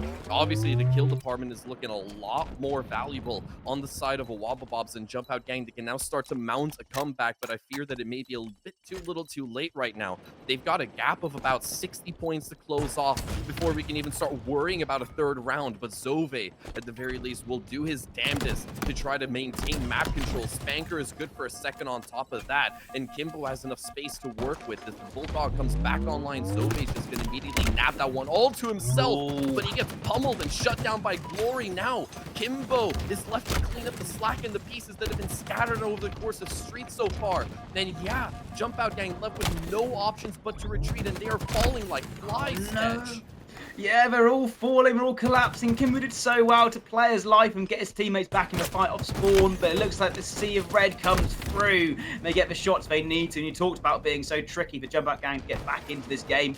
And I was thinking, you know, comebacks have to start somewhere. The rocket kills came in, at least for both of the Zove kills there, but then they all get cleaned up, they all get wiped. Now they've got to push once again. The setup is being held right now from the side of a Wobbobobs. They can just throw this ball out. They opt to do so as they feel like the pressure's too much right now, but they've just got such a heavy lead, and it might come down to time if we're not going to see any sort of scrappy or one team win the initial gunfight. Eventually, seconds do go back into the favour of Jumpout Gang, but they've got such a mountain to climb right now to get back into this one, and only one more push realistically left here for Wobbobs to win this game. Yeah, I mean, obviously, at this certain stage, Jumpout Gang, they cannot afford to let the OBJ sit idly by. Massive kill coming out from Flux as well to shut down. Well, that was Kimbo, I believe it was, and we do see a little bit of bandit action as well in the hands of Glory. Once again, another Spanker is just seconds away from being part of the equation, and Glory has isolated one player inside of PD. That is Zove with a Bulldog who tries to clap back, but Sire comes in to clean him up as well. This is full and utter control exhibited by the side of the Wobbobobs. They've got the Spanker, they've got all the tools necessary, and with the oddball being freshly reset, they could have just left it completely cold, but they're going to grab it and try to secure the second round right now. Unless Kimbo and Co have something to say about it, it's gonna be just completely done. Stick a fork inside of Street's oddball and you can chow down because it is done. Yeah, what a play there, really, at the end to rotate that oddball, get the extra seconds. And despite some initial moments of control from Jumpout Gang, it was a Wobbobs definitely in control of that whole game. They go 3-0 up in our losers finals, now back against the wall for Jumpout Gang. They've got a reverse sweep to get anything going. But off the back of how Wobbobs are playing right now, Tudor, I just don't see it happening, really. Such a great play, really. And they look so comfortable on the map as well, our Wobbobs. They look like they're in their prime at the moment. Just looking at the kills across the board, it's all favouring the team in red. Yeah, I mean, you've got Mo's almost breaking 30. And even though it's a cardinal sin to usually do math on broadcast, I mean, you've got at least 50 kills between Moze and Glory, 74 with Sire, and then, yeah, roughly about, like, what, 93 kills altogether on the side of a Wobblebobs. And, yeah, Jumpout Gang not even coming close at all in the fragging department. They can match it up on deaths, mathematically speaking, but I'm very much worried for Jumpout Gang because since the start of Strongholds, they started off really, really good. 250 to 242 was an extraordinarily close game altogether, but there's been a negative trend that has started to develop for Jumpout Gang is with each passing game that we have been loading up into the server, they've just gotten progressively worse and worse, and that needs to change right now on King of the Hill live fire, because otherwise, as you mentioned, top 3 is all they will secure, as they will be eliminated potentially after this next game. Yeah, maybe a bit in their own heads as well, Jumpout Gang, you know, going 2-0 down and sort of losing in that way in the third game. Maybe they sort of heads a drop, maybe the comms not as clean as that first initial Strongholds. They did effectively get comebacked on in that game as well. They were 170 to 80 up in that game and lost that one out. If they won that game, it would have been a completely different series, you'd like to say. They also nearly brought it back in game 2 as well, but now they see themselves 3-0 down with everything to do basically to get back into this series, to have a chance to go into the grand finals. It's still not impossible. There's still a potential for something to go. But right now, we're going to load in towards our game 4. It's going to be on live fire. Yeah, already it is Moze to draw first blood. He will secure the heat wave on top of that. Big plays coming out from him just to ensure that Wobblebobs have that weapon advantage. They're already making moves over towards his first hill. Good stuff coming out from Flux to just trade his, or from Moze, excuse me, to trade his life towards the top of Sniper Tower. And Glory is starting to get peppered a little bit. Will be forced to vacate this primary hill as the overshield comes online. The Sea of Blue is just going to swarm that dummy side. Flux falls. Moze is getting peppered up on top of that. And yeah, I feel like the idea of Glory as well to just repulsor some of those nades out, but you've got something even worse to worry about, my friend. You've got an overshield coming right at you, but oh, that is big. Glory actually just propels Milsey with the S7 off the course of the map.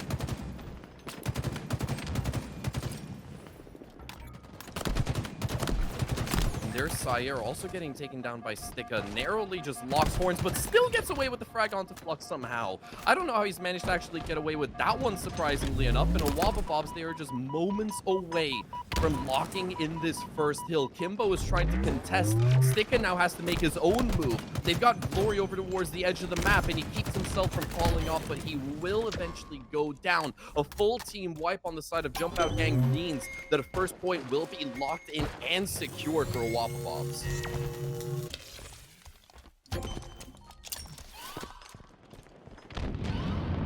Wow, I mean, the gameplay was so hot right there for a second, Tudor. It just completely destroyed my own connection. We're jumping on board now with Flux. Still in the lead for Wobblebobs. They're still in the ascendancy. Trying to get some shots towards Mills. He's got teammates to help him out right now. Kimbo, 1 versus 1. Crucial win there from Kimbo, but he does get cleaned up in the end. On board with Sire, just trying to get some initial slays, and it just seems like a Wobblebobs, wherever they go, even if they don't get that first set of kills, they're getting traded, or everybody's there for team help across the board, and they're already eking their way towards this second hill. Yeah, definitely. So Kimbo taking down Flux on top of that, and the overshield is still up for grabs. Sticka narrowly actually gets away with it, and Glory's gonna drop down the smoke. He secures the OS, playing ring around the Rosie. He slaps it onto his chest, and now Wobblebob's in the prime position to just throw bodies on this hill and contest until they basically lock in this next point. Glory milking the most value out of this overshield for the time being. Now the heat wave is gonna find even more contact. The VR to close things off, and that is Jumpout Gang once again individually, 1 by 1, dropping like flies. Sticka towards the bottom of Sniper Tower. Didn't even stand a chance in hell. The plays from Jumpout Gang look so disconnected for the time being. They're not playing as a cohesive unit anymore, and as such, they go 2 points down. Yeah, they're scattered at the moment, not really getting anything going. You can just see the kill feed turning red once again. You can see right now Glory just trying to find kills with Heatwave, gets one onto Sticka. Every single time you see one of the players from the side of Jumpout Gang, they've basically been lost in basically 1 versus 2. They're not really with their teammates at all. You can just sort of see how that's just elevated the game of Wobblebobs. They're playing so well right now. Damn, the S7 as well falls to the hands of Glory for the time being. And he's just going to take this right over towards the lower garage side. They've isolated out Zove. No health to work with. A fairly easy cleanup. And the adaptation coming in right now from a Wobblebops to just exert even more map pressure. Beautiful flick onto Sticka. But the cleanup, unfortunately, cannot be found. They instead, like rats, decide to scurry down over towards the basement sewers. S7 struggling to find initial contact as well. And now Glory deterred from the action, but it is Mo's once again to clean things up piece by piece. He finds a second. Kimbo falls on top of that. A third point locked in as Sticka, well, disrespectfully got forced off the map and then decapitated by the S7. Oh, brilliant plays, and it's almost all over for the side of Jumpout Gang right now. They just can't seem to get anything going on the map, Tudor. They just seem to have fallen apart in our Game 3 and Game 4 right now. Here's the OS as well, finding a little bit more impact, but we do see a little bit of initial progress coming in. It seems like a first right now for Jumpout Gang in this game altogether, and it doesn't even really matter if they get away with this hill. I'm pretty sure the side of a Wobblebobs would be happy to just hand it to them for free on a silver platter, because it is such a tricky hill to actually convert altogether. And a Wobblebobs might just be thinking about, you know, looking out towards any of the future hills to just secure their victory right here. But a little bit of space for Jumpout Gang now to work with, as yeah, Wobblebobs staring at the respawn screens. They will make their way back into the server, far away from the action on top of that. And on with Kimbo right now. He's isolated Mo's over towards his top sniper tower. But it's still a very, very tricky game for Jumpout Gang altogether. They are in it for the long haul. That's a, wow, what a stick coming out from Kimbo. Holy. Drive-by stick. Yeah, Kimbo with a double kill as well. Nice sort of momentum going to the side right now of Jumpout Gang. They do get things going. They do get their first hill on the board as well. Maybe a bit of time to collect themselves. It is going to go towards that top middle, that scrappy hill right now. We do see both teams try and vie for control.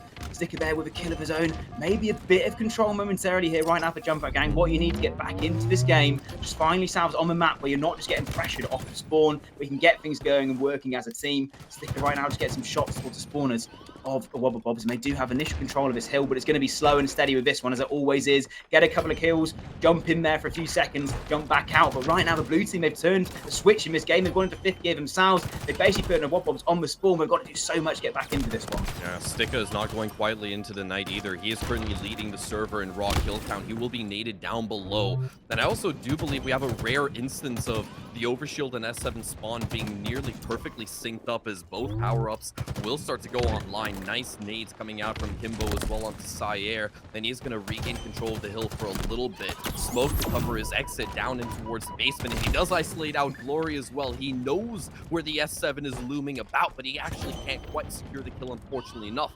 Still, though, Jumpout Gang, tunnel visioned, unfortunately enough. They have to secure this hill to keep the dream alive in this lower bracket final, to not be eliminated from the tournament altogether. Kimbo isolated as well. It is the S7 in the hands of Glory to find him, though.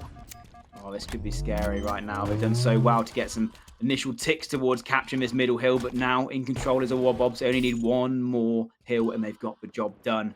On board with Glory, just trying to bait out Millsy. He knows there's a player around there. He can't just sort of stand still for that long, trying to get some shots into him. Just playing his life. But Millsy, he can't do anything towards his hill right now. He can't get test because he's got to deal with Glory. Because Glory's got the sniper rifle. See Zove gets the headshot onto him. There's another player there. It's going to be Millsy in the hill. Can he get things going? Yes, he can. Glory with a double kill. Maybe a triple kill. Gets the body shot. Gets the kill on the Sticker. He is going off right now. And this could be the catalyst to win this game. Doesn't get the shot on a Kimbo. But we all saw him lining it up. But whilst this is happening, Flux is in the hill. They've basically tied up this middle hill. It's going to be next set of slays wins this hill. Could be the win for game 4 of Wobblebobs. Could be Jumpout Gang coming back into this one. They got control just for a moment. They do have Sire to contest right now. Not going to go down to time. Not at any point soon right now. As both teams are just trying to get those slays they need to. Kimbo gets the kill onto Flux, and there it is. 3-2. Jumpout Gang still in this one. Back still against the wall, but they're already towards that sick fill. Yeah, don't count them out just yet. They've still got a little bit of fight left in them. They've shown us exactly what they're made of. Their ferocity is finally starting to make a comeback, however late it has been into the series altogether. But Flux, once again, the man on the mission, has secured the heat wave on top of that, and he can quite literally start turning up the heat once again. The hill has gone completely red for the time being. Nothing but a sea of red silhouettes plaguing the entire map. And with everyone on the side of Jumpout Gang waiting to get back into the action, they've lost out on the overshield as well. Now Moses can deliver his own impact on top of that. But let's go ahead and take a look at Glory for a second, because he's got 22 kills and only 9 deaths. Man is an absolute menace in the lobby so far, and that just might actually be the final nail into the coffin. The objective is nearing completion right now for EuropaBobs. A few more seconds and they will lock this one in. Yeah, you can see Fleur on your screens right now. They've basically got it all done. No one there to contest. It's going to be EuropaBobs. They win in 4-0 fashion. And after such a close start to our series, they lock it in by winning all of the maps, all the game modes. They overcame adversity in that first one and just basically stepped up the gear each time they played throughout this series, and now they lock themselves into the grand finals, Tudor. And realistically, if they're playing the same way they played in those last 2 games, they're going to be scary. Yeah, definitely so. And the one thing that's on the menu right now for EuropaBobs is to cause an upset and take down NaVi altogether. GG's, and unfortunately commiserations to the side of Jumpout Gang. They will finish in the top 3 of the EuropaHalo and NaVi partnered tournament for the spring series so far, and that does bring an end to their run altogether. But the EuropaBobs still not out of it. They have booked their ticket into the grand final to have a shot versus NaVi. It's been one hell of a series so far, but we are going to cut to a short little break while we get that grand final up and ready for you guys. So stay tuned. We'll be back in a few short minutes. Keep absolutely.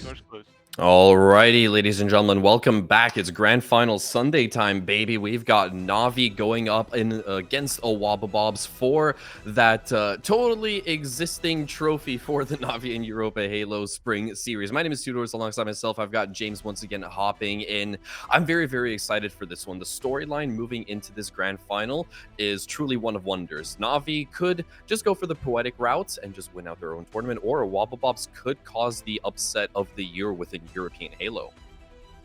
Yeah, mate, you're so excited. You've wished it into Sunday already. Yeah, we're still in Saturday. We're still in Saturday. Yeah, no, because it's a little bit weird. It's a little bit weird not having like a grand final on Sunday. I don't know. It's just like a culture thing for me in esports. Every grand final is on Sunday except for this one today. I know. I feel you. But yeah, I mean, NaVi or EuropaBobs, we already saw these guys on stream. NaVi getting it done in that winners final. I believe it was 4-1. Oh, sorry. 3-1 in the semis was against the EuropaBobs. That is right. So, yeah, I mean, NaVi looked really good. Here is said bracket. Yeah, NaVi putting EuropaBobs down into that lower bracket, right? But EuropaBobs just doing EuropaBobs things and beating out the Jumpout Gang. So they are back in this grand final. Yeah. I think this is going to be great. I think this is going to be an absolute banger. I mean, both of these teams, we talked about it before, Sketchy and I, they've played a lot of Halo against each other, right? So now for NaVi, can they do a quadrant, right? Quadrant won their own tournament. Can NaVi also win their own tournament? Give themselves the medal. You love to see those memes. But yeah, best of 7. And if we need it, of course, a grand final reset, best of 7 as well. It wouldn't be EuropaHalo without grand final resets. True, big true. Either way, though, EuropaBobs a little bit earlier on in the tournament in that upper bracket semifinal, they did unfortunately go down at the hands of NaVi in the best of 5, 3-1 altogether. So at the very least on paper, EuropaBobs have better to, you know, pack their hiking boots and sticks, because they've definitely got a steep mountain to climb ahead of themselves, even if they want to go for that potential bracket reset at the end of this particular best of 7. We're going to be starting things off with King of the Hill on Streets, then Slayer on Livefire, CTF Empyrean, definitely a really good one. After that, we have got Strongholds once again on Livefire, 2 more Slayers towards the very end with an oddball thrown in, all as optional game mode should EuropaBobs actually put up a fight in this particular series. Yeah, I'm excited to see this. I think we're about to be loading in to this King of the Hill Streets to kick it off. Out of those first 4 maps, at least, which one is your favorite map? CTF Pit. CTF Pit. All right, always, dude. Pit is so damn close to my heart that it's like a default answer to me at this certain stage, honestly.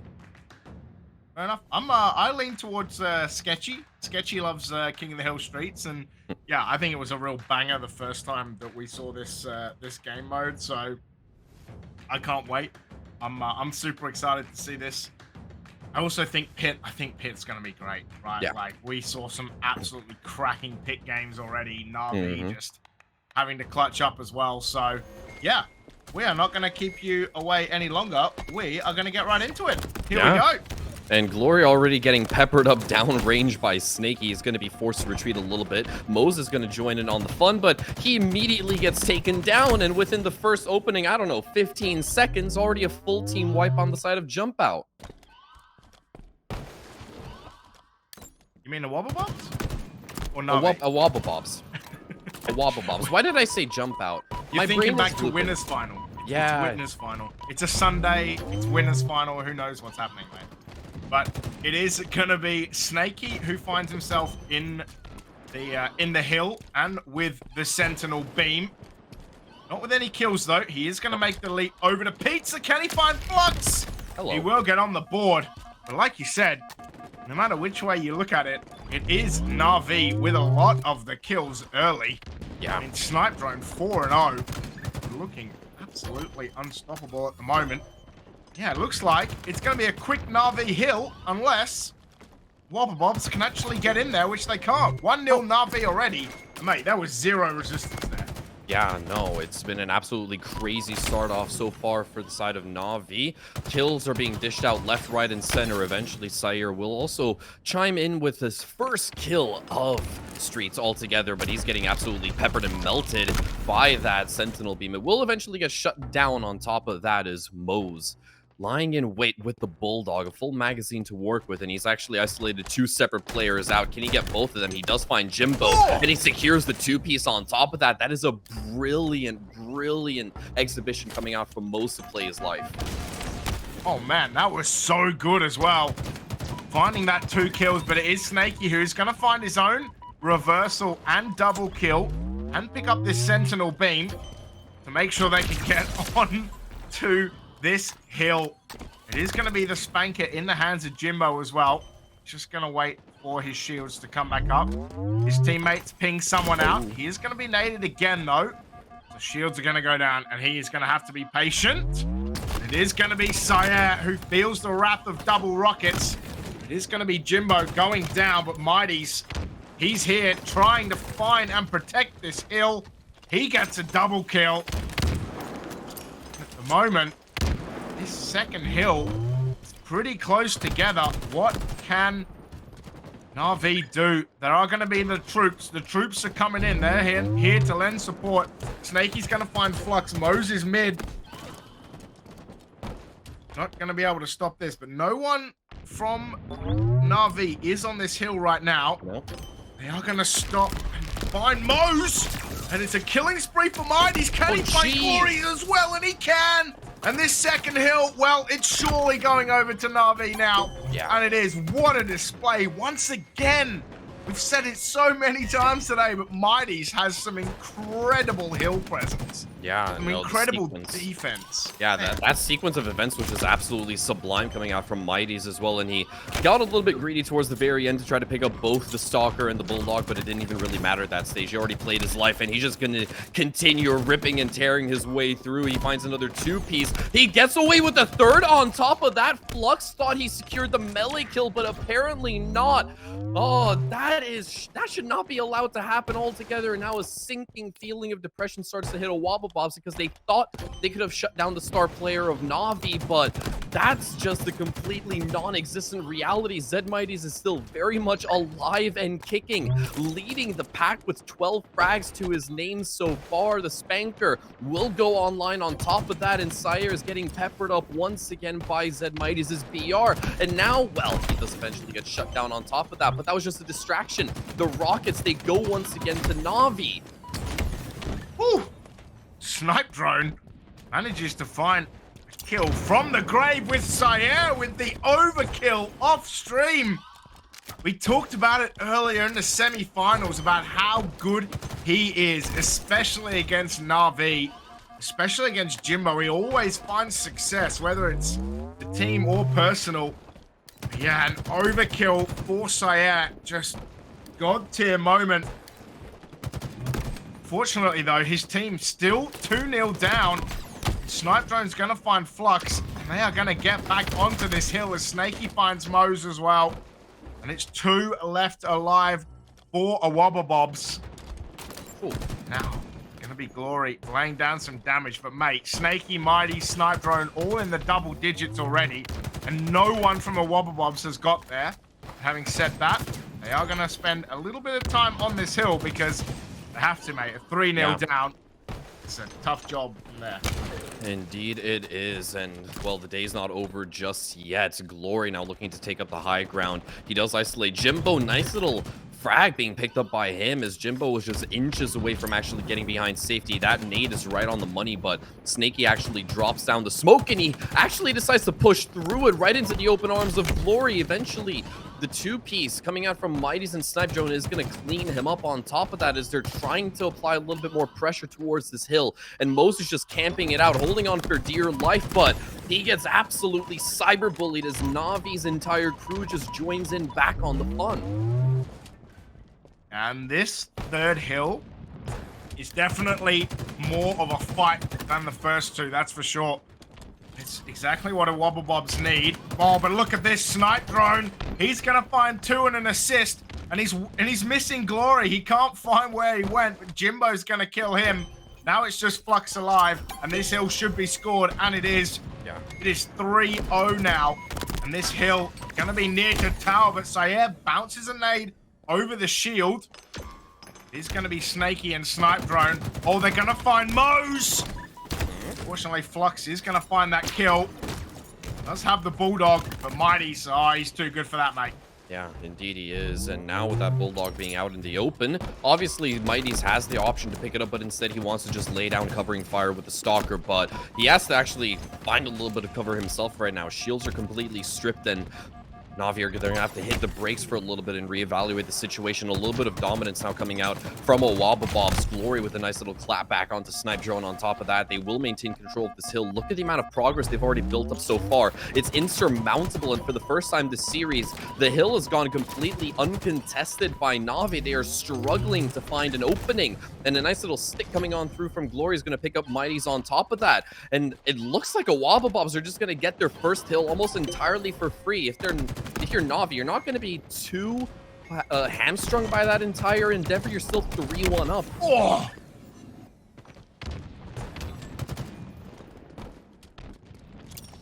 How?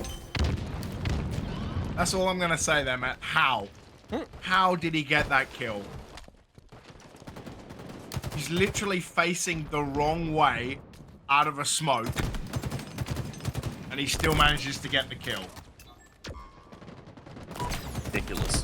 That's all I'll say, basically. Just absolutely ridiculous. Right. There's a triple from Mose as well. He's starting to actually claw his way back, and he is vying for that spot of top fragger in the server as well. 17 kills to his name, and he shows no signs of stopping. But as I say that, he gets absolutely caught off guard by Snaky on top of that. This next hill is going to be absolutely pivotal for both squads. So Wobbabobs to keep the dream alive, but they're getting absolutely harassed by Snipe Drone and that Stalker rifle. Eventually, Mose will put an end to it at the very least, but, well, Sayer gets blown sky high in response. A perfect kill. Lines up the triple for Jimbo on top of that. And NaVi, they are very much poised to get themselves this third hill, this fourth point, I should say, and just lock it out in rapid succession. Man, what with that Jimbo triple? So there's been overkill and at least 2 triples here, which is nuts for game number 1. But I was going to say, Jimbo got a triple, Snaky got a double, and that has kind of really allowed NaVi to take control of this hill. They're only about a quarter away from being able to put game 1 under lock and key. There's going to be Snipe Drone. Him and Mose in the 20s for amount of kills. NaVi, they have to push into this 5th hill. They have to make this work. Jimbo's going to find Glory. Mighty's going to be here getting his shield back. There's also less than a minute remaining. Yeah. So actually for NaVi, it doesn't even matter if they take this hill. Of course they'd love it, but they can run down time as well.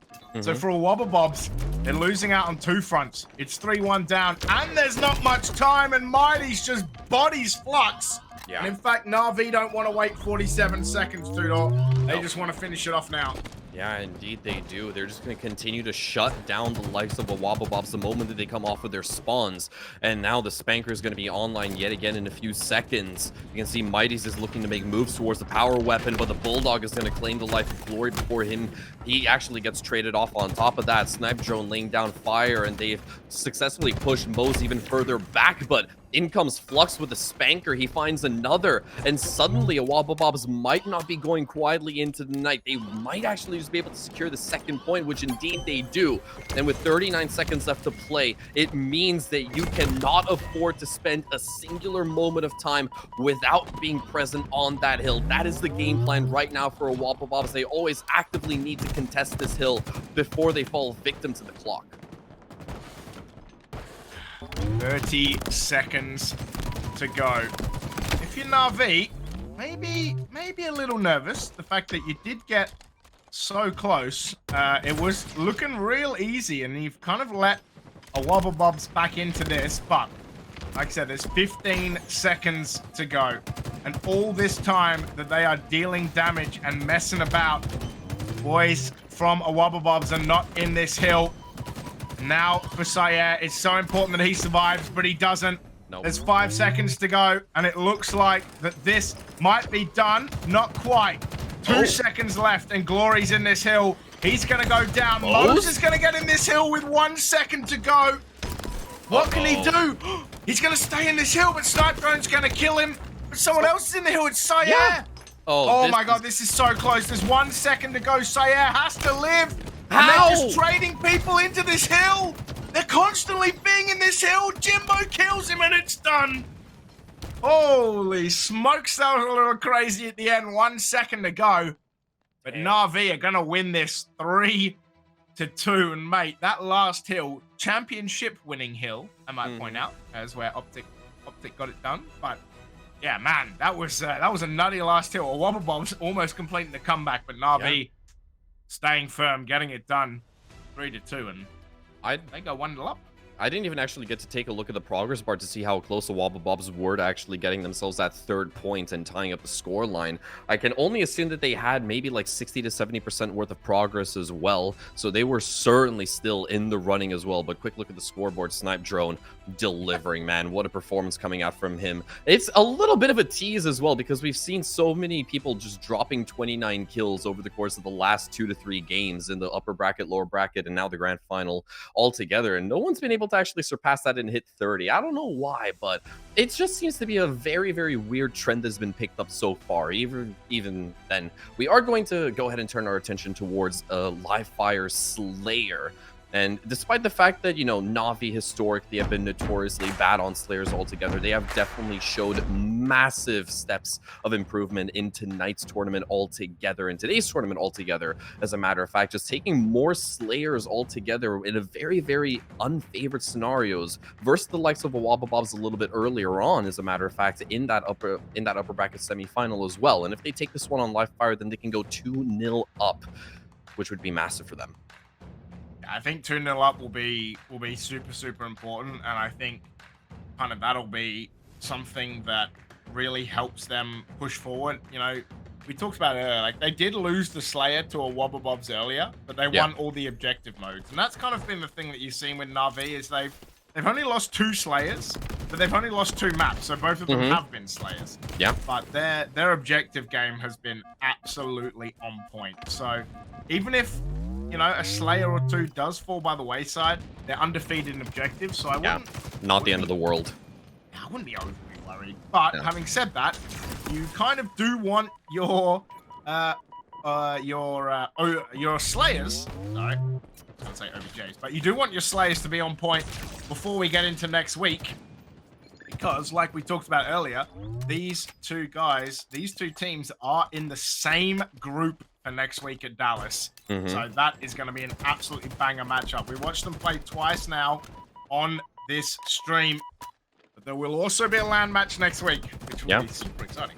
Also, don't forget, for you people in chat as well, we will be hosting a watch party next weekend throughout all of DreamHack right here on the EuropaHalo channel as well. And you can make sure to go ahead and follow us on Twitter at EuropaHalo to make sure that you stay up to date as to when the watch party actually goes live the moment that the tournament begins across the pond. Still, back to reality though for the time being. A little bit of a slow start off coming out from a WabaBobs. It is NaVi to actually build up a little bit of a lead. The gap currently sitting at 3 kills as Sayer is actually going to narrow it down just a little bit more altogether with Glory. Mighty's as well. He's got the S7, the simple of the squad, if you will. And he is looking for a couple of victims to shoot at, none actually being presented for the time being because, well, oh, this is bad coming out from Flux. A missed shot, but he will actually get cleaned up on top of that by Mighty's. Good recovery as well, but he's getting peppered down by Sayer down range. Jimbo cleans him up, though. And now we will have to direct our attention towards that OS. It's going to be online in less than 10 seconds. Very important for the state of this game, but we've seen a few times. Oh, Flux. Oh, he is going to try to get shot, and Mighty's with the kill onto Sayer.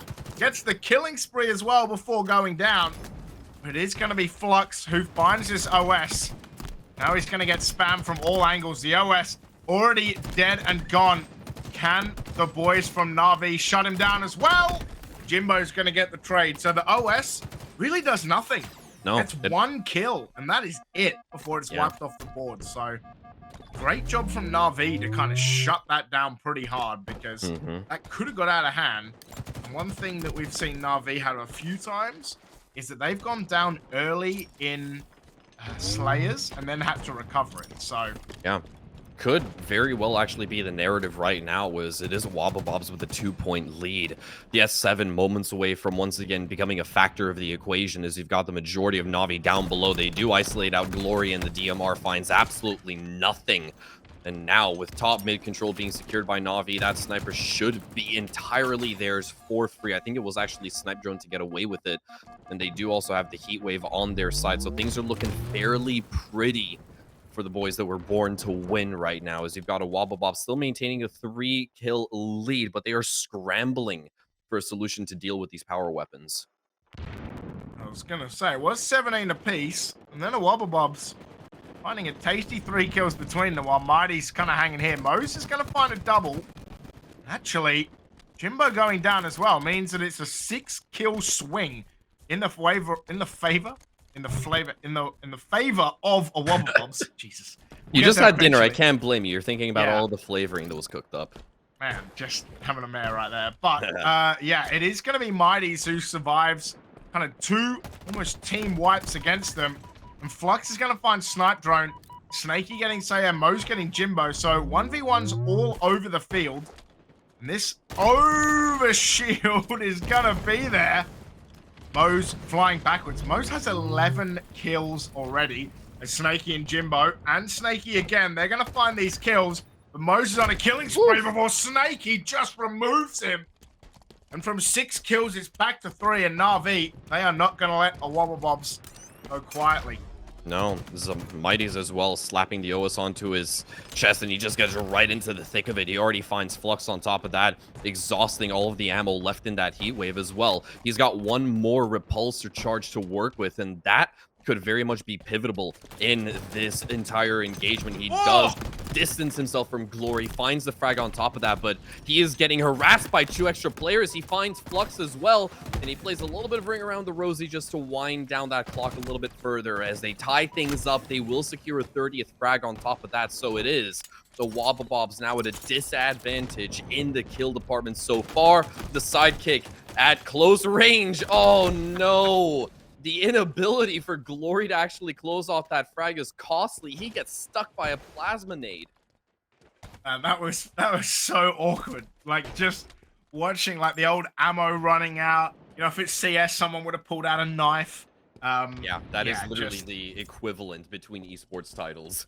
That's just the knife play right there. That was just awkward. But in the end, you know, he did get the kill. He did get the killjoy, even though he died himself. Mose, he's going to be hiding with a heat wave. We'll be seeing what he can find around this live fire map. 31 to 30, and you can see as we hit the 30s, time has started to slow down. These teams, they don't want to push unnecessarily. And it's going to be Jimbo and Snaky finding kills. What can Glory do here? Can he find this kill onto Snaky? Snaky who has no shields. The DMR going to come out. Flux is going to find Snaky at the end of it. Smoke's going to come out as well. That allows Jimbo to find this OS. He's got plasmas. He's going in the wrong direction. Oh, good night over shield. Glory with the plasma pistol just removes it. Yeah. That's absolutely massive. And unironically, if you actually look a little bit further back into the last time these two teams played in the upper bracket semifinal, I do remember one particular instance of Zed Mighty's actually having the overshield, and then he got super greedy by also picking up the plasma pistol, just so that exact series of events wouldn't happen to NaVi. And this time, they unfortunately don't get both the OS and the plasma pistol, and EuropaHalo's did a brilliant job of exploiting that little bit of detail. Sire finds Mighty's on top of that. He is caught between a rock and a hard place. Eventually, Jimbo will claim him on top of that. NaVi back in the lead. 2 kills is the current gap for the time being, and EuropaHalo still very much in the running, in contention for taking the Slayer and potentially the second Slayer of the afternoon versus NaVi. Yeah, and if you're NaVi, or at least, we don't like to call that too much, but if you're Snipe Drone, you just got to, at least in the second game, or in the third game after this, just work out, take a breather, work out what happened, because he does find a double kill, though. Yeah, just not had as an amazing a game as the rest of his teammates. So it is going to be a 5-kill lead with 6 kills to go, and Glory just gets, see you later, he gets annihilated. Snaky's going to find one, and Snaky's going to find another. And oh my god, there was 3 kills to go. And that little sequence may have just won it, averting any disasters. He's going to pop the smoke. He's going to get the OS. He's going to get spammed up. But it does not matter. 2 kills to go. Can he find both of them? He's going to find one. Can he find Sire as well? Wow. He does. He gets the killing spree. And NaVi, they avenged the Slayer earlier. 50-42. But what an ending that was. Yeah. Just put him in the bin. Yeah, Snaky with absolute heroism towards the very end. I mean, there's not really much that I can say besides just sort of reliving that series of events. He does what any player should do, drops a smoke on the overshield, slaps it on his chest, and then kind of just like a jack-in-the-box, goes out of the shield, re-engages, peppers one up with the S7, finds the easy cleanup, and then he gets away with the 2-piece on top of that, and that is just brilliantly reflected as well in his kill count, 16 and 9. What an absolute performance coming out from Snaky as well. And despite the fact that Snipe Drone had a little bit of a wonky game altogether, 6 and 13, a less than an 0.5 KDA ratio altogether, it's completely fine that he didn't bring the goods, because the rest of the squad, both Jimbo, Mighties, Snaky, they more than delivered in that Slayer. And that means that NaVi, they go 2-0 up in our best of 7 grand final as we move into Empyrean CTF. You know for a fact that EuropaHalo is going to start feeling even more pressure with each passing second. And NaVi just looks so good. I have to say, Mo's looked quality as well, right? Like, Mo's looked really, really good. Even in that losing effort, got a bunch of kills. So it looks like we are going to be loading into this Empyrean CTF. Although I can see one team has 5 players and one team has 3, so I'm not sure how we might have to restart that. But yeah, Pit CTF, right? NaVi, so good on CTFs. You saw it. It was a little bit of squeaky bum time on CTF Aquarius, where twice they had to go into sudden death in that winners final, which was really, really insane, but they got it done, right? So you saw how good they were with these snipers earlier. You saw they did have a rough start last time they played Pit when it was Slayer. They lost their Spanker and they lost OS. So for these guys, I think they're going to want to kind of change that a little bit. But man, it's up to EuropaHalo now to try and beat NaVi at objective games, which they are flawless today. It's going to be a really, really tough one for a Wobblebobs to piece all together, but not exactly out of the realm of possibility. As long as they can, well, just basically do what they have done to reach this particular point in the Spring Series tournament altogether, they should be realistically fine. And as you mentioned, in that earlier CTF game, despite NaVi still rising atop and ultimately winning out the entire damn thing 4-3 in overtime, the Wobblebobs, they did put up a fight. It's the reason why it went to overtime altogether. And if they can, at the very least, pull all of the positivities and all of the good bits and just re-inject it into Empyrean right now, then they can very much take this map off of NaVi. But it is a very, very tall task for them to accomplish. NaVi, they are very much seasoned on Empyrean Slayer altogether. I mean, at the end of the day, for the majority of these players, who really isn't? It's a map that seems almost as old as time itself, the Pit. Well, it could be, I guess probably the best way that I would describe it, it's the one map where good teams go to die. All right. So who do you think is going to die here? NaVi or? No, I think it's still, I still think it's going to be a Wobblebobs, but the entry so far from Flux unfortunately doesn't pan out. The rest of the squad seem to actually drop like flies. It's only Glory that's left alive, and he gets away with the S7 and the Heat Wave, so not off to a bad start, but they have lost out on those rockets. And the OS. Never mind. OS completely taken out of the equation. Glory delivers impact right there to keep a leash on NaVi, seemingly. But yeah, Wobblebobs, they've already lost their own flag. Yeah, and like, Glory's in the same position that Mighty's was in before, right? Like, just... Oh my. Mighty's with a double headshot. I was going to say, Glory was just surviving while everyone else was dying around him, just like Mighty's was. And then Glory just gets obliterated by Mighty's.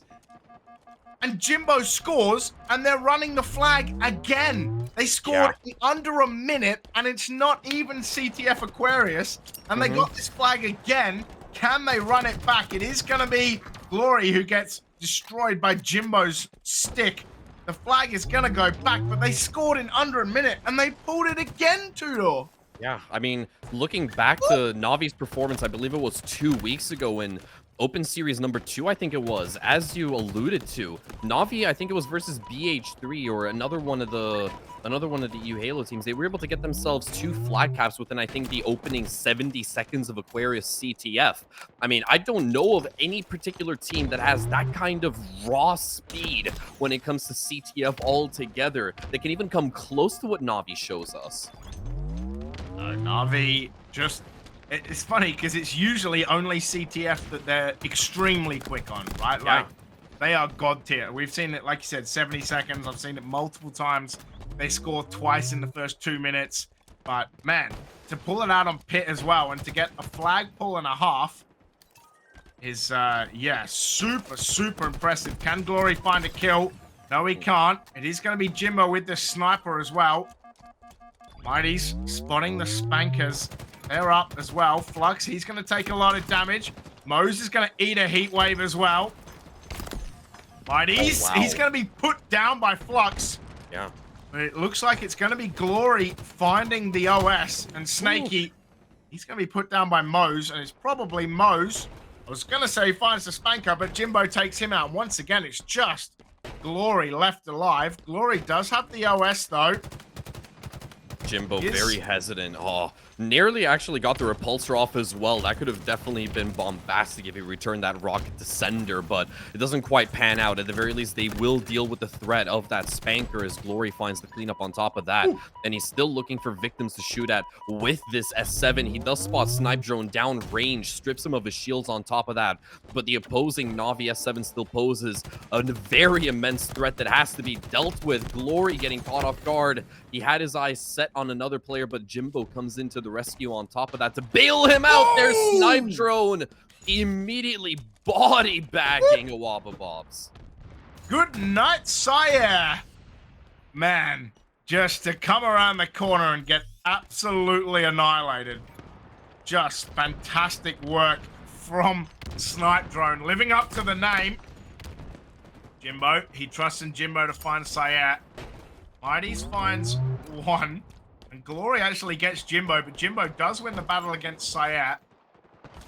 Looks like Snaky gonna go for this flag. A snipe drone gets Glory as well. Oh, and he removes Mose. He's on a killing spree. And this could be the flag as well. They could get this flag out. Oh, it's so And free. It's 2 dead from the side of a Wobbabobs. And now everyone's up. Oh, Snipe Drone's gonna find Flux. Snipe Drone is gonna get some damage onto Mose as well. It's a double kill. Can he find Glory? Glory goes down to Mighty's. Sire. It's just Sire left now. Flux is gonna respawn, but can they grab this flag? Yes, they can. Sire, he's looking behind. He's gonna be found by Snipe Drone as well. Snipe Drone's almost got to be on the killing frenzy. It's been that good. He just misses Glory, though. Can he find Flux? Needs this. And he might not even need it as Jimbo is running down this flag. Jimbo's going to score.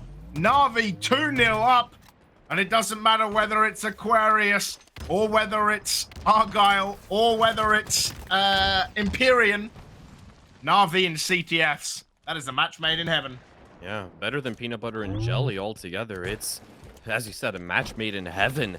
Mose, however, he does have the spanker. That one fired a little bit too short, not even in the same postal code as Jimbo, and he absolutely punishes him. He finds the double onto Flux as well. And now, yeah, the side of NaVi have got even more space to work with to potentially go for a third flagpole. It's out in the open. It will be recovered on top of that. Then Jimbo ducks behind cover as Snaky has come in to join in on the fun.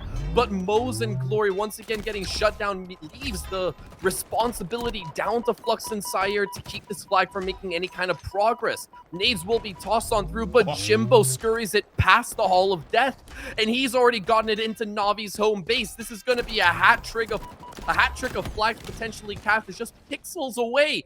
But look, NaVi are completely wiped off the face of the map. The respawns are coming on through, but can they contest in time for the return? It doesn't look like it. And by the skin of their teeth, you have a Wobbabobs denying NaVi a third point. Oh, Mose doing so good, and now it's coming back the other way. Glory's left it behind, but it might not matter. It is going to be NaVi stuck in their own base, and it looks like a Wobbabobs from about to go 3-0 down are going to bring this back to 2-1 after Mose. Mose with the goal line stand. You thought Jimbo was in. He had one more jump to make to get there, and he couldn't do it. And Mose is going to bring it back 2-1. 5:15 on the clock. Plenty of time. So, yeah, he's going to sit here. He's going to wait. It is going to be Glory coming around. He's going to find not much there. He's going to try and find Mighty's, but Mighty's is going to beat him out. Snaky. What can he do against Flux? Flux is just going to turn away. It's starting to be that NaVi ascend across this map, but Flux is going to find Jimbo. Going to stay on board with this POV, but Spanker and OS, they're up in 17 seconds, and now looks like a Wobbabobs are making a push. Snipe Drone gets one! Snipe Drone with the trade. Never should have got that trade as Sire's going to snipe out Jimbo. Sire's going to find Snaky, and now maybe a Wobbabobs can make another run at this flag. Definitely so. They have the space available to just go for the flagpole altogether, but yeah, there are too many things to worry about at once, and it's causing a little bit of a headache at the very least. They do have their sights set on the spanker, not utilized properly at all. All they get for it is one kill that was traded up by a suicidal explosion from the spanker as well. I'm not even sure where the overshield has actually ended up as well, but we'll probably find that out in a matter of seconds. On top of that, the flagpole that Wobbabobs tried to get under their belts has been completely nullified as the flag was reset. Mighty's with a pummel onto Flux as well. I think that was a backstab from Verticality on top of that, and now you have a Wobbabobs just looking for a little bit of map control. They apply the brakes a little bit to see exactly what can be sought out, what can be accomplished. But these team fights are just not working out for them at all. They're dropping like flies as NaVi are taking a favorable 2v1s every single time. They are keeping a Wobbabobs at bay. Yeah, it looked like Glory had the OS. So a Wobbabobs picked up both the Spanker and the OS. And only managed to get 1 or 2 kills out of him. So great work from NaVi to neutralize it. Mighty's and Snipe Drone on 18 kills apiece. Really, they are the ones in control. Oh, Mighty's just gets stuck can't get around this corner. There's 3 minutes to go. And this is going to suit NaVi just fine. If they could find another cap, that would be perfect. Mose, well, he's going to remove Snaky's shield. He's going to have to hide snipe drones on 19. Mose is going to be there. He's going to get heat waved. Yeah. But Mose, Flux, and Sire all find kills. So now it's up to Snaky to try and get anything. But Sire's going to kill him. Flag's going to be taken. Sire, he's going to be put down by snipe drone.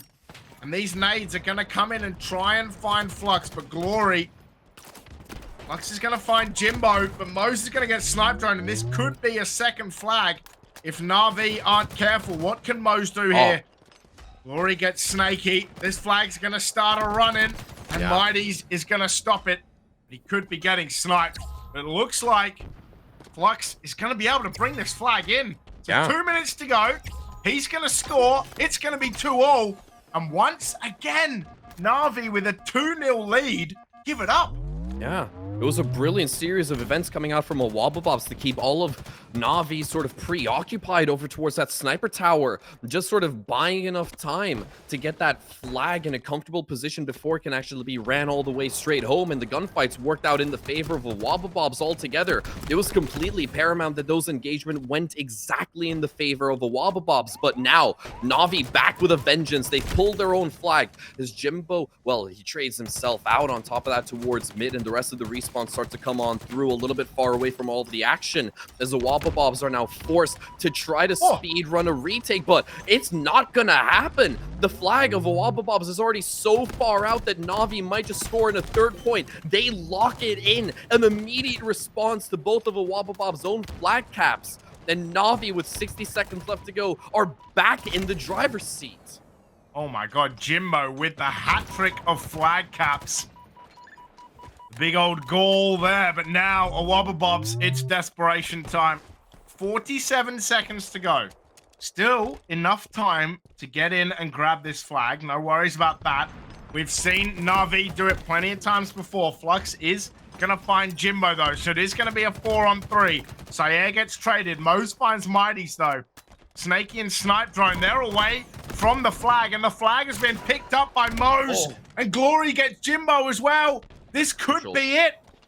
If NaVi do not find a way to stop this flag, and Mighty's is going to die as well. And with 16 seconds to go, it looks like Mose is going to score, and he is. We're headed for probably another sudden death unless Flux can get his hands on this flag. We are going to overtime. He goes down. Glory goes down. And as time expires, we are going to overtime.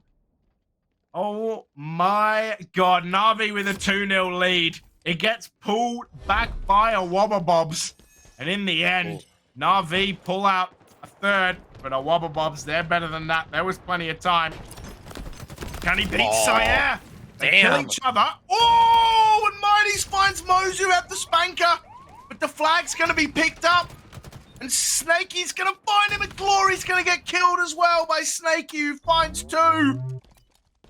And that flag is going to get returned. The S7 not even been picked up by a Wobblebobs. Seems as if a Wobblebobs got tunnel visioned a little bit with actually what they were supposed to prioritize. We saw Sire try to actually make moves towards the overshield at the very start of the engagement, but he just got blown out. Actually, both of those players vying for control of the OS, they kind of just traded themselves out. It landed with Jimbo instead, and he's completely exhausted the OS on top of that.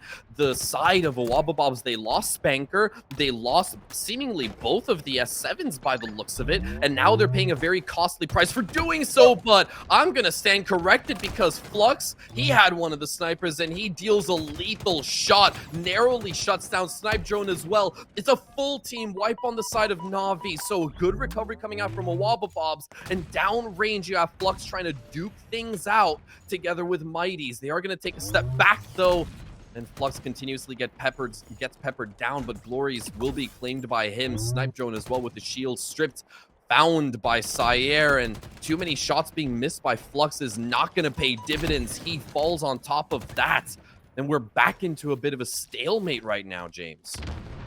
Yeah, man, you almost thought that a Wobblebobs were in there. In the end, it was not to be. Full team wipe coming the other way as well. Mose is going to find Jimbo, but Mighty gets the trade. Glory is left alive here. Flux and Slayer find kills. Now it's just Snipe Drone alive. Could this be the flag cap? Slayer, he's actually going to walk towards Snipe Drone. What can Snipe Drone do? He sees where Flux is as well. He's going to find Sayer. So a beautiful kill from Mighty's and from Snipe Drone. That flag, it's going to get returned. No worries about that. Spanker's up in 6 seconds. Glory's down the end there trying to hide behind a shield. He's going to get hit with a lot of nades. So is Sayer, who's going to slide right into a plasma. Did he get picked up? No. It is going to get picked up by NaVi, though. What can NaVi do about it? The first one is going to miss. Glory is going to be there. Mighty's is going to miss the second one as well. And it almost costs him his life, but he manages to get out, but Flux does kill him in the end. And it's going to be a beautiful kill for Snipe Drone. Can he get one onto Mose? No.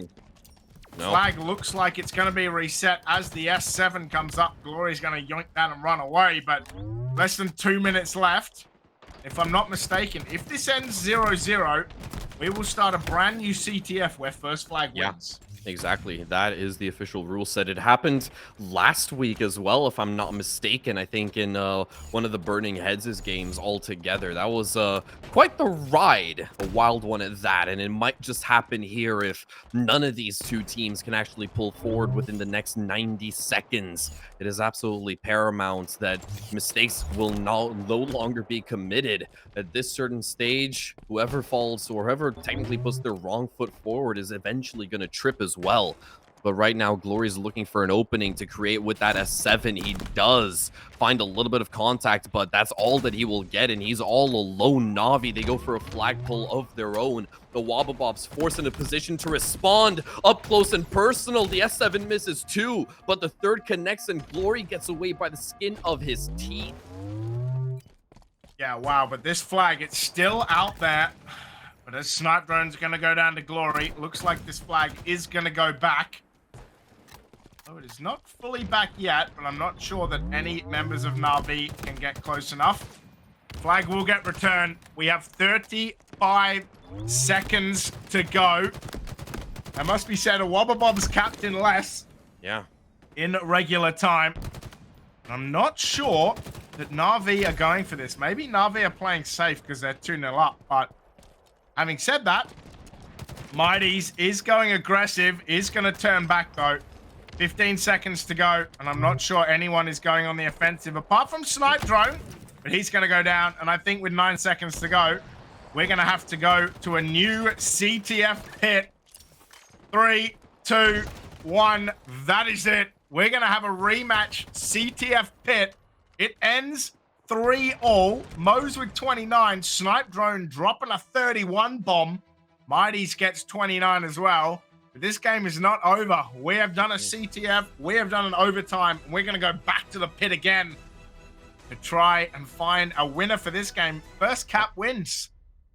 It is effectively sudden death, and keep in mind that since we are going to be effectively replaying that entire CTF until the first flag cap comes, there are basically, it's just standard time, 11-12 minutes, however long it actually is, and however long it might actually take for one of these two squads. We could be here for what could potentially be another very, very quick reset with NaVi just getting themselves in another flag cap within the first 40 seconds, or it might take the entire duration. Yet again, we don't know until we hop back into the action. But yeah, no, I'm very much fearful and kind of, I guess, skeptical for the side of a Wobbabobs, because you saw just how blazingly fast NaVi were able to get themselves the first point already scored.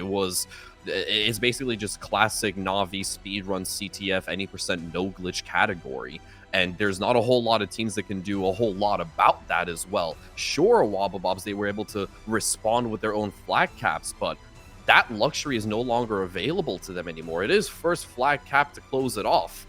And Jimbo has been absolutely paramount in NaVi's efforts so far, running the majority of those flags back home himself, scoring 3 points over the course of regulation so far. And if you really want to get NaVi on a leash, you have got to realize that Jimbo has got like a massive bullseye on his back, and you've got to deal with him first. Yeah, and you can see the guys chatting slightly in all chat, but yeah, I think it's you know, I think it's gonna be fantastic. I think it's Jimbo, like you said, it is, you know, he has been running just all of these flags in, right? And we talked about it, and he said that his teammates do so much work in CTFs. Yeah. And he loves just capping the flag. If you look back at all the flag caps NaVi does, and I think Data Hive will have it, or Buffers, or someone will have the stats of how many times, who gets all the caps. Yeah. But in the vast majority of the time, it's Jimbo capping these flags. The amount of time that he's got a hat trick of flags, yeah, it's just super, super good. I think it's first to one flag. So yeah, I think this is gonna be a banger. I mean, for NaVi, this is great. If you just cap the flag within the first minute, like every single time, then all good. But yeah, I think this is gonna be a banger matchup, and hopefully we can get into it soon. But mate, what an absolutely cracking game 3. And if NaVi can take this, they are just one away from wrapping up this entire thing. Yeah, definitely so. We are just moments from actually getting it back into the action. Obviously, you guys can't necessarily see what we see, but there's just a whole boatload of banter going on in the all chat in the server currently right now. And I wish we could show you guys, but nah, we're not going to. We don't have that capability, sadly enough. It is still a very, very interesting position that Awababobs find themselves in at the end of the day. Their backs truly are against the wall right now, and there is no room for mistakes whatsoever. We saw the likes of Glory and Mose especially going absolutely nuclear in that CTF, but still it seems as if they're just one step behind NaVi throughout the majority of CTF, and it all really just boils down to the rapid pace in which NaVi can get themselves those flag caps. And if we're going to obviously restart the series, then there is by no stretch of the imagination any possibility for Awababobs to make those same mistakes as they did at the very start, where they lost out on the rockets, they lost out on the overshield. Sure, they got themselves one S7 in the hands of Flux, and he was able to deliver a couple of very juicy multi-kills with it, but they have got to put more emphasis on being absolutely perfect in the opening segments and in the opening instances of this CTF restart. You can't let Jimbo once again get away with the overshield and rip and tear his way through the defense. You can't let the likes of Snakey or Snipe Drone get their hands on the spanker, because then he is basically just going to blow you sky high, creating so much space to get a flag cap down for free. Yeah, I think this is going to be an absolute banger, right? Like, it's just yeah, it's like a 12-minute sudden death, basically. Yeah, that's what it's gonna be. But yeah, I think this is gonna be a really good game. We're just loading into this again, hopefully for NaVi's sake, right? Like, if you're NaVi, this is great. Just try and score within the first minute again, blow it up, and then, you know, take the win. But if you're a Awababobs, you got to work out how you stop that, because that's one thing that NaVi are so good at, is early caps. Yeah, it's basically second nature for NaVi at this certain stage. There's not a whole lot going to actually be done about it, but it is going to come down to these opening few engagements. Nay's already being tossed out towards the center side, and wow, it actually works out in the favor of Awababobs for the time being. Then there is Zed Mighty's coming back in with a little bit of a collide. He actually gets his hands back on the spanker, I should say. Then 2 rockets utilized, and he will actually burn the overshield as it was being picked up. They at the very least neutralized that armor power up, and Snipe Drone gets his hands back on the S7 as well. But at the very least, within the opening 30 seconds, it doesn't seem as if anyone directly benefited from the start and from the from the starting few moments of CTF on Empyrean.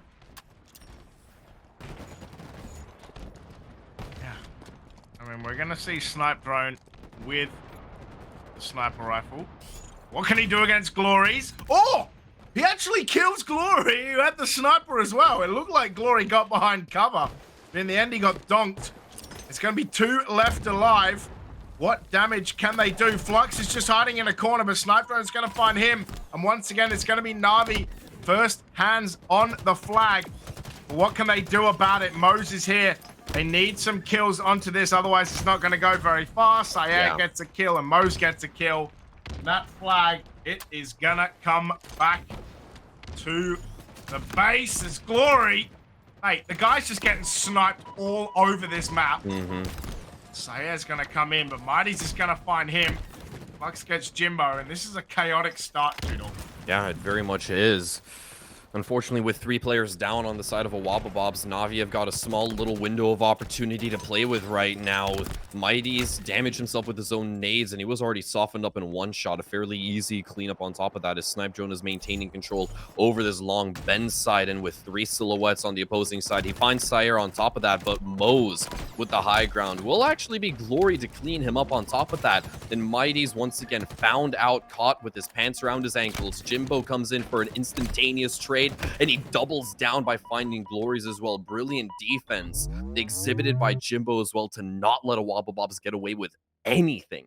But I like this coming out from Flux, or I liked it until the point he got caught out by Snipe Drone. That's still live intel for NaVi to work with, and they do suss him out. Yeah, I mean, for a WabaBobs, you kind of already did step 1, which was not lose in the first minute. Right? Like, you already successfully completed stage 1. And it's going to be a great repulse from Sire to not go down to that nade as well. Glory with the Spanker. He's whiffed a couple of times with the S7. What can he do with this Spanker? And in fact, he's actually let 2 members of NaVi through, but Jimbo removes him before he even has a chance to fire it. Can Moze pick up this Spanker? Sire is going to find Snipe Drone. Moze is here. Moze is just searching. It's Jimbo who has the S7 and sorry, the Spanker, and Mighty's has the S7. Yeah. Oh, Flux, he's gonna get destroyed as well. This is scary. NaVi actually have both S7s for the time being, which means that look at that. One shot onto Glory as well. Tuck him in, give him a kiss on the forehead because it is bedtime. Oh my god. If they can find just 1 or 2 more kills and get this flag out of there, it's going to be big work. They just can't get it past. They decide to take it the low road instead of the high road. But it is Jimbo. If he can beat Moze, he can. Can he advance this flag forward? He can get it a little bit, but it hits the roof. How was he alive? But he is going to survive. Mighty's with a double kill as well. Jimbo's 1 shot, but he's going to be able to come back with shields as well. Mighty's finds a triple. It might even have been a double-double, and it looks like they're going to score, and Snaky wins it. Snaky wins it in the overtime, overtime. And NaVi, they are 3-0 up, but man, that was respect to a WabaBobs for not losing in the first minute. And I thought NaVi had blundered when they tried to bring the flag low.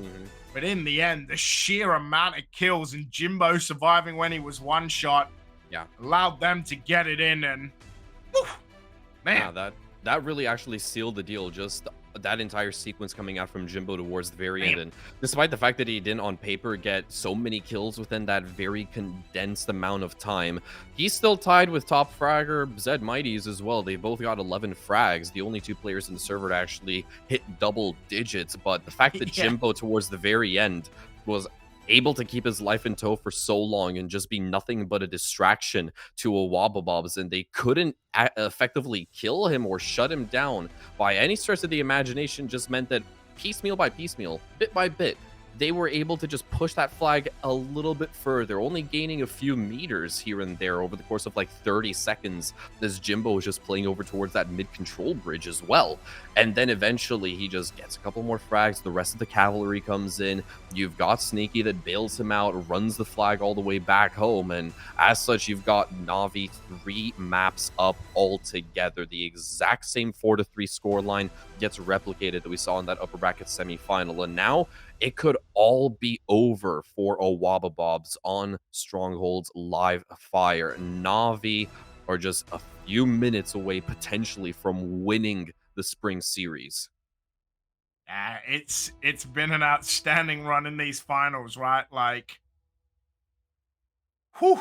I mean, to clutch up in that flag, and we talk about Jimbo playing his life so well, right? And being able to help them score. It took less than 5 minutes And like I said, Jimbo, and I think it was Snaky, was it? That had 11 kills apiece. But yeah, just an unbelievable third round of CTF there in that CTF pit. Hey, you talked about loving CTF pit, right? You saw a lot of pit. So it was a banger. I'm a happy, satisfied man now. Yeah. Yeah, that was great. But it is going to be Stronghold's live fire. For NaVi, 1 win away from getting it done. For a Wobbabobs, they'll need to get the broom out to begin the reverse sweep. We are going to be underway right about now.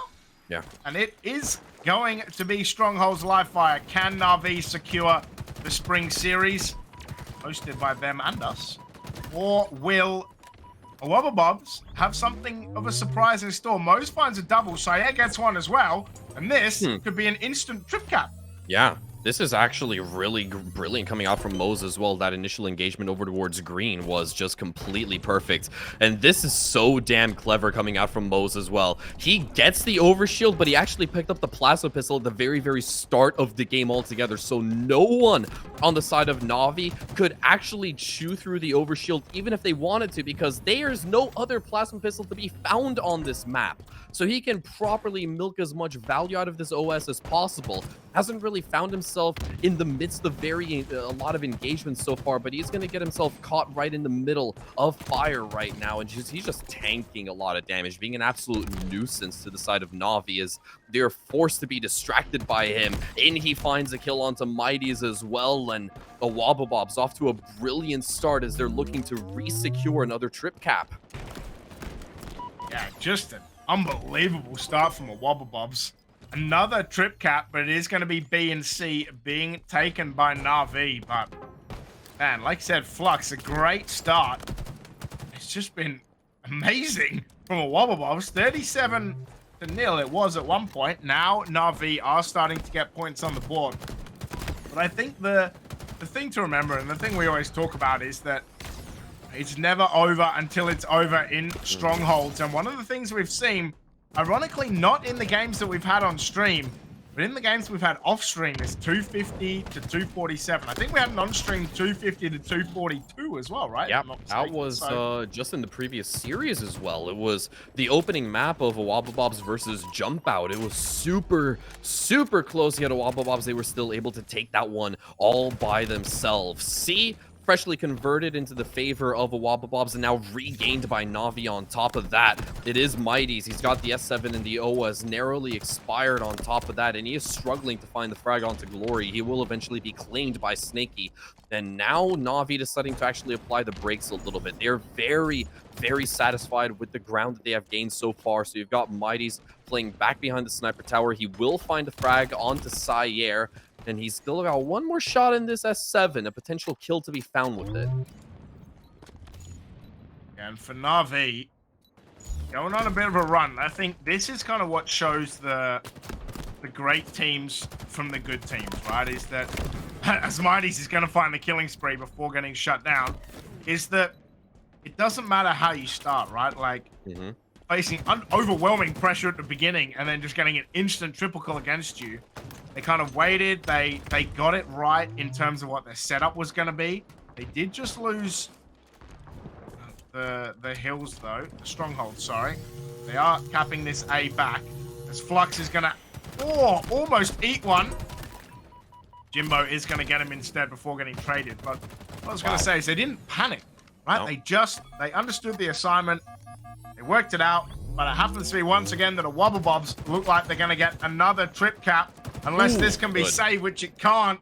So this is going to be another trip cap to a Wobbabobs. But NaVi, they're the first ones to triple digits. Well, it's also a really massive play coming out from Mose to just, well, claim that C hill all to himself before the progress could have actually been reset, and that forces NaVi to commit just a few extra valuable seconds to reconvert C into their own favor as well. They are making moves over towards B. Sayer finds Mighties over towards green on top of that as the OS comes back online. It is Glory to slap it onto his chest because NaVi were so preoccupied with making moves over towards B. Not effective prioritization from the boys that were born to win. win, but they will successfully secure B for the time being, and A on top of that has fallen. C will be found yet again by Wobblebobs, but they have lost onto their lead, and now it is NaVi racking up points. Yeah, another beautiful A-B take from NaVi. It is almost easier to hold this A-B on live fire, just purely because of how, you know, the proximity of them both. Having said that, though, it is going to be Mighties who finds Flux and secures that B site. NaVi, well, they are halfway to victory, but not if Sayer has anything to say, but Snaky puts him down. And it's Flux this time carrying a Wobblebobs with 11 kills. Snipe Drone, Mighties, and Snaky all close to 10. Wonder if Jimbo is on that 200 ping internet again like he was earlier. The man has 8 assists, so doing a lot of damage, but Snipe Drone involved in 18 kills. And even though they're losing A and B again, they are going to try and take C to avoid the trip cap. Yeah, it was a C and B hold, if I'm not mistaken, during the NaVi versus Quadrant matchup a little bit earlier this year as well, where Quadrant, they were kind of sitting on around 247, 248 points, and they just were unable to dismantle NaVi's B and C hold, which actually brought NaVi all the way back, ultimately winning out the series, reaching 251st when Quadrant only had like 2 or 3 more points to secure. It was a wild game of strongholds that we saw a little bit earlier. I believe it was during the Quadrant online event, or if it was during the qualifiers for the kickoff major, but still, NaVi, they are so veteran, so seasoned, so decorated when it comes to strongholds on live fire, and as you can see, it's being shown in the server. Wobblebob's very much struggling as we have Zed Mighties pummeling down Sayer with the OS still active, making moves over towards A, and the S7 is back online. He's actually just going to forgo capping A. It will be confirmed by the rest of his squad, and he's just going to apply pressure towards B instead, but he gets taken down. Moes with the S7 does fall, but quickly recovered, the sniper rifle is, by the rest of the Wobblebobs. And Jimbo going to be in a contested B! And Flux is going to find him.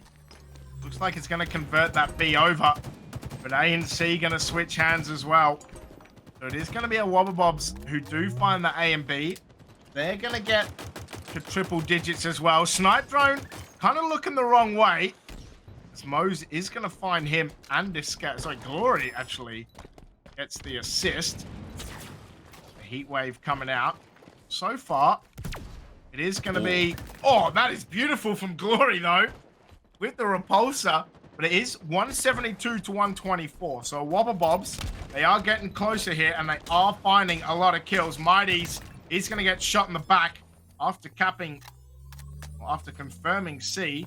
The momentary trip cap. Well, NaVi are going to take this B site, which denies the trip cap, and they're going to take A as well. Yeah. So, for NaVi, hopefully, going to swing it a little in their favor. Yeah, definitely so. By the looks of it, they are poised to hit 200 points very quickly. But as I say that, the streak of blue is starting to plague that A side, and it's actually 3 silhouettes. Oh, that's a nice frag coming out from Glory as well. It turns out that that heat wave is about just as strong as the Bulldog when you're so up close and personal. And he's going to go and slide in for an extra frag onto Snipe Drone on top of that. That should be a successful B conversion into the favor of a Wobblebobs. But now with that overshield coming online, you've got to start worrying about NaVi potentially getting their hands on it. But for NaVi's side, you have to worry about dismantling this triple cap that the Wobblebobs have got going on. Glory will finally be put to an end, found out towards that top sniper tower side. C is getting converted. Snaky is working and grooming that B side unless anyone has something to say about it. By the looks of it, not quite. So it is NaVi. Oh, it just gets raced towards the very end. That's absolutely massive for a Wobblebobs, and it's still being hotly contested, but the points are still being scored in by a Wobblebobs as they have 20 points in the lead. Yes, Cyan looks like he's close to that C site as well. They are going to take the lead, actually, a Wobblebobs. They are going to take this lead back, but it's NaVi who are scoring, and we might see another very close game. C starts to get taken by Mose. The sniper's up in just a few seconds. Sayer is here. He's going to get his grenade rejected, and he's going to get killed. The Snaky's going to go down to Flux. But now Mighty, he's going to grab this sniper. He's just going to run right through mid. and get onto this C site with the rest of his team. So it is going to be the AC hold. Having said that, though, WobbleBobs, they are going to go cap this A site back. Yeah. In fact, he's going to be heading towards wow. A as well. Heading towards C, sorry. For Glory, he's going to get shot in the back. And A and B, they're getting converted as NaVi are losing out on C. So this is a topsy-turvy matchup. 189 to 200. And if NaVi can just keep a WobbleBobs on that side of the map, Nice. Flux is going to get a good kill. Jimbo needs to get his health back. It's 200 apiece. And NaVi, well, they're going to take back the lead.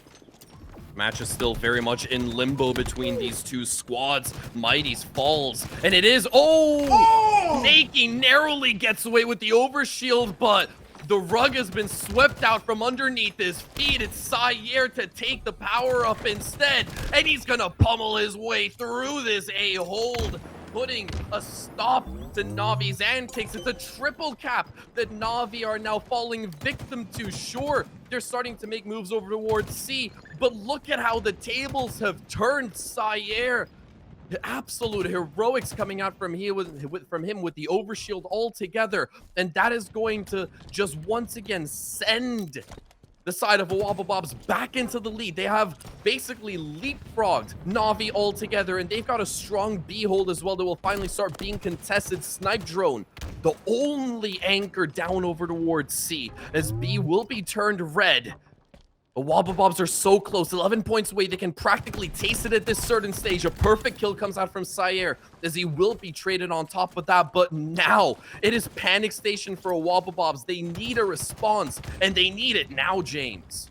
And they have to be able to get into this site. 239 to 239. It is going to be NaVi that take this lead.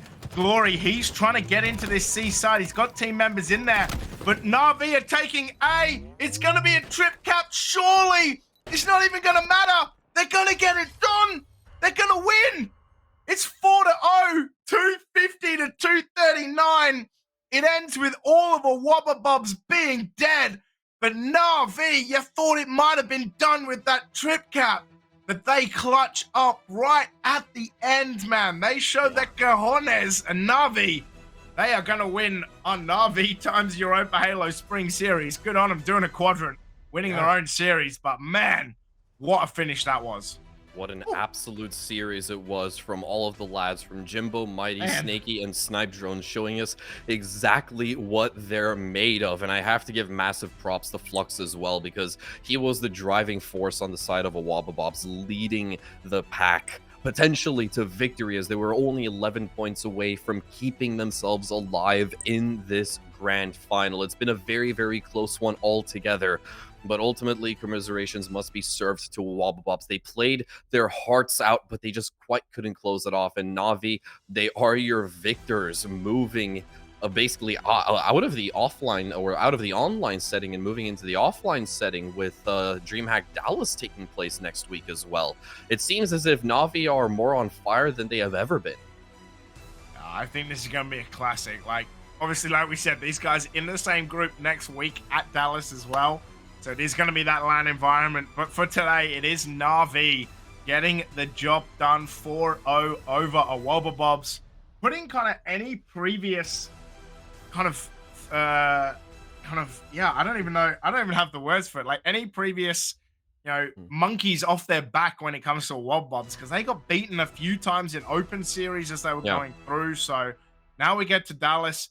Now we get to see NaVi. They've put a WobbleBobs in the bin. Now we're going to see them do it on LAN as well, if they can do exactly the same thing again. And in fact, we are going to be having a watch party, right? So we're going to have a watch party Friday, Saturday, and Sunday next week. So come hang out on EuropaHalo. We're going to have a staff watch party. We're going to be looking at the games, especially all the EU games. I know, especially NaVi and Quadrant, going to get a lot of interest, but we're going to be showing all of the EU games that we can. But, mate, that's pretty much all from me. NaVi, GG's. Smashed it out of the park.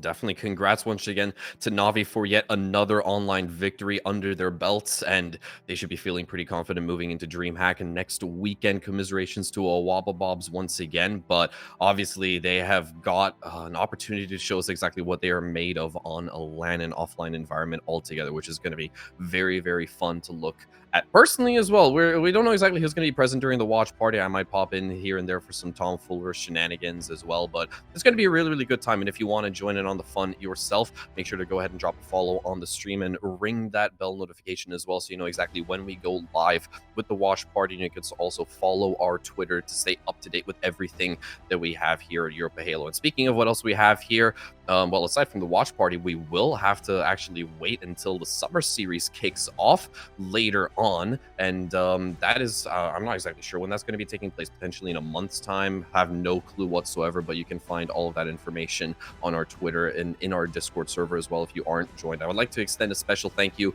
to NaVi themselves as the organization for partnering up with us at EuropaHalo, for putting all of this entire thing together, for sponsoring the tournament, providing a little bit of financial incentive for all of the players to compete in as well. It's been absolutely great working together with NaVi on this one, and I want to also thank yourself, James, Sketch a little bit earlier on for casting as well, and obviously the rest of the crew at EuropaHalo, from our organizers to our production squad to our admins. You guys have been absolutely invaluable to us this entire year so far, and it's been nothing but an absolute privilege to work with you guys. From myself and from James, we'd like to thank you guys so much for tuning in. I mean, we'll catch you guys next week for the DreamHack Dallas watch party. Until then, stay safe, take care, and we catch you all guys on the flip side.